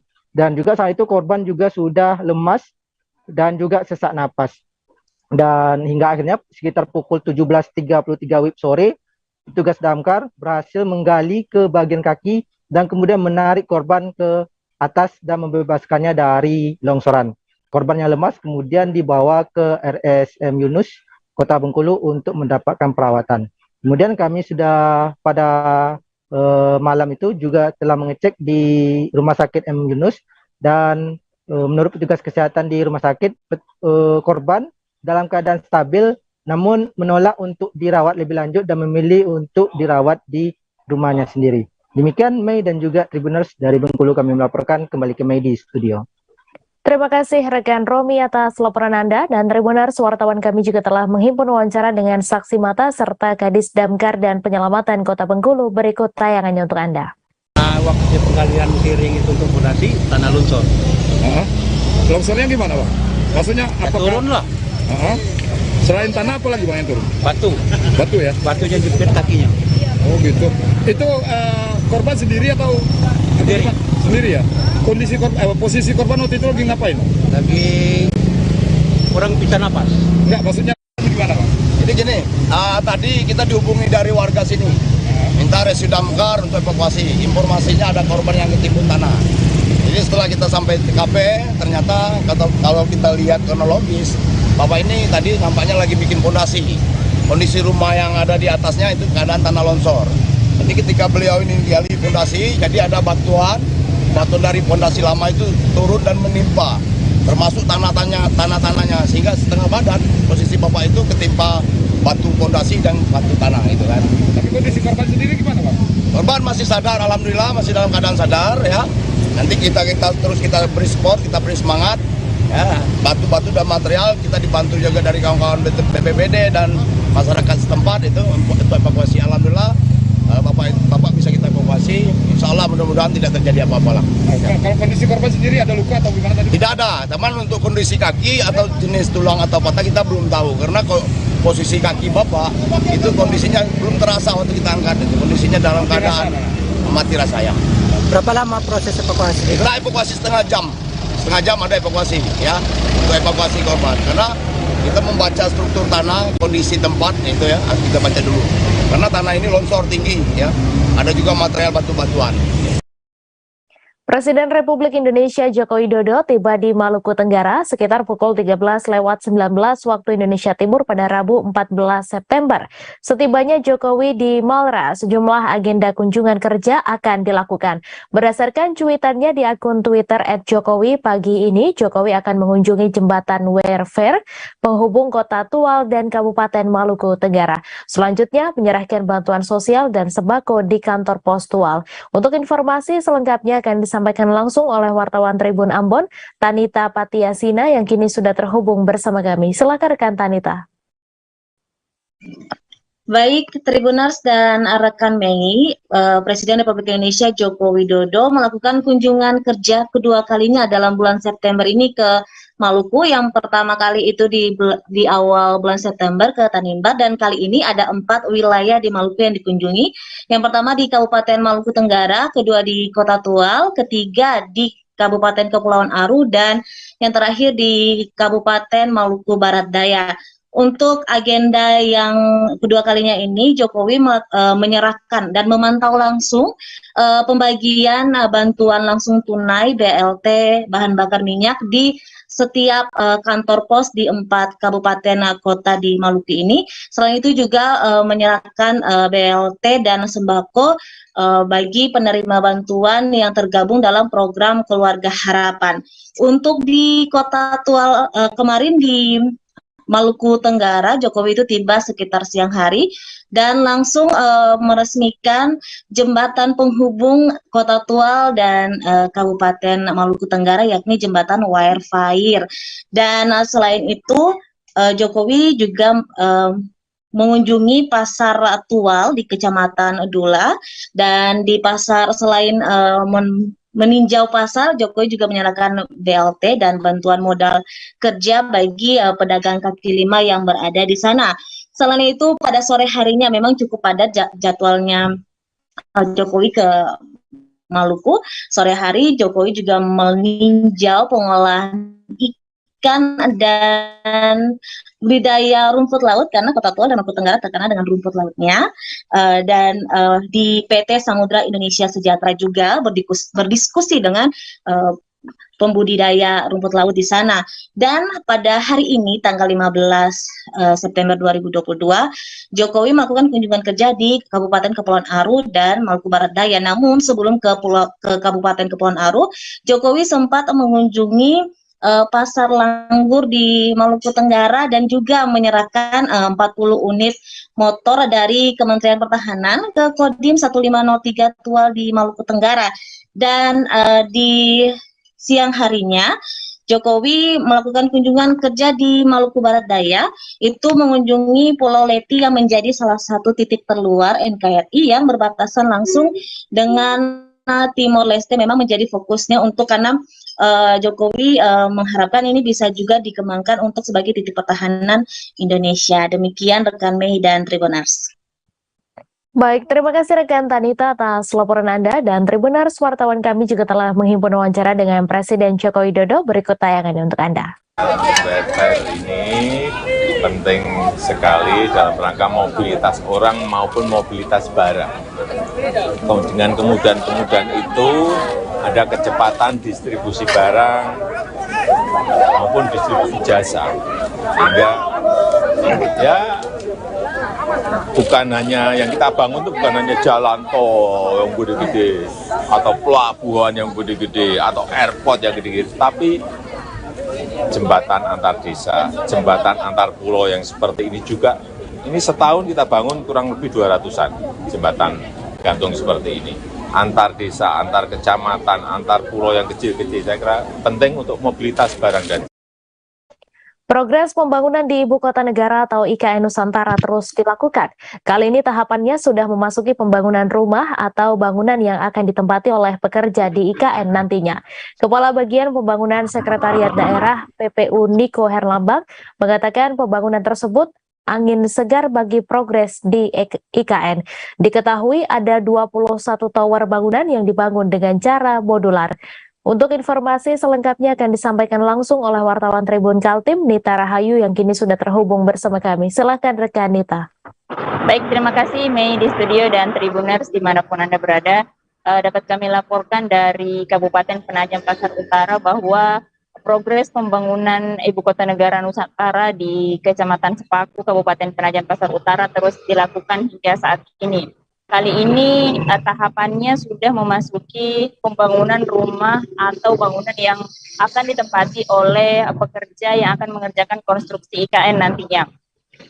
Hal tersebut dijelaskan oleh Kepala Bagian Pembangunan atau Kabak Sekretariat Daerah Kabupaten Penajam Pasar Utara Niko Herlambang bahwa pembangunan tersebut dinyatakan sebagai angin segar bagi progres pembangunan di Ibu Kota Negara.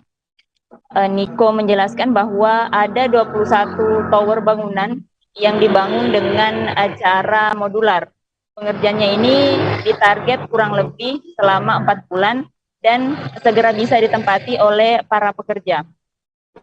Kemudian total paket pengerjaan yang saat ini berjalan di IKN yakni hampir 600 miliar rupiah nilainya. Pekerjaan rumah untuk pekerja ini merupakan bagian dari paket pengerjaan jalan tol yang beberapa waktu lalu sudah taken kontrak. Kemudian setelah pembangunan ini diharapkan para pekerja yang tinggal di sana dapat menempati bangunan yang layak, karena selama ini diketahui para pekerja yang berada di Ibu Kota Negara tinggal di barak-barak yang dibangun seadanya.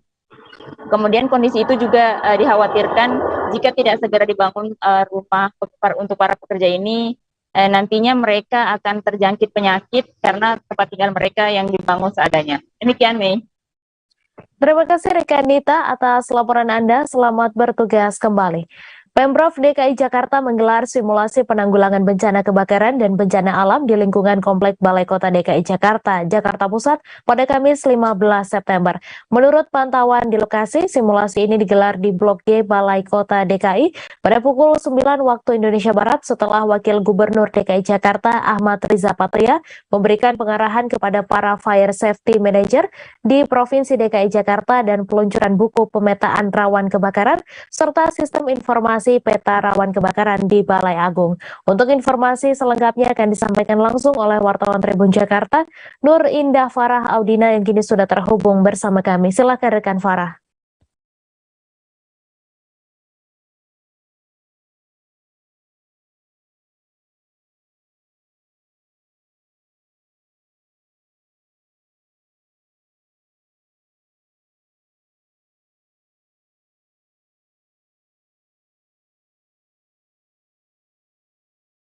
Pemprov DKI Jakarta bersama Dinas Penanggulangan Kebakaran dan Penyelamatan atau Gulkarmat DKI Jakarta menggelar simulasi terkait penanggulangan kebakaran dan bencana alam, di mana berdasarkan pantauan Tribun Jakarta, acara ini dimulai pada pukul 9 waktu Indonesia bagian Barat. Kemudian dimulai lebih dulu dengan simulasi bencana alam, yakni adanya gempa bumi, di mana sirene peringatan bencana gempa bumi telah dibunyikan dan pemberitahuan untuk ASN atau aparatur sipil negara segera turun dari Blok G Gedung Balai Kota DKI Jakarta, sehingga melalui peringatan ini banyak ASN yang lari terbirit-birit untuk mengikuti simulasi tersebut. Kemudian beberapa saat kemudian kejadian diperparah dan membuat suasana kian mencekam dengan terlihatnya kepulan asap dari salah satu lantai yang berada di Blok G Gedung Balai Kota, sehingga pemadam kebakaran pun mulai berdatangan ke lokasi dan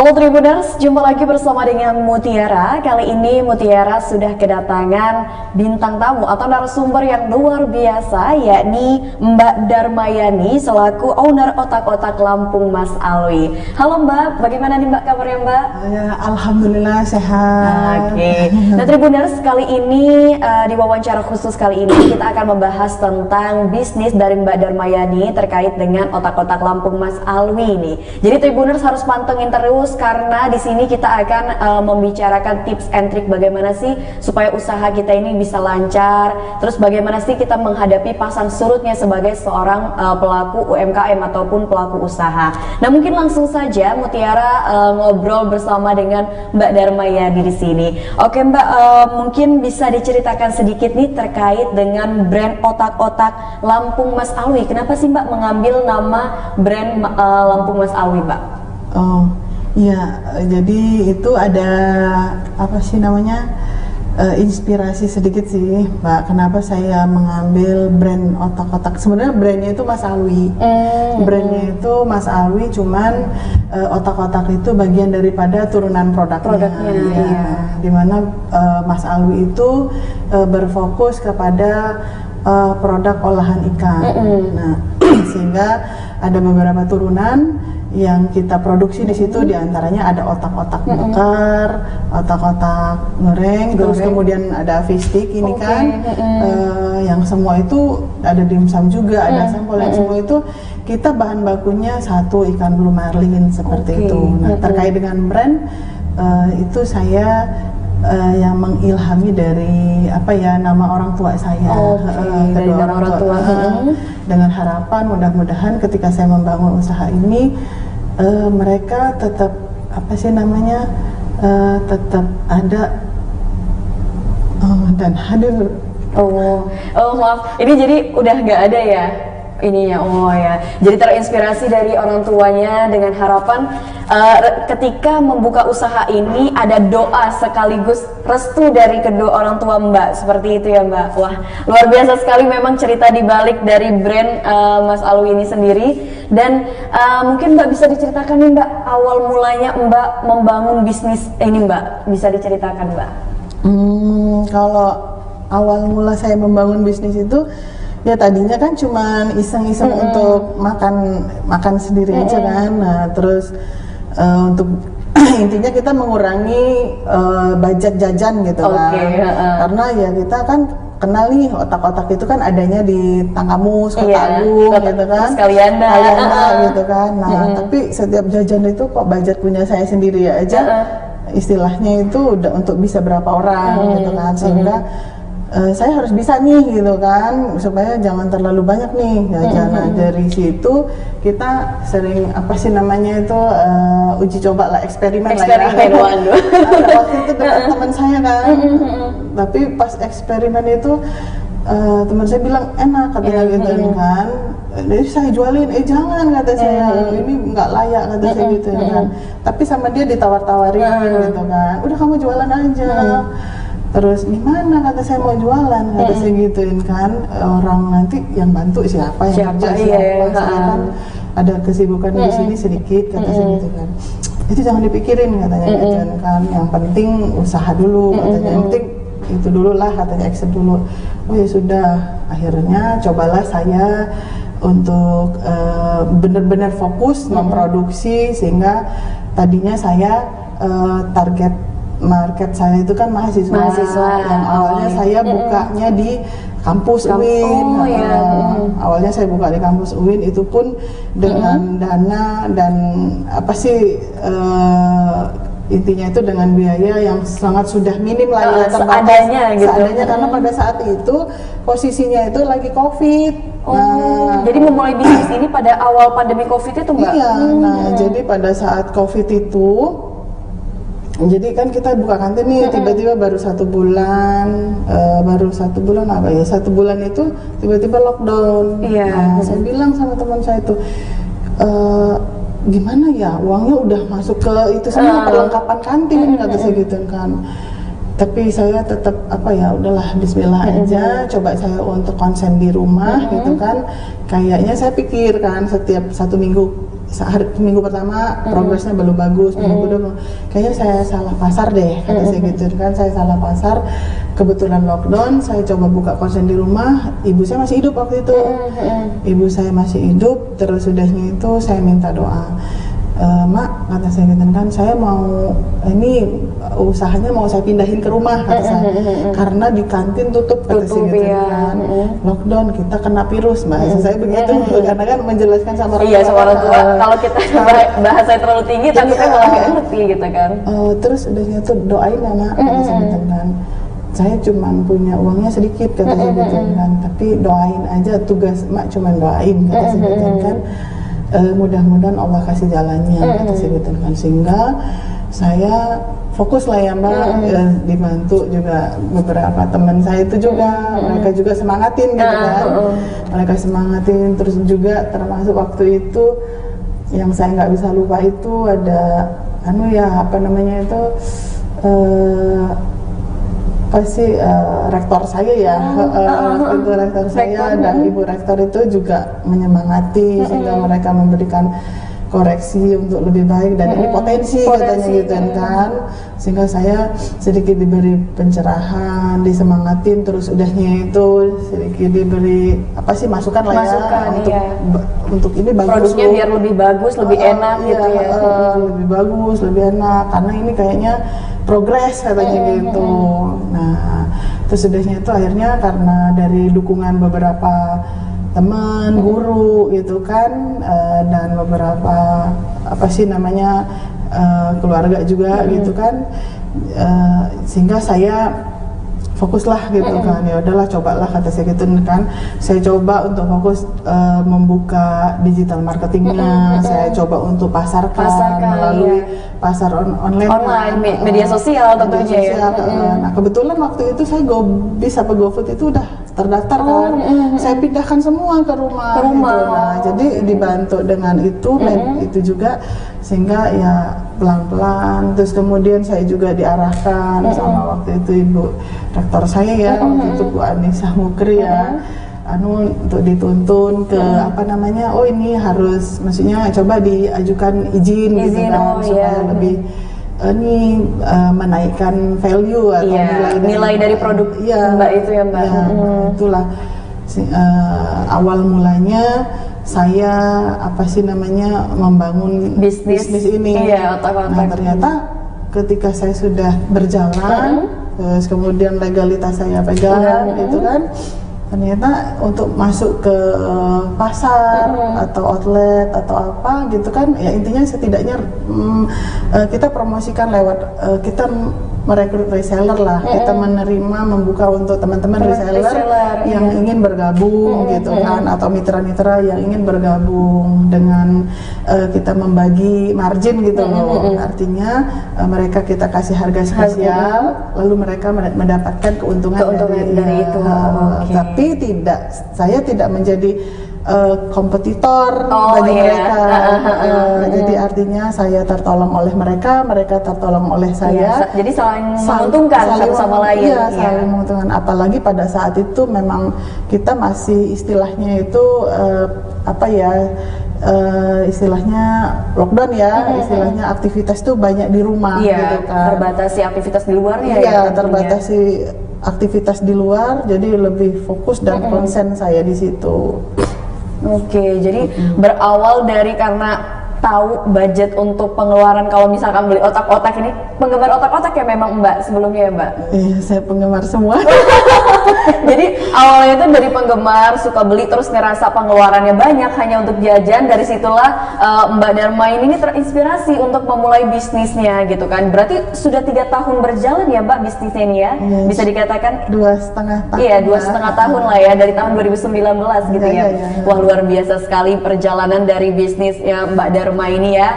Otak-otak Lampung Mas Alwi itu harus diingat nih Tribuners. Boleh banget kalau Tribuners mau beli datang langsung ke lokasi bisa ya Mbak, atau melalui pemesanan online bisa juga ya Mbak? Bisa di GoBiz, bisa GoFood ya, Shopee juga ada, terus kita online juga ada kan, ada Instagramnya itu kan.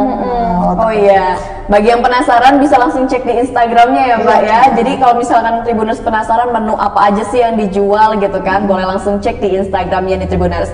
Untuk pertanyaan selanjutnya nih Tribuners, kan Mutiara sudah sempat lihat di Instagram, ternyata produk-produk dari otak-otak Lampung Mas Alwi ini menggunakan ikan blue marlin ya Mbak ya. Nah, boleh dikasih tahu nggak sih kenapa menggunakan bahan utamanya itu ikan blue marlin bukan yang lainnya? Ya, kenapa saya menggunakan ikan blue marlin? Di sini saya melihat bahwa kualitas ya, kualitas daging, kemudian teksturnya itu mempengaruhi tingkat misalkan ketahanan dari produk itu sendiri. Nah, sebenarnya kalau mau untuk kotak-kotak itu ikan apa aja bisa, tapi ya saya saya coba-coba untuk bereksperimen lah ya, coba saya perbandingan kalau ikan ini hasilnya seperti apa, ini hasilnya seperti apa, dan ikan ini bagaimana juga hasilnya. Nah, ternyata saya tetap fokus ke blue marlin pure, walaupun istilahnya kan tidak murah ya. Iya, tentunya semua di sini juga mungkin tahu nih blue marlin ini ikan mahal dan nggak di setiap tempat ada gitu ya Mbak ya. Nah, selain itu juga setelah saya fokus pada saat produksi dulu kan, oh ini mindsetnya ke produksi dulu. Nah, setelah itu saya ke ini gitu loh, ke apa sih namanya, pengembangan di mana kenapa sih harus ikan blue marlin gitu kan. Nah, di sini saya ngeliat potensi Mbak, potensi yang ada di Lampung itu. Kalau misalnya ya, orang Palembang itu punya empek-empek, icon dari Palembang itu ada empek-empek gitu kan. Terus orang Lampung juga punya kopi paste empek-empek juga kan, tapi tetap tidak bisa gitu, tidak bisa mengkopi paste bahwa itu adalah memang empek-empeknya Palembang gitu kan. Itu punya Palembang gitu. Nah, dari situ saya berpikir ikan ini kan ada nih banyak di Lampung, ya kan, khususnya di daerah Kerui, pesisir barat. Pokoknya dia hidupnya di laut lepas gitu ya, laut dalam gitu kan, yang kondisi lautnya memang luar biasa. Ombaknya sangat tinggi juga kan, untuk di Tangkamus itu kan banyak juga. terus sampai ke ini daerah apa namanya, Bengkulu. Bukan Bengkulu juga iya. Terus ini yang ke arah ke Teluk ini Hiluan, apa Gigi Hiu itu ya. Iya betul. Nah di situ ternyata banyak gitu loh. Tetapi petani nelayan itu apa ya, dia kurang peka, maksudnya kurang sensitif gitu loh. Sebenarnya bukan kurang sensitif, mohon maaf ya, saya ralat, justru mereka itu berpikir pasar yang jadi masalah. Nah, karena kalau di kampung-kampung itu kan petani nelayan itu yang mereka inikan itu menjadi kendala itu adalah mesin pendingin. Nah, satu karena kalau di sana itu mereka mengambil ikan itu sesuai dengan kebutuhan saja. Misalkan walaupun untuk dijual juga nggak terlalu banyak. Nah, jadi akhirnya saya keliling lah ya ke teman-teman yang memang ada mereka konsen di petani nelayan gitu kan. Termasuk adik saya itu bukan petani nelayan sih, cuman dia ini saya arahkan, coba kamu bina, kata saya gitu kan, teman-teman itu yang mancing itu biar mereka itu semangat, kata saya, dan kamu sebagai ininya, kata saya gitu kan, apa sih kulakannya itu loh, pengepulnya gitu loh, pengepulnya ya. Jadi kamu yang di situ, kata saya, jadi bisa menampung lah ya, untuk menampung apa hasil tangkapan mereka, kata saya, dengan dibeli sesuai dengan ya tawaran mereka gitu loh, jangan ini disesuaikan aja lah, kata saya gitu kan. Jadi seperti itu. Nah, itu sudah berjalan ya kan, ya artinya mereka teman-teman yang itu di daerah Kubalak sana ya, dan mereka sudah istilahnya itu sudah ya sebagian sudah bersemangat lah intinya. Nah, kalau misalkan daerah Kota Agung ke sana sampai ke itu kan memang sudah jadi, cuman saya ke sana itu kebanyakan kendala mereka itu tadi gitu loh. Ketika saya turun itu apa yang menjadi masalah? Sebenarnya ikan ini banyak, ada gitu kan. Masalahnya satu katanya gitu kan, kita nggak ada mesin pendingin, mau nampung banyak-banyak modal di situ. Modal di situ. Dan ini katanya gitu kan, melemparnya itu susah gitu loh. Nah, kata saya, padahal ini ikan bagus loh, kata saya gitu kan. Nah, kalau orang mau untuk lauk katanya gitu kan, ada salah satu sumber yang saya tanya langsung, untuk lauk kan lama-lama orang bosen katanya gitu kan. Nah, sehingga saya berpikir kenapa nggak saya olah gitu kan. Walaupun sebetulnya di Kota Agung itu kan mereka sudah banyak otak-otak, tapi dia nggak fokus ke Blue Marlin. Dia tidak membrandkan itu Blue Marlin itu enggak. Nah, karena saya itu visi misinya itu gitu kan, ya cobalah kata saya gitu. Saya coba untuk naikkan Blue Marlin ini sebagai hasil petani nelayan orang Lampung dan hasil dari Laut Lampung gitu kan, sebagai apa sih namanya, nantinya kedepannya itu mudah-mudahan bisa jadi ikon dari Provinsi Lampung. Iya, bisa jadi ikon dari Provinsi Lampung, olahan Blue Marlin gitu. Dan ini terbuka ketika kita apa sih namanya, naikkan ini, itu tidak hanya saya berpengaruh, justru harapan saya nanti teman-teman yang pengrajin produksi ikan itu punya apa sih namanya, semacam semangat lagi gitu, semangat tersendiri lah ya, dan mereka juga apa namanya, fokus gitu kan, berkomitmen untuk memproduksi hasil-hasil olahan, bahwa ikan itu tidak hanya untuk makan lauk setiap hari gitu, makan biasa saja gitu kan. Tetapi juga kita bisa hadirkan dalam berbagai macam bentuk olahan gitu. Nah, jadi karena ikan ini di sini kan apa sih namanya, sensitif ya Mbak ya. Sensitif itu perlakuannya itu hanya bisa di es gitu loh. Lebih dari situ kalau misalkan mau dijemur udah beda lagi olahannya. Jadi ikan asin kalau gitu. Kalau di apa namanya, di asap sudah beda lagi olahannya. Kemudian apalagi di masak udah beda lagi. Nah, cuman di flat di situ-situ aja gitu loh. Tetapi ya saya coba untuk menghadirkan ini. Sebenarnya saya bukan pelaku pertama, saya bukan pelaku pertama, tetapi saya lebih maksudnya ini saya dalam hal ini saya lebih coba untuk difokuskan loh, lebih diseriuskan ini bagus, ini potensi bukan cuma untuk saya tetapi buat teman-teman yang lain saya angkat gitu loh. Mulai dari nelayan dan untuk juga bisa memperkenalkan ke kancah A, B, C gitu loh, istilahnya untuk dari sasaran pasarnya lokal, kemudian antar provinsi gitu.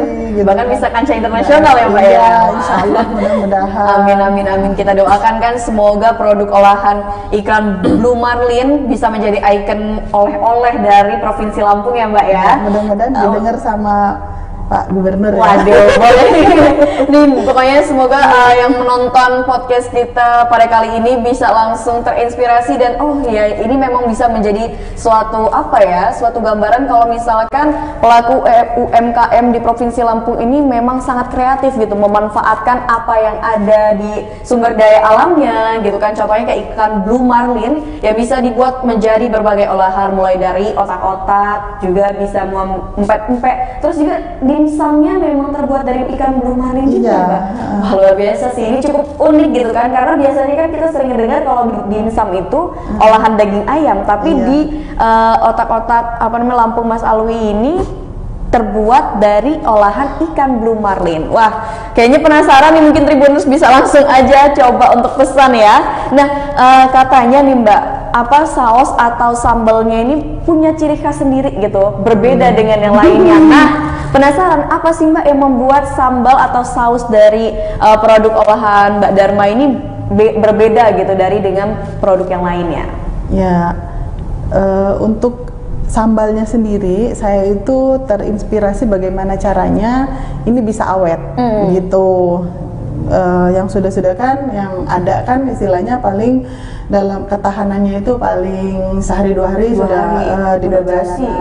Wah, kalau kayak gini gimana caranya kita mau up keluar gitu. Kalau dari sisi bumbunya aja nggak bisa tahan. Nah, kemudian saya konsul lah ke salah satu pedagang gitu kan, gimana sih biar kalau cuka kita tuh awet, kata saya gituin kan, tapi nggak ada bahan pengawet di dalamnya. Nah, dia sarankan nih katanya pakai buah ini katanya gituin kan, sehingga dia secara langsung memfermentasi asam itu sebagai bahan pengawetnya gitu kan.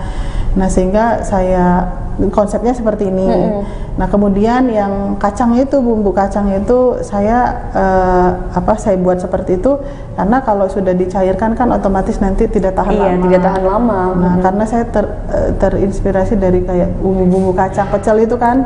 Itu kan udah banyak tuh. Saya buat seperti itu. Jadi sebetulnya kalau bumbu kacang di sana juga di Tanggamus itu juga kering seperti ini. Tapi jarang peminatnya sih gitu. Nah, sehingga saya hadirkanlah dua bumbu. Saya nggak kasih pilihan sama konsumen. Saya nggak kasih pilihan mau yang A, mau yang suka atau mau yang sambal. Nggak, saya hadirkan dua-duanya walaupun misalkan dia beli paket hemat lah ya. Saya hadirkan dua-duanya. Jadi di situ ada komposisi, maksudnya ada caranya itu seperti apa gitu kan. Boleh di mix, boleh terpisah gitu. Nah, seperti itu, sehingga ketika mereka mix itu mereka bilang ya itu bukan saya yang menyampaikan, tapi udah testimoni dari konsumen. Mereka itu yang menyampaikan bahwa testimoni mereka itu bahwa kok ini beda ya, kok ini beda. Ya saya bingung mau jawabnya gitu loh. Saya nggak boleh dong kita misalkan membanding-bandingkan ini produk teman-teman gitu, tapi ini punya saya gitu ya, ini ciri khas punya saya seperti ini gitu kan. Nah, tinggal kita bersaing soal rasa gitu kan, rasa apakah kita itu diterima atau tidak oleh lidah dari masyarakat atau beberapa teman-teman konsumen lah ya gitu. Nah, itulah. Kan bisa Tribuners lihat memang otak-otak ini langsung disediakan 2 bumbu ya, atau dua cocolan lah istilahnya kalau kita makan. Ada yang saus merah sama saus kacang, dan memang berbeda dengan yang lain karena ada bumbu rahasia gitu kan. Tadi disebutkan ada sejenis buah rahasia yang memang itu membuat saus dari olahan otak-otak Lampung Mas Alwi ini lebih tahan lama dan rasanya tentunya nikmat gitu kan. Jika dibandingkan dengan yang lainnya, itu menjadi ciri khas dari produk Mbak Dharma ini, Tribuners. Nih Mbak Dharma, mungkin ya, kan tadi kita udah ngobrol tentang awal mulanya, terus tentang produknya. Itu biasanya Mbak range untuk menjualnya itu sendiri bisa diberitahu nggak nih Mbak ke Tribuners? Mbak menjual produknya itu dari harga berapa sampai berapa gitu Mbak untuk setiap produknya? Iya, secara garis besar gitu. Kalau kita jual langsung ke konsumen itu per piecesnya itu kan ada yang 1.500 sampai dengan 2.000 sih, gitu kan, tergantung apa sih namanya ya cost ya kan. Kalau misalkan di lokal Bandar Lampung kita masih harga segitu lah ya, dengan harapan apa sih namanya semua kalangan bisa tersentuh gitu kan, dan dengan konsep apa sih namanya itu bentuknya, maksudnya itu besaran ukuran gitu ya, ukurannya ya mungkin kalau itu kan kelihatannya kecil gitu kan, tapi ya memang konsepnya juga kalau yang di ya saya karena saya dari Tanggamus kan saya menghadirkannya seperti ini lah ya. Nah itu apa sih namanya terkait dengan apa tadi harga gitu ya kan, harga tadi itu. Jadi memang pemilihan harga itu kita sesuaikan dengan budget lokal lah ya. Jadi mau dia anak-anak, maksudnya remaja, tua, atau misalkan menengah ke bawah, semuanya bisa terjangkau dan membeli produknya ya Mbak ya. Bisa merasakan nih betapa nikmatnya otak-otak Lampung dari Mas Alwi gitu. Oke Tribuners nih, terkait dengan Mbak Dharma yang sudah melakukan usaha ini, terus terdengar kabar nih Mbak, kalau misalkan Mbak Dharmayani ini akan diundang menjadi pembicara dalam Kirin Festival Food and Non-Food Exhibitor 2022 di Amerika dalam acara Remarkable Indonesia Festival for Washington DC. Nah, boleh nggak sih Mbak diceritakan sedikit kepada Tribuners di rumah terkait dengan event itu Mbak? Oh iya, event itu ya. Iya kayaknya luar biasa banget gitu kan, bisa diundang menjadi pembicara dan itu udah kancah internasional gitu. Mungkin bisa dibagikan ceritanya Mbak kepada Tribuners? Ya, alhamdulillah itu yang selalu saya apa ya syukurin gitu kan. Perlahan-lahan memang apa yang menjadi capaian kita gitu kan, untuk bisa memperkenalkan tidak hanya lewat brand saya Mas Alwi, tetapi saya selalu fokus untuk angkat Lampung Blue Marlin-nya seperti itu.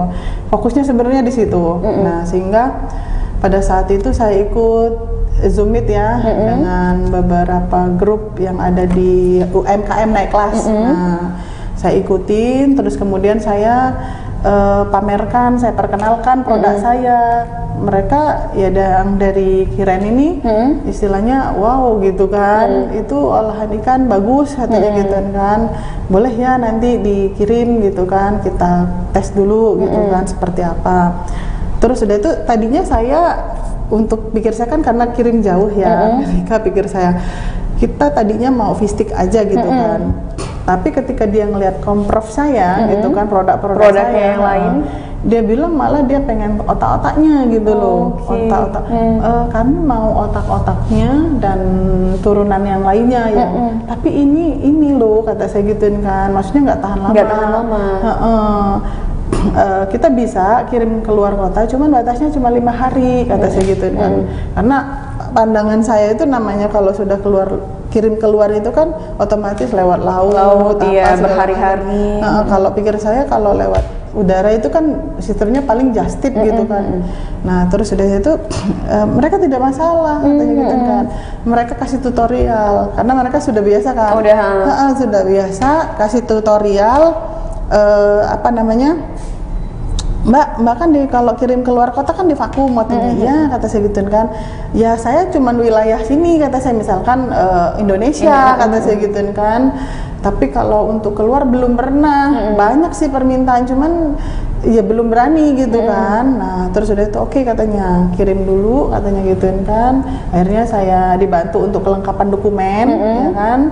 Akhirnya kita kirimlah ya ke sana. Ya alhamdulillah sampai di sana masih enak dan masih bagus gitu loh. Ya sampai di sana masih posisinya dingin gitu, maksudnya kan karena dikemasnya itu memang safety banget. Safety ya, jadi nggak ada oksigen masuk ya, tidak Mbak, ada oksigen masuk, bahkan di dalamnya itu dia minta dalam kondisi divakum gitu kan, semuanya divakum.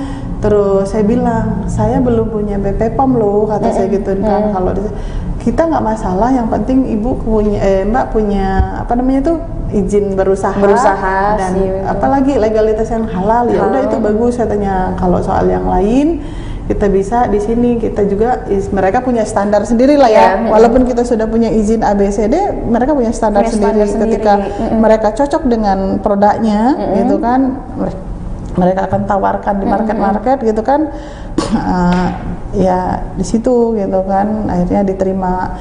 Dan untuk produk-produk kita itu tidak ada satupun yang tersingkir, malahan pikir saya udahlah bismillah aja lah ya gitu. Kalau misalkan ACC ya alhamdulillah, kalau enggak ya udah minimal paling tidak walaupun saya belum ke sana, paling nggak produknya udah ke sana. Udah ke sana, iya. Udah dirasakan oleh orang nggak cuma di Indonesia ya, Mbak. Nah, itu nanti di acara tanggal 18 itu ya. Jadi 18 September itu nanti Mbak berangkat ya, Mbak? Enggak, kalau maksudnya itu 18 September ya? Belum kalau itu. Tapi kalau mereka itu yang permintaan mereka, harapan mereka itu acara di bulan Oktober karena itu acara puncaknya. Gitu loh, di bulan Oktober. Harapan dari Kirana itu saya bisa hadir di sana secara langsung memberikan pemaparan terkait dengan produk, karena ada beberapa istilahnya buyer lah ya yang sudah cicipi itu pengen ketemu langsung presentasinya seperti apa gitu kan. Nah terus udah itu jadi setelah mereka kan masih di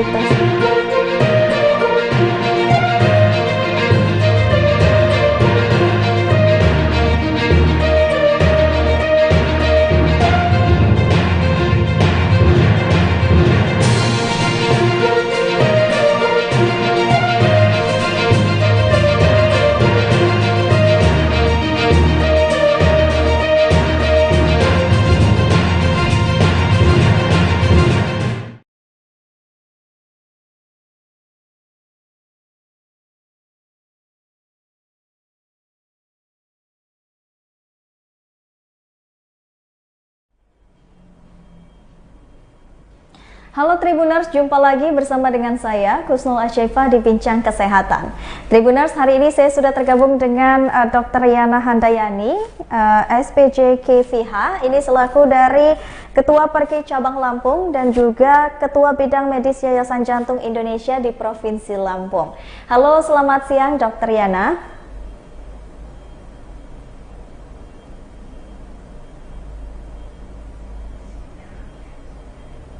Halo, selamat siang. Oke, nah Tribuners, ini saya sudah tergabung dengan Dr. Yana, walaupun kita melalui via Zoom, tapi tetap sekali Tribuners, hari ini kami akan memberikan beberapa tema yang menarik untuk Tribuners di rumah, dan tentunya hari ini saya ditemani Dr. Yana. Dr. Yana, hari ini kita akan berbincang tentang waspada penyakit silent killer, yaitu jantung koroner. Benar ya, Dok? Ya. Oke. Dr. Yana, mungkin untuk mengawali webinar kita pada hari ini, boleh Dr. Yana bisa menjelaskan dengan Tribuners di rumah sebenarnya penyakit jantung ini penyakit seperti apa sih, Dok? Jadi yang seperti tadi Mbak Kusnul katakan, tema siang hari ini tentang penyakit jantung koroner. Saya juga, ya, jadi penyakit jantung koroner sendiri adalah penyakit jantung terutama kena pembuluh darah jantung. Ya, jadi dalam hal ini adalah pembuluh darah koroner, di mana pembuluh darah koroner itu karena berbagai macam proses melalui faktor-faktor resiko yang didapat pasien, akhirnya akan menimbulkan suatu penyempitan di pembuluh darah jantung. Nah, penyempitan atau plak-plak di pembuluh darah jantung itulah yang kita sebut penyakit jantung koroner, yang akhirnya manifestasi klinis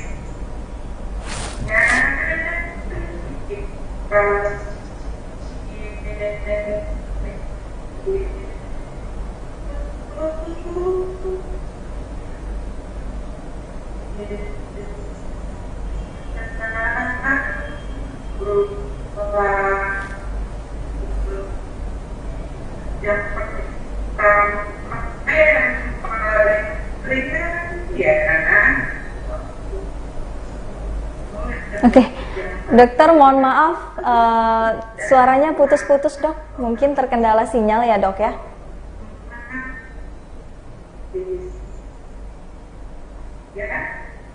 Suaranya putus-putus dok.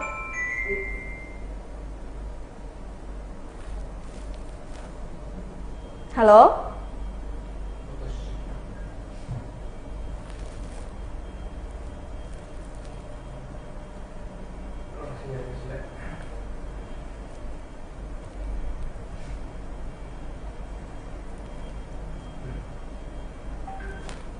Halo dok? Tadi sinyal ya dok? Soalnya keluar sendiri dokternya. Halo, iya mbak, ini kok langsung ini ya. Karena sinyal dokternya mungkin ya dok, karena di ruangan atau gimana ya dok? Ya, boleh lanjut dok, nggak apa-apa. Untuk ada berapa jenis penyakit jantung sendiri dok? Jadi kalau penyakit jantung sendiri ada beberapa jenis ya. Yang pertama penyakit pembuluh darahnya, yang seperti saya jelaskan tadi, itu penyakit pembuluh darah jantung, penyakit jantung koroner ya. Dan ada juga penyakit yang menimpa anak-anak, misalnya congenital heart disease, atau yang ada remaja itu penyakit jantung rematik. Kemudian bisa aja gangguan irama jantung, ya, kemudian gagal jantung, atau juga penyakit yang menyerang otot jantung. Oke, nah kalau penyakit jantung sendiri atau jantung koroner nih dok, itu apakah bisa disebabkan karena penyakit turunan dok? Sebetulnya bukan penyakit keturunan ya, karena memang biasanya orang tua yang mempunyai penyakit jantung koroner, predisposisi pada keturunannya itu ya, jadi otomatis salah satu faktor resiko untuk penyakit jantung koroner adalah faktor keturunan. Oke. Nah, kalau ciri-ciri dari seseorang terkena penyakit jantung koroner ini dok, bisa dikenali lewat apa tuh dok ciri-cirinya? Jadi penyakit jantung koroner, ya, jadi penyakit jantung koroner itu adalah penyakit jantung yang mengenai pembuluh darah, ya. Gejalanya bisa aja tidak ada keluhan, ya. Kemudian gejala yang paling khas yaitu nyeri dada, ya, nyeri dada. Dalam kondisi stabil bisa saja nyeri dada itu timbul tapi hilang, ya. Tapi pada kondisi suatu kondisi emergensi, coronary syndrome, nah, keluhannya dari dada tidak berkurang dengan istirahat, terus-terusan, progresif, pekat dingin, disertai ruang, muntah, dan sebagainya. Ya. Dan keluhan gejala lain yang bisa saja pasien itu ke unit gawat darurat dengan gangguan irama jantung, atau bahkan sudah terjadi sudden cardiac death sebelum Oke. Nah dok, ada juga yang mengatakan bahwasanya kalau tangan kita lembab atau berkeringat itu salah satu ciri-ciri dari penyakit jantung dok. Apa benar dok? Tidak sepenuhnya benar. Ya, tidak sepenuhnya benar. Ya, jadi kebanyakan orang-orang sakit jantung itu keluhannya adalah yang paling sering didapat adalah sesak, kemudian nyeri dada. Ya, itu adalah gejala yang paling banyak didapati pada pasien-pasien. Walaupun ada gejala-gejala lain, misalnya badan, pingsan, ya, lemes, itu ya ada. Ya, tapi fokus ke tangan yang berkeringat itu sendiri bukan merasakan gejala penyakit jantung. Oke, kalau dari tangan bengkak dan kaki bengkak sendiri itu bagaimana, Dok? Apa termasuk salah satu ciri-cirinya? Kalau tangan bengkak enggak ya, mungkin kaki bengkak bisa, tapi diferensial diagnosis, jadi artinya kaki bengkak itu kemungkinannya masih banyak, ya bukan hanya jantung. Memang salah satunya bisa aja kaki bengkak. Ya. Oke, berarti ciri yang memang paling spesifik itu adalah di bagian dadanya yang merasa nyeri tadi ya, Dok ya? Nah, kalau hubungannya nih, Dok, antara masuk angin terus jantungnya berdebar-debar tuh, Dok, itu bagaimana, Dok? Ya, kalau itu istilah awam ya, Mbak ya, istilah awam. Jadi istilah awam itu tergantung persepsi dari masyarakat sendiri mendeskripsikan itu sebagai apa. Ya. Tapi biasanya memang mereka yang kena serangan jantung itu keluhannya biasanya kayak masuk angin loh. Jadi akhirnya memang diidentikan masuk angin duduk itu sebagai gejala dari penyakit jantung. Penyakit jantung. Okay. Ya, sama pada kondisi emergency sindroma. Tapi itu sendiri istilah dari awam, ya. Biasanya pasien sendiri yang akan mendeskripsikan keluhan. Oke. Nah, Dok, untuk penyakit jantung koroner ini, gimana sih, Dok, seseorang kok bisa terkena penyakit jantung koroner itu karena apa, Dok?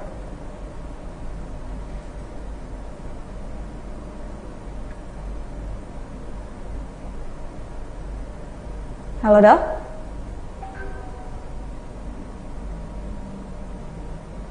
Halo, Dok?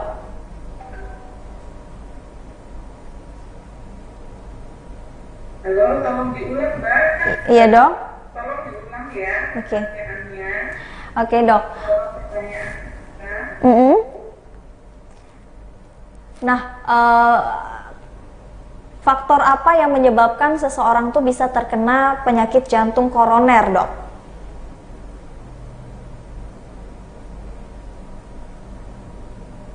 Tolong pertanyaannya diulang ya, Mbak ya.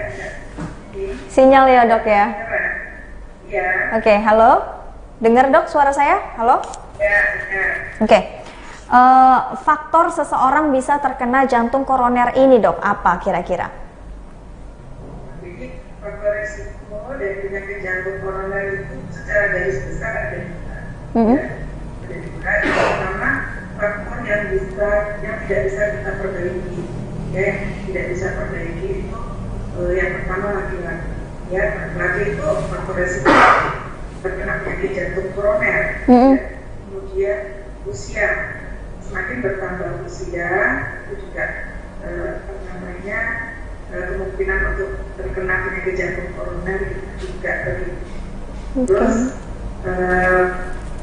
kemudian tadi faktor keturunan dan faktor yang bisa kita perbaiki misalnya ya hipertensi, ya diabetes, obesitas, ya merokok. Nah, faktor-faktor tersebut bisa kita perbaiki dengan pengendalian faktor resiko.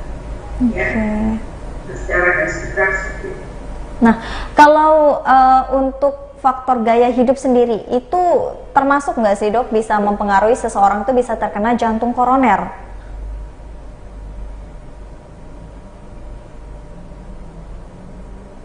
Halo, Dok?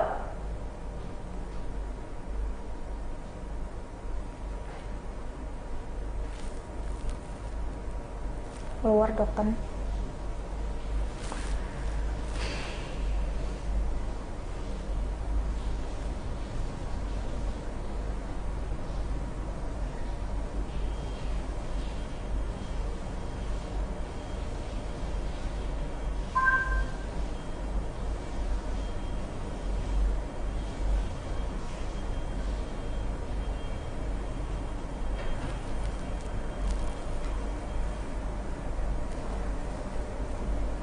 Halo, Dok?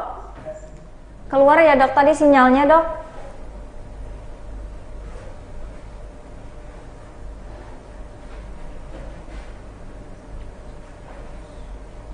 Halo dok. Ya, halo Mbak. Halo, suara saya kedengaran nggak dok?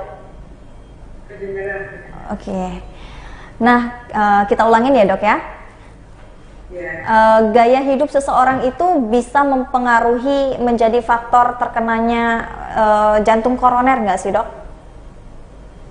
Ya tentu ya, gaya hidup seseorang sangat mempengaruhi untuk kesehatan pembuluh darah. Adalah pembuluh darah koroner. Oke. Ya, misalnya aktivitas fisik yang obesitas, ya, kemudian diabetes dan faktor makanan misalnya makanan asin dan lain sebagainya, ya, merupakan gaya-gaya hidup yang merupakan akhirnya akan menjadi disease, yang penyakit-penyakit itu nanti manifestasinya misalnya dislipidemi, hipertensi.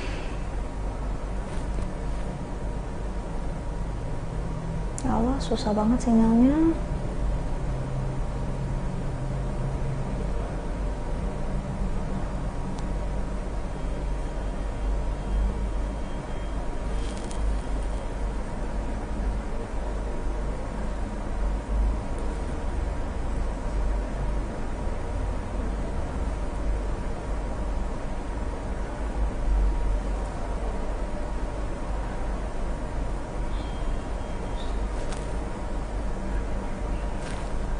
Halo dok. Ya, halo. Ya, tadi sinyalnya dok. Aduh. Keluar masuk. Iya. Oke dokter, tadi ya Tribuners sudah dijelaskan dengan dokter Yana bahwasanya gaya hidup itu bisa mempengaruhi seseorang bisa terkena dengan penyakit jantung koroner. Salah satunya itu diabetes dan juga obesitas itu bisa menjadi faktor seseorang bisa terkena jantung koroner Tribuners. Nah dok, ini mungkin ada pertanyaan dari Tribuners di rumah. Benar nggak sih dok orang dengan penyakit jantung koroner atau penyakit jantungan itu nggak boleh dikagetin?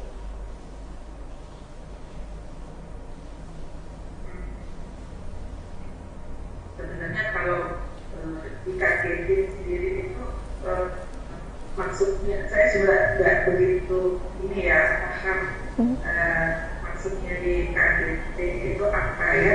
Jadi tapi artinya gini ya, memang kehidupan pasien-pasien jantung itu memang menyesuaikan dengan kondisi fisik ya, kemudian kapasitas fungsional ya, tingkat darah dan sebagainya. Jadi artinya pasien-pasien itu memang harus relax sampai ya tidak dalam kondisi buru-buru ya. Nah kalau dikagetin ya sebetulnya kalau pasien itu dalam kondisi stabil ya, cuman biasanya kalau orang dalam kondisi kaget ya itu pasti otomatis denyut jantung itu cepat. Dan itu nanti akan memicu, bisa aja memicu serangan jantung ya. Kaget itu bukan hanya dikagetin, tapi juga sebenarnya mendapat berita yang mendadak, yang menyedihkan dan sebagainya. Biasanya kan emosi, kemudian jantungnya cepat, memicu serangan jantung. Saya rasa itu juga bukan hanya untuk pasien-pasien jantung aja, mungkin pasien-pasien yang dalam kondisi stabil ya, kalau dikondisikan seperti itu sedangkan jantungnya kondisinya tidak memungkinkan, mungkin dengannya nanti cepat, bisa aja kondisinya akan masuk ke dalam suatu kondisi emergensi. Oke, dok, biasanya seseorang itu bisa terkena penyakit jantung koroner ini di usia berapa sih dok? Sebetulnya kalau dulu penyakit jantung koroner itu kalau pada laki-laki itu biasanya kiraan si umurnya lebih dari 40 tahun. Ya, tapi ternyata sekarang itu kondisi untuk penyakit jantung koroner bisa lebih muda dan bahkan banyak yang lebih muda lagi. Ya, paling muda pasien saya itu ada yang 25 tahunan kan ke jantung. Nah, untuk wanita biasanya mereka cenderung terlindungi sebelum menopause. Ya, jadi setelah menopause nanti resikonya juga sama dengan laki-laki. Oke. Nah dok, ada makanan khusus nggak sih dok untuk pasien-pasien dengan penyakit jantung ini atau pantangannya gitu dok?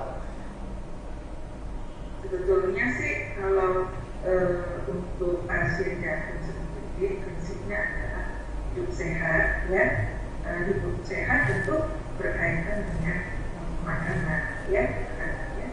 Tapi ya kalau makanan ya makanan yang ideal ya. Kalau saya selalu menganjurkan ke pasien itu makanan yang seimbang ya, kalorinya seimbang ya, gizinya juga seimbang ya, dari protein, kolesterol dan sebagainya juga harus seimbang. Jadi artinya kita juga tidak ada perlahan atau tidak boleh sama sekali, itu tidak, tapi komposisinya, jadi komposisinya harus yang baik ya. Jadi karbohidrat, protein, ya itu harus ada di menu pasien. Ya.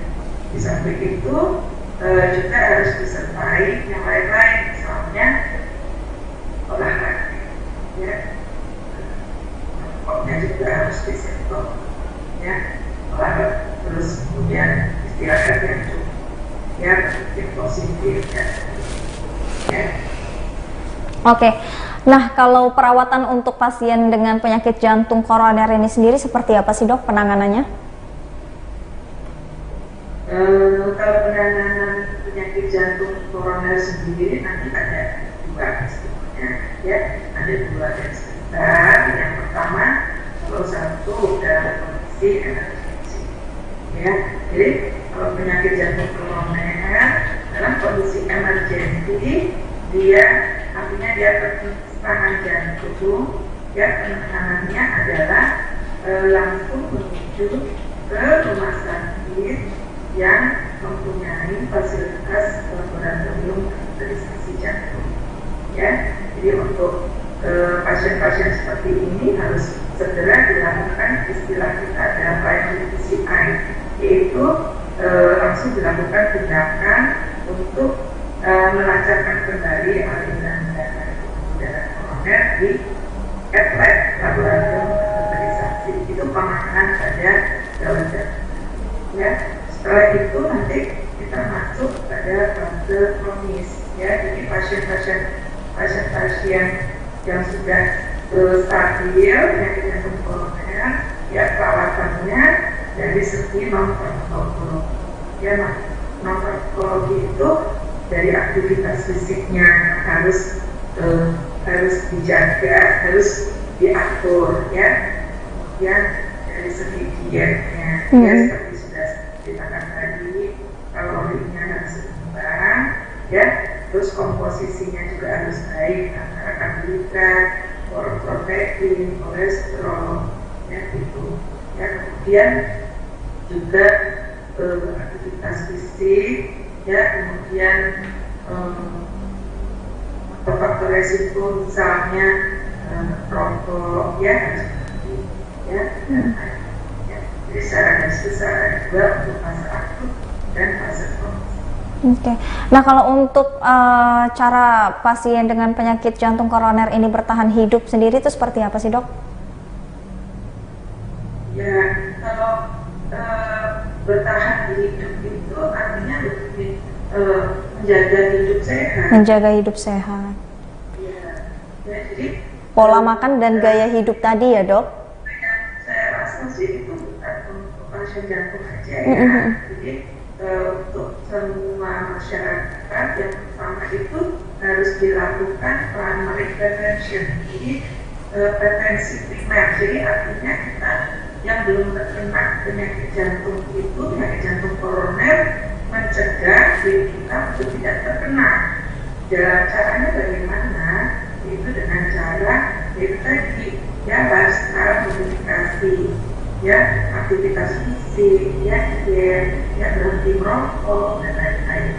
Kemudian secondary prevention itu kita gunakan untuk pasien yang sudah terkena penyakit jantung koroner supaya tidak terkena serangan lagi, ya. Nah, kalau seperti ini pasien-pasien tersebut ya harus kita rawatannya farmakologi, artinya dengan obat-obat, ya, produktif atau kerja, ya. Kemudian setelah farmakologi juga harus melakukan farmakologi treatment, yaitu tadi lifestyle modifikasi. Oke. Kalau untuk pemasangan ring jantung tuh dok, itu diperuntukkan untuk pasien dengan penyakit jantung koroner saja atau penyakit jantung, semua penyakit jantung dok? Dan pemasangan ring jantung itu apa dok? Nah, di masyarakat luas ya persepsi untuk pemasangan ring, orang sakit jantung pasang ring, ya. Sebetulnya begini, untuk pemasangan ring sendiri dikhususkan pada penyakit jantung koroner. Ya, penyakit jantung koroner yang mana? Ya, yang pertama pasien-pasien yang dalam kondisi sindroma koroner akut, jadi emergensi, kena serangan jantung. Seperti yang sudah saya jelaskan tadi, pasien yang terkena serangan jantung dengan keluhan di dada, dan lain-lain, ya, langsung dibawa ke rumah sakit yang ada fasilitas cath lab. Cath lab itu laboratorium kateterisasi. Jadi di situ nanti prosedurnya kita lihat langsung kondisi pembuluh darah jantungnya, kemudian kita bersihkan pembuluh darah jantungnya. Kalau ada penyakitan langsung dilakukan pemasangan ring, gitu, ya. Itu untuk kondisi gawat darurat. Ya. Oke, jadi pemasangan ring jantung dan harus dilakukan cepat, ya. Oke. Dilakukan cepat harus, ya. Jadi tidak boleh menunda. Ya. Terus yang kedua, bisa aja kita lakukan pada pasien-pasien dengan angina pectoris yang stabil. Jadi dia mempunyai keluhan simptomatis, ya, dibuktikan dengan pemeriksaan penunjang, misalnya CT scan jantung, treadmill test, ya. Kalau memang indikasi dilakukan kardia kateterisasi atau kateterisasi jantung, maka langsung dilakukan kateterisasi jantung. Dan bila indikasi dipasang ring, maka langsung dilakukan. Oke, dok, kalau untuk pemasangan ring pada jantung itu bisa meringankan pasien dengan penyakit jantung ini nggak sih dok?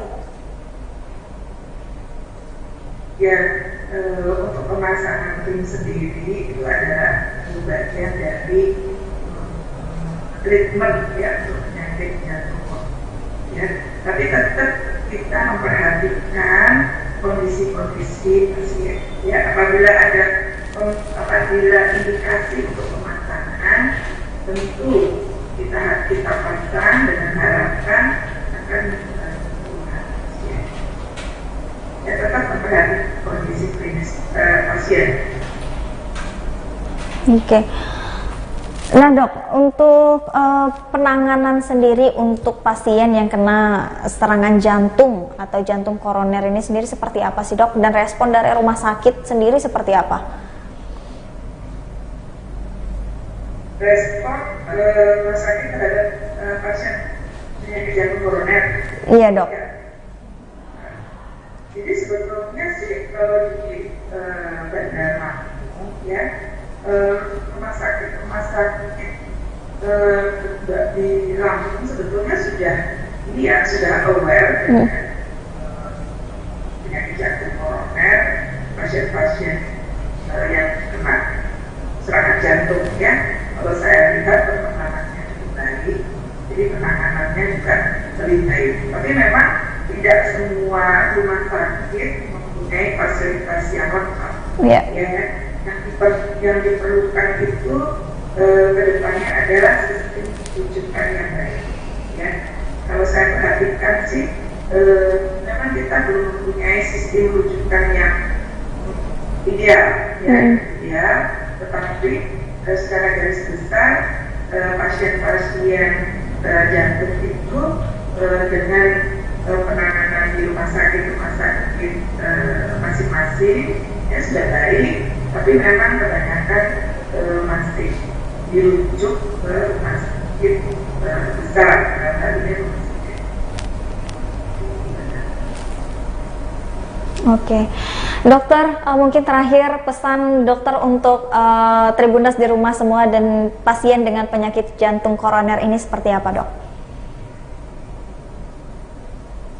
Jadi pesan saya sih untuk semua masyarakat ya, jadi mungkin ini pengetahuan mungkin baru ya.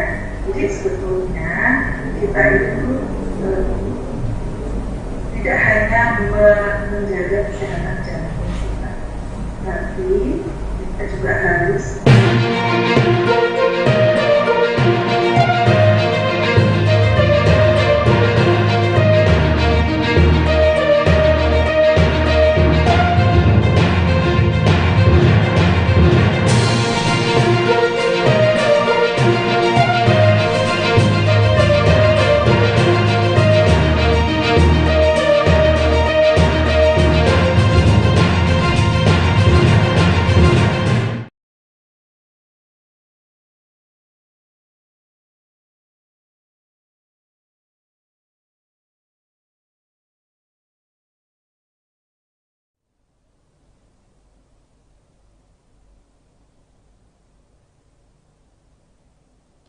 Selamat malam Tribuners, jumpa lagi bersama dengan saya Mutiara dalam tayangan berita terkini Lampung di Tribun Lampung.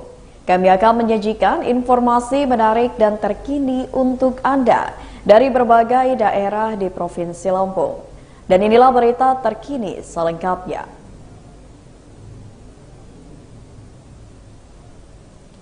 Ribuan mahasiswa dari Aliansi Lampung memanggil gelar demo di DPRD.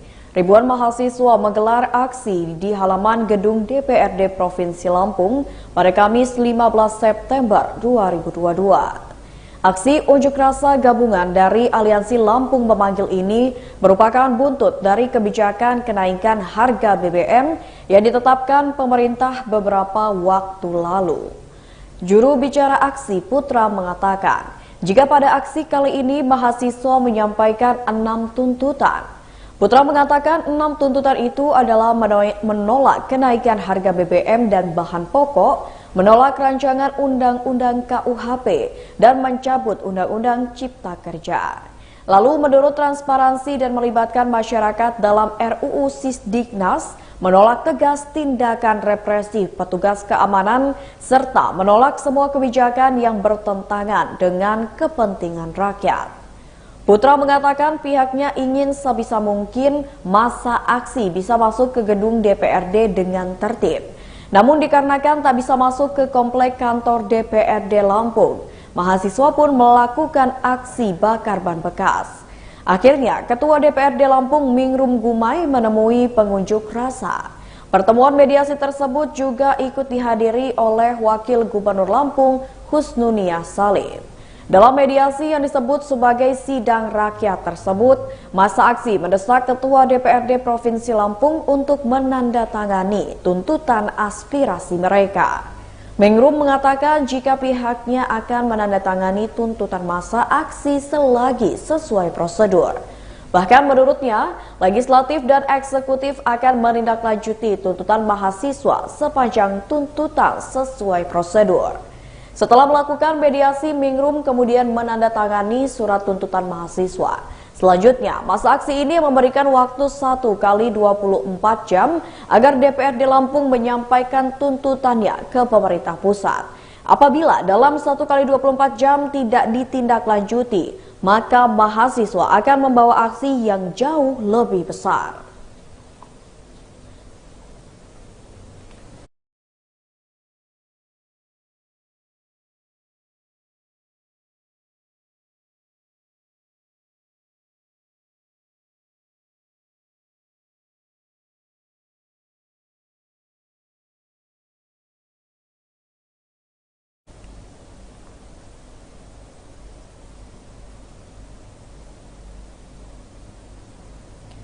Berita selanjutnya, seorang santri di pesisir barat tewas usai berkelahi sesama santri. Polsek Pesisir Tengah Polres Lampung Barat berhasil mengamankan RZ berusia 15 tahun, pelaku penganiayaan yang menyebabkan seorang santri di Pondok Pesantren Al-Falah Krui meninggal dunia pada Kamis 15 September 2022. Kasat Reskrim Polres Lampung Barat AKP M. Ari Satriawan mendampingi Kapolres Lampung Barat AKBP Heri Sugeng Priyanto membenarkan terduga pelaku sudah berhasil diamankan oleh Polsek Pesisir Tengah. Menurut Ari, motif terduga pelaku RZ tega membunuh DN yang berusia 17 tahun yang merupakan sesama santri dikarenakan rasa dendam. Pelaku merasa sakit hati ketika dihukum dengan ditegur dan dipukul akibat terlambat mengikuti pengajian. Menurut Ari, pelaku RZ dan korban DN merupakan santri di Pondok Pesantren Al-Falah, Kelurahan Pasar Krui, Kecamatan Pesisir Tengah, Pesisir Barat. Menurut Ari, peristiwa naas tersebut terjadi pada Kamis 15 September 2022 sekira pukul 00.20 waktu Indonesia Barat. Peristiwa tersebut diketahui berkat laporan dari warga dan setelah mendapatkan laporan, pihak kepolisian Polsek Pesisir Tengah langsung menuju tempat kejadian perkara sekira pukul 2:30 waktu Indonesia Barat. Setelah sampai di TKP, pihaknya langsung mengamankan barang bukti dan meminta keterangan saksi-saksi. Ari menuturkan, kronologi berawal dari pelaku RZ yang datang terlambat untuk mengikuti pengajian. Pada saat pengajian yang menjadi pengajar adalah korban DN. Karena RZ terlambat, maka korban DN menghukum dan menegurnya dengan cara memukul dan menyuruhnya agar tidak terlambat lagi. Kemudian setelah itu RZ merasa dendam dan tidak terima dikarenakan dipukul korban. Lalu tersangka RZ salin pakaian biasa dan pergi ke dapur serta mengambil senjata tajam yang diselipkan di bagian celana sebelah kirinya. Setelah itu tersangka RZ meminta temannya berinisial KR memanggil korban dan mengajak berkelahi. Kemudian korban DN langsung menyanggupinya dan sekira pukul 00:20 waktu Indonesia Barat. Tersangka RZ dan DN saling berhadap-hadapan di belakang masjid di Pondok Pesantren. Setelah itu keduanya terlibat perkelahian dan tiba-tiba saja RZ mengeluarkan senjata tajam serta menikam korban. Akibatnya korban mengalami luka di bagian bahu, kepala, dan juga telinga. DN merupakan santri dari Pekon Sukanegeri Kecamatan Ngambur, Pesisir Barat. Sementara tersangka RZ merupakan santri dari Kecamatan Pesisir Selatan, Pesisir Barat. Setelah itu RZ pergi dan melarikan diri hingga akhirnya berhasil ditangkap.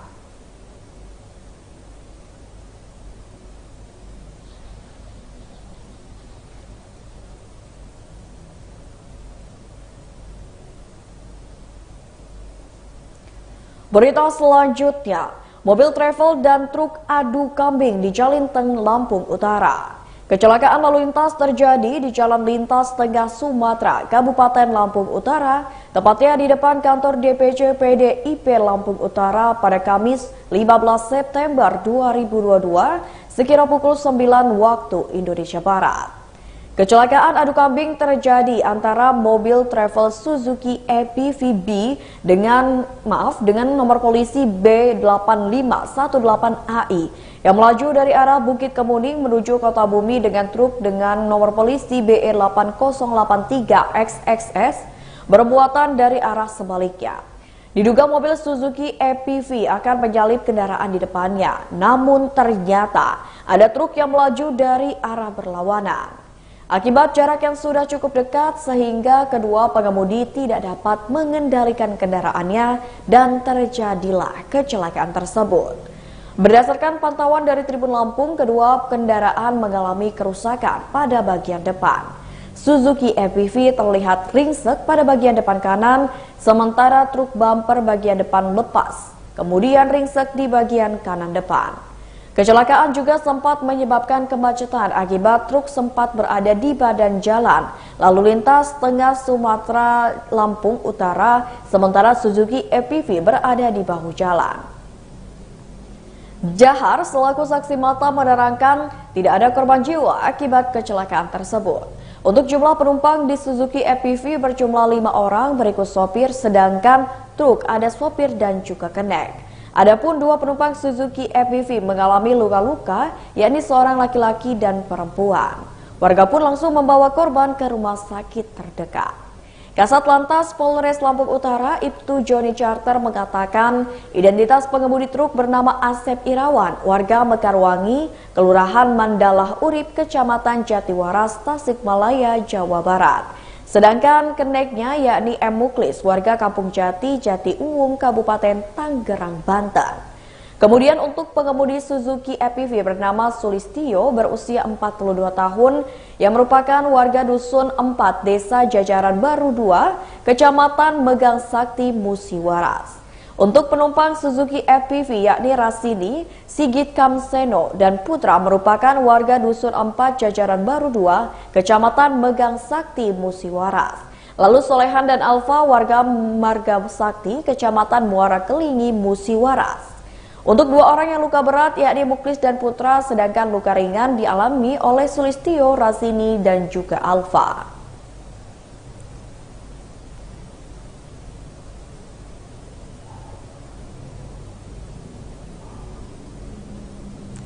Berita selanjutnya, KPK periksa 6 dekan Universitas Lampung di Mapolda Lampung terkait kasus Profesor Karomani.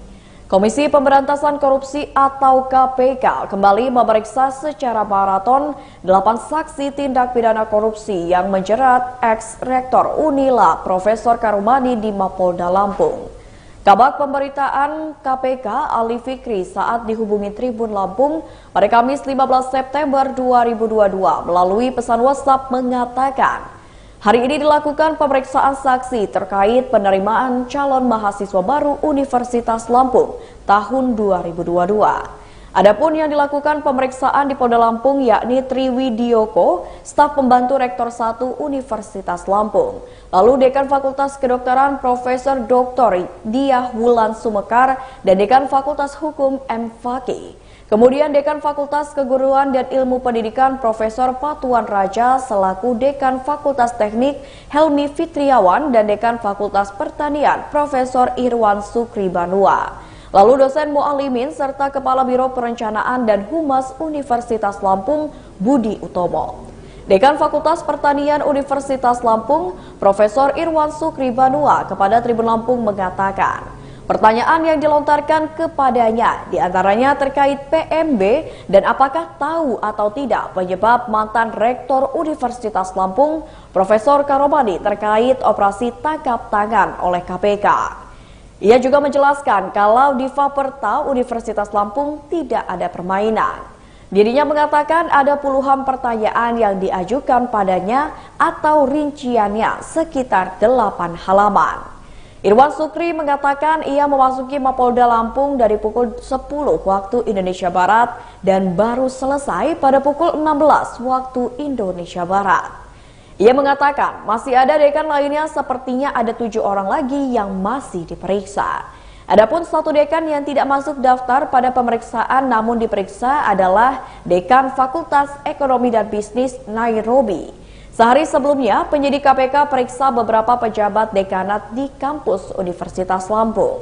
Pejabat yang diperiksa diantaranya adalah Dekan Fakultas Ilmu Sosial dan Ilmu Politik Ida Nurhaida, Wakil Dekan 1 Dedi Hermawan, Wakil Dekan 2 Arif Sugiono, dan Wakil Dekan 3 Robi Cahyadi. Dari hasil penggeledahan Divisif Universitas Lampung, 5 penyidik dari lembaga anti rasuah tersebut membawa 2 koper, 2 tas ransel, dan 1 tas jinjing. Berdasarkan informasi, sebelumnya para penyidik KPK juga menyambangi fakultas lainnya, yakni FMIPA dan juga FKIP Universitas Lampung.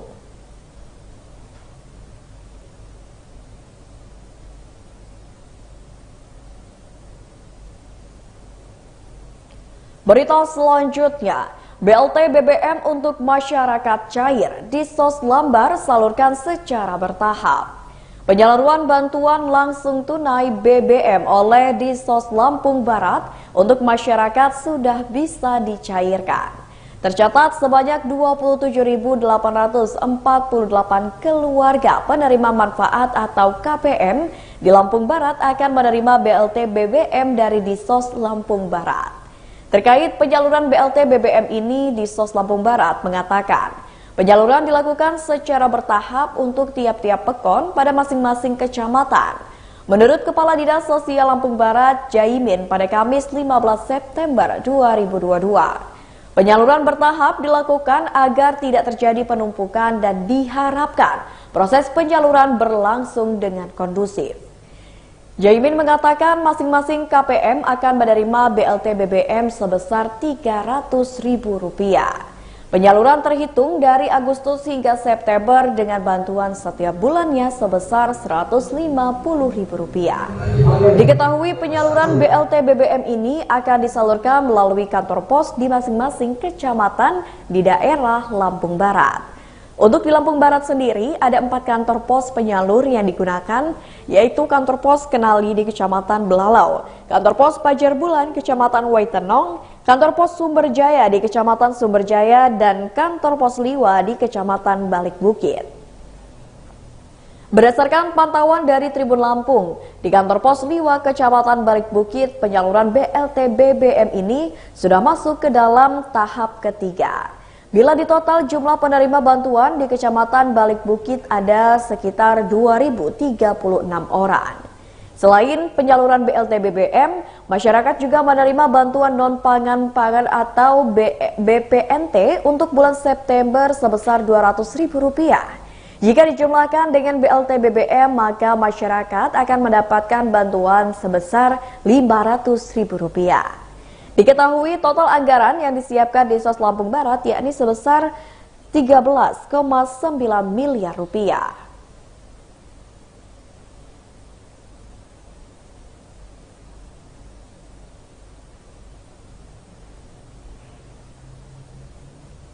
Berita selanjutnya, promo Sneaker Day di Adidas MBK diskon 30% untuk sepatu dan sandal. Adidas Mall Bumi Kedaton kembali menggulirkan promo untuk semua pelanggan setianya. Kepala Toko Adidas Mall Bumi Kedaton, Peggy Surya Pratama mengatakan, promo kali ini bertema Sneakers Day dan promonya berlaku dari tanggal 10 hingga 18 September 2022. Dalam promo Sneaker Days kali ini,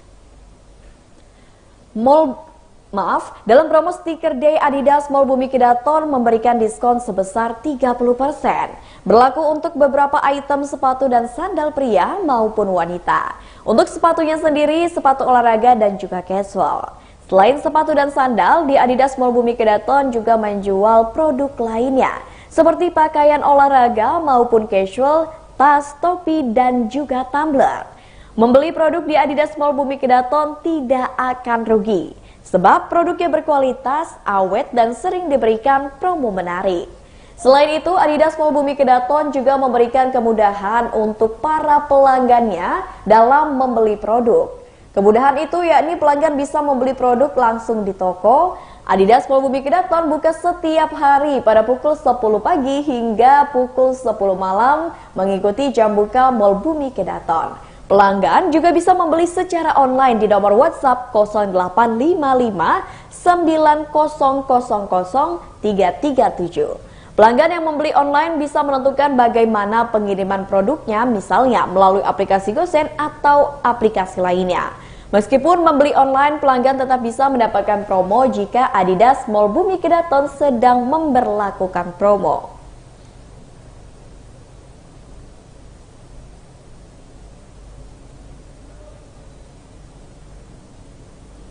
Baiklah Tribuners, itulah berita terkini Lampung bersama dengan saya Mutiara. Jangan lupa untuk terus saksikan YouTube Tribun Lampung News Video, Facebook Tribun Lampung, Instagram @Tribun Lampung, dan TikTok @Tribun Lampung untuk informasi terupdate lainnya. Selamat malam dan sampai jumpa.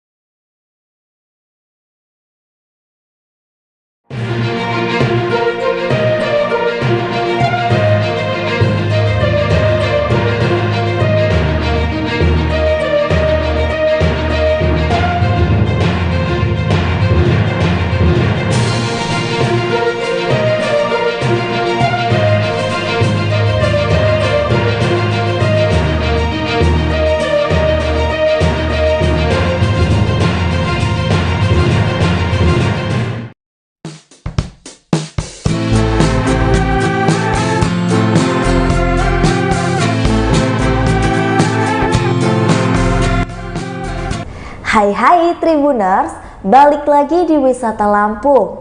Kali ini Wisata Lampung lagi ada di Warung Basian.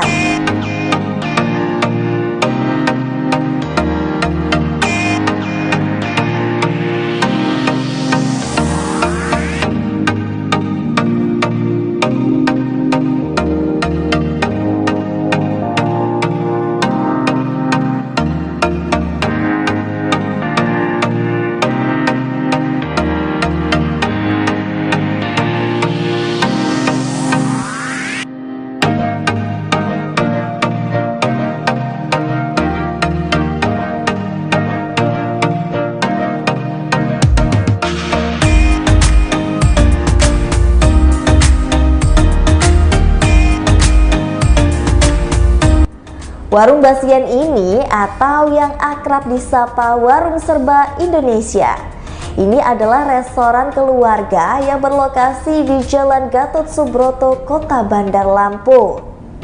Sesuai sama namanya di Tribuners, Warung Basian ini menjajakan kuliner khas daerah Nusantara Indonesia.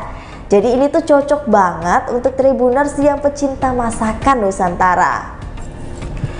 Bangunan Warung Basian ini mengusung nuansa layaknya restoran terkenal di Bali. Saat dikunjungi, nampak gaya bangunan Warung Basian ini berwujud semi indoor dan juga ada outdoor.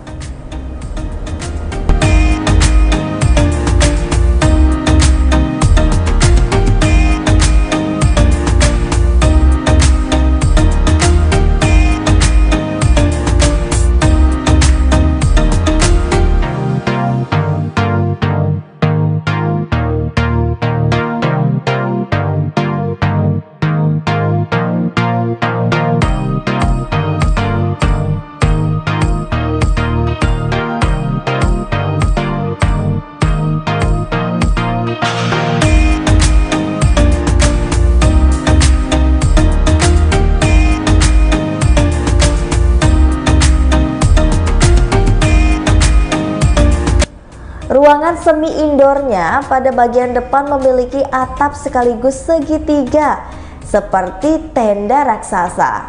Di dalam ruangannya, Tribuners bisa pilih nih, mau makan di lesehan atau tidak di lesehan atau pakai kursi.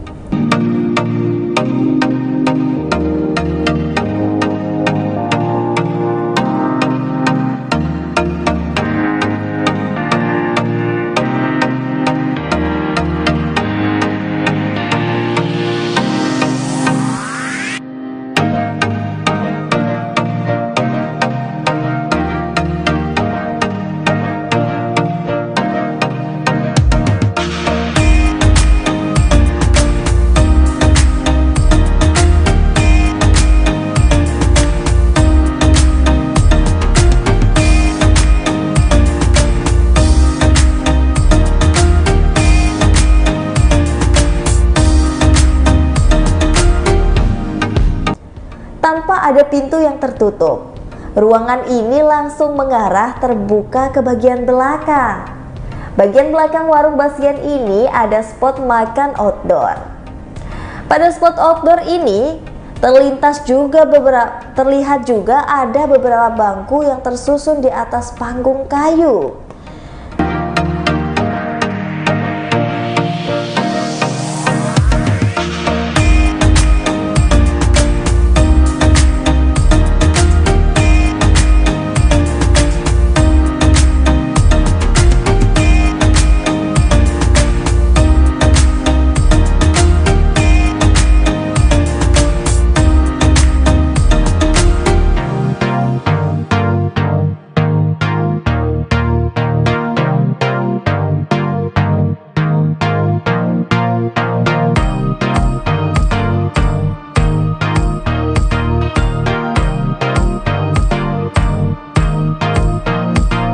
Ini bisa dilihat dari area bagian bawah yang ada pula beberapa pondokan jerami seperti di antara hamparan miniatur sawah.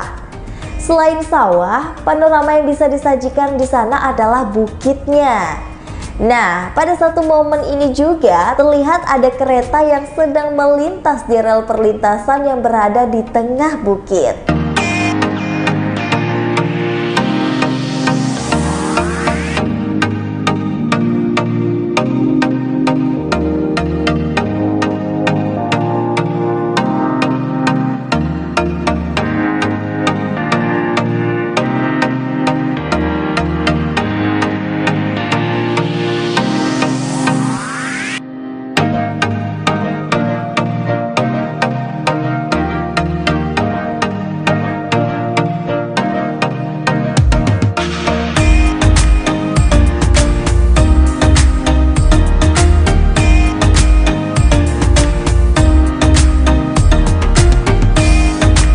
Penasaran gak sih fasilitasnya ada apa aja?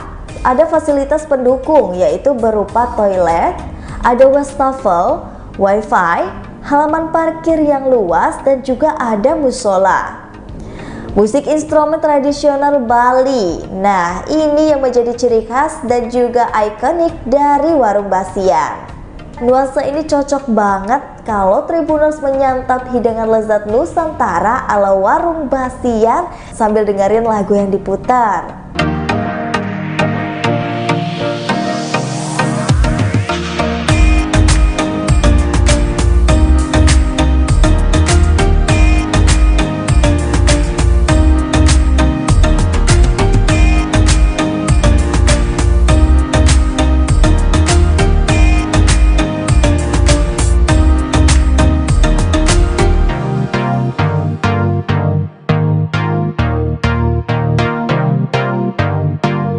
Kalau untuk menu makanannya, di sini tuh banyak banget makanan Nusantara yang bisa disajikan dan bisa Tribuners pesan. Antara lain ada gurame jimbaran, ayam betutu, sate lilit, nasi campur Bali, oseng Betawi, garang asam, gulai Basian, sayur asam, dan masih banyak lagi. Kemudian ada juga nih varian minuman segar seperti sereh mint, kelapa jeruk, kopi susu, susu kurma, dan lain sebagainya.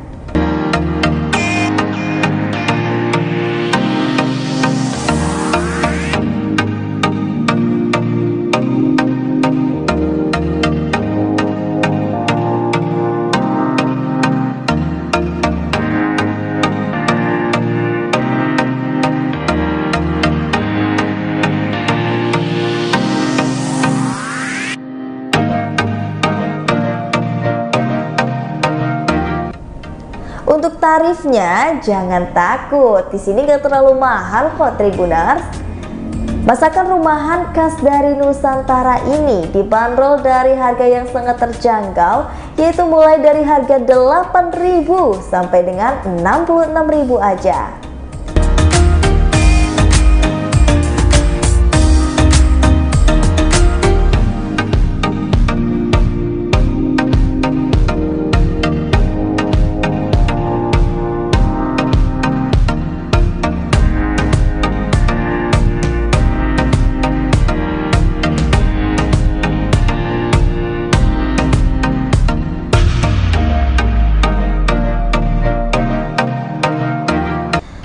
Apabila ada menu baru, pihaknya langsung akan mengadakan kuis tebak menu di laman Instagram milik warung Basian.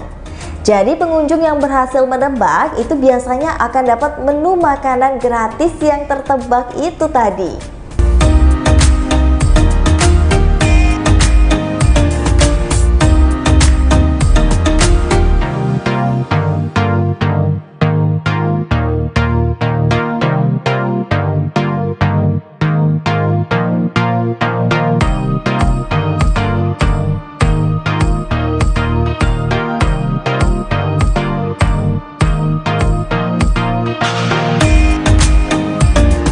Selain itu, ada juga paket makan untuk rombongan sebanyak 15-20 orang.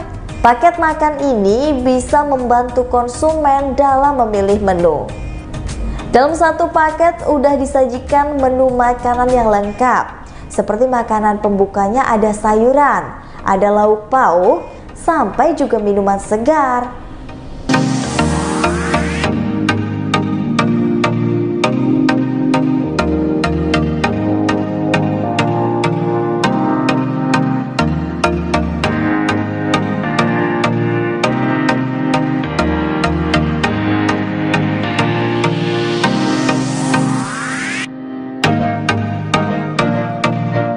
Tribuners yang mendadak pengen booking dan order, itu bisa nih langsung menghubungi Warung Basian melalui kontak person terlebih dahulu. Untuk jam operasionalnya, Warung Basian ini memiliki jam operasional setiap hari, mulai pukul 10.30 sampai dengan jam 21.30. Dan ada kabar gembira lagi nih Tribuners, karena di Warung Basian setiap malam minggu itu ada pula suguhan live musik dari musisi lokal.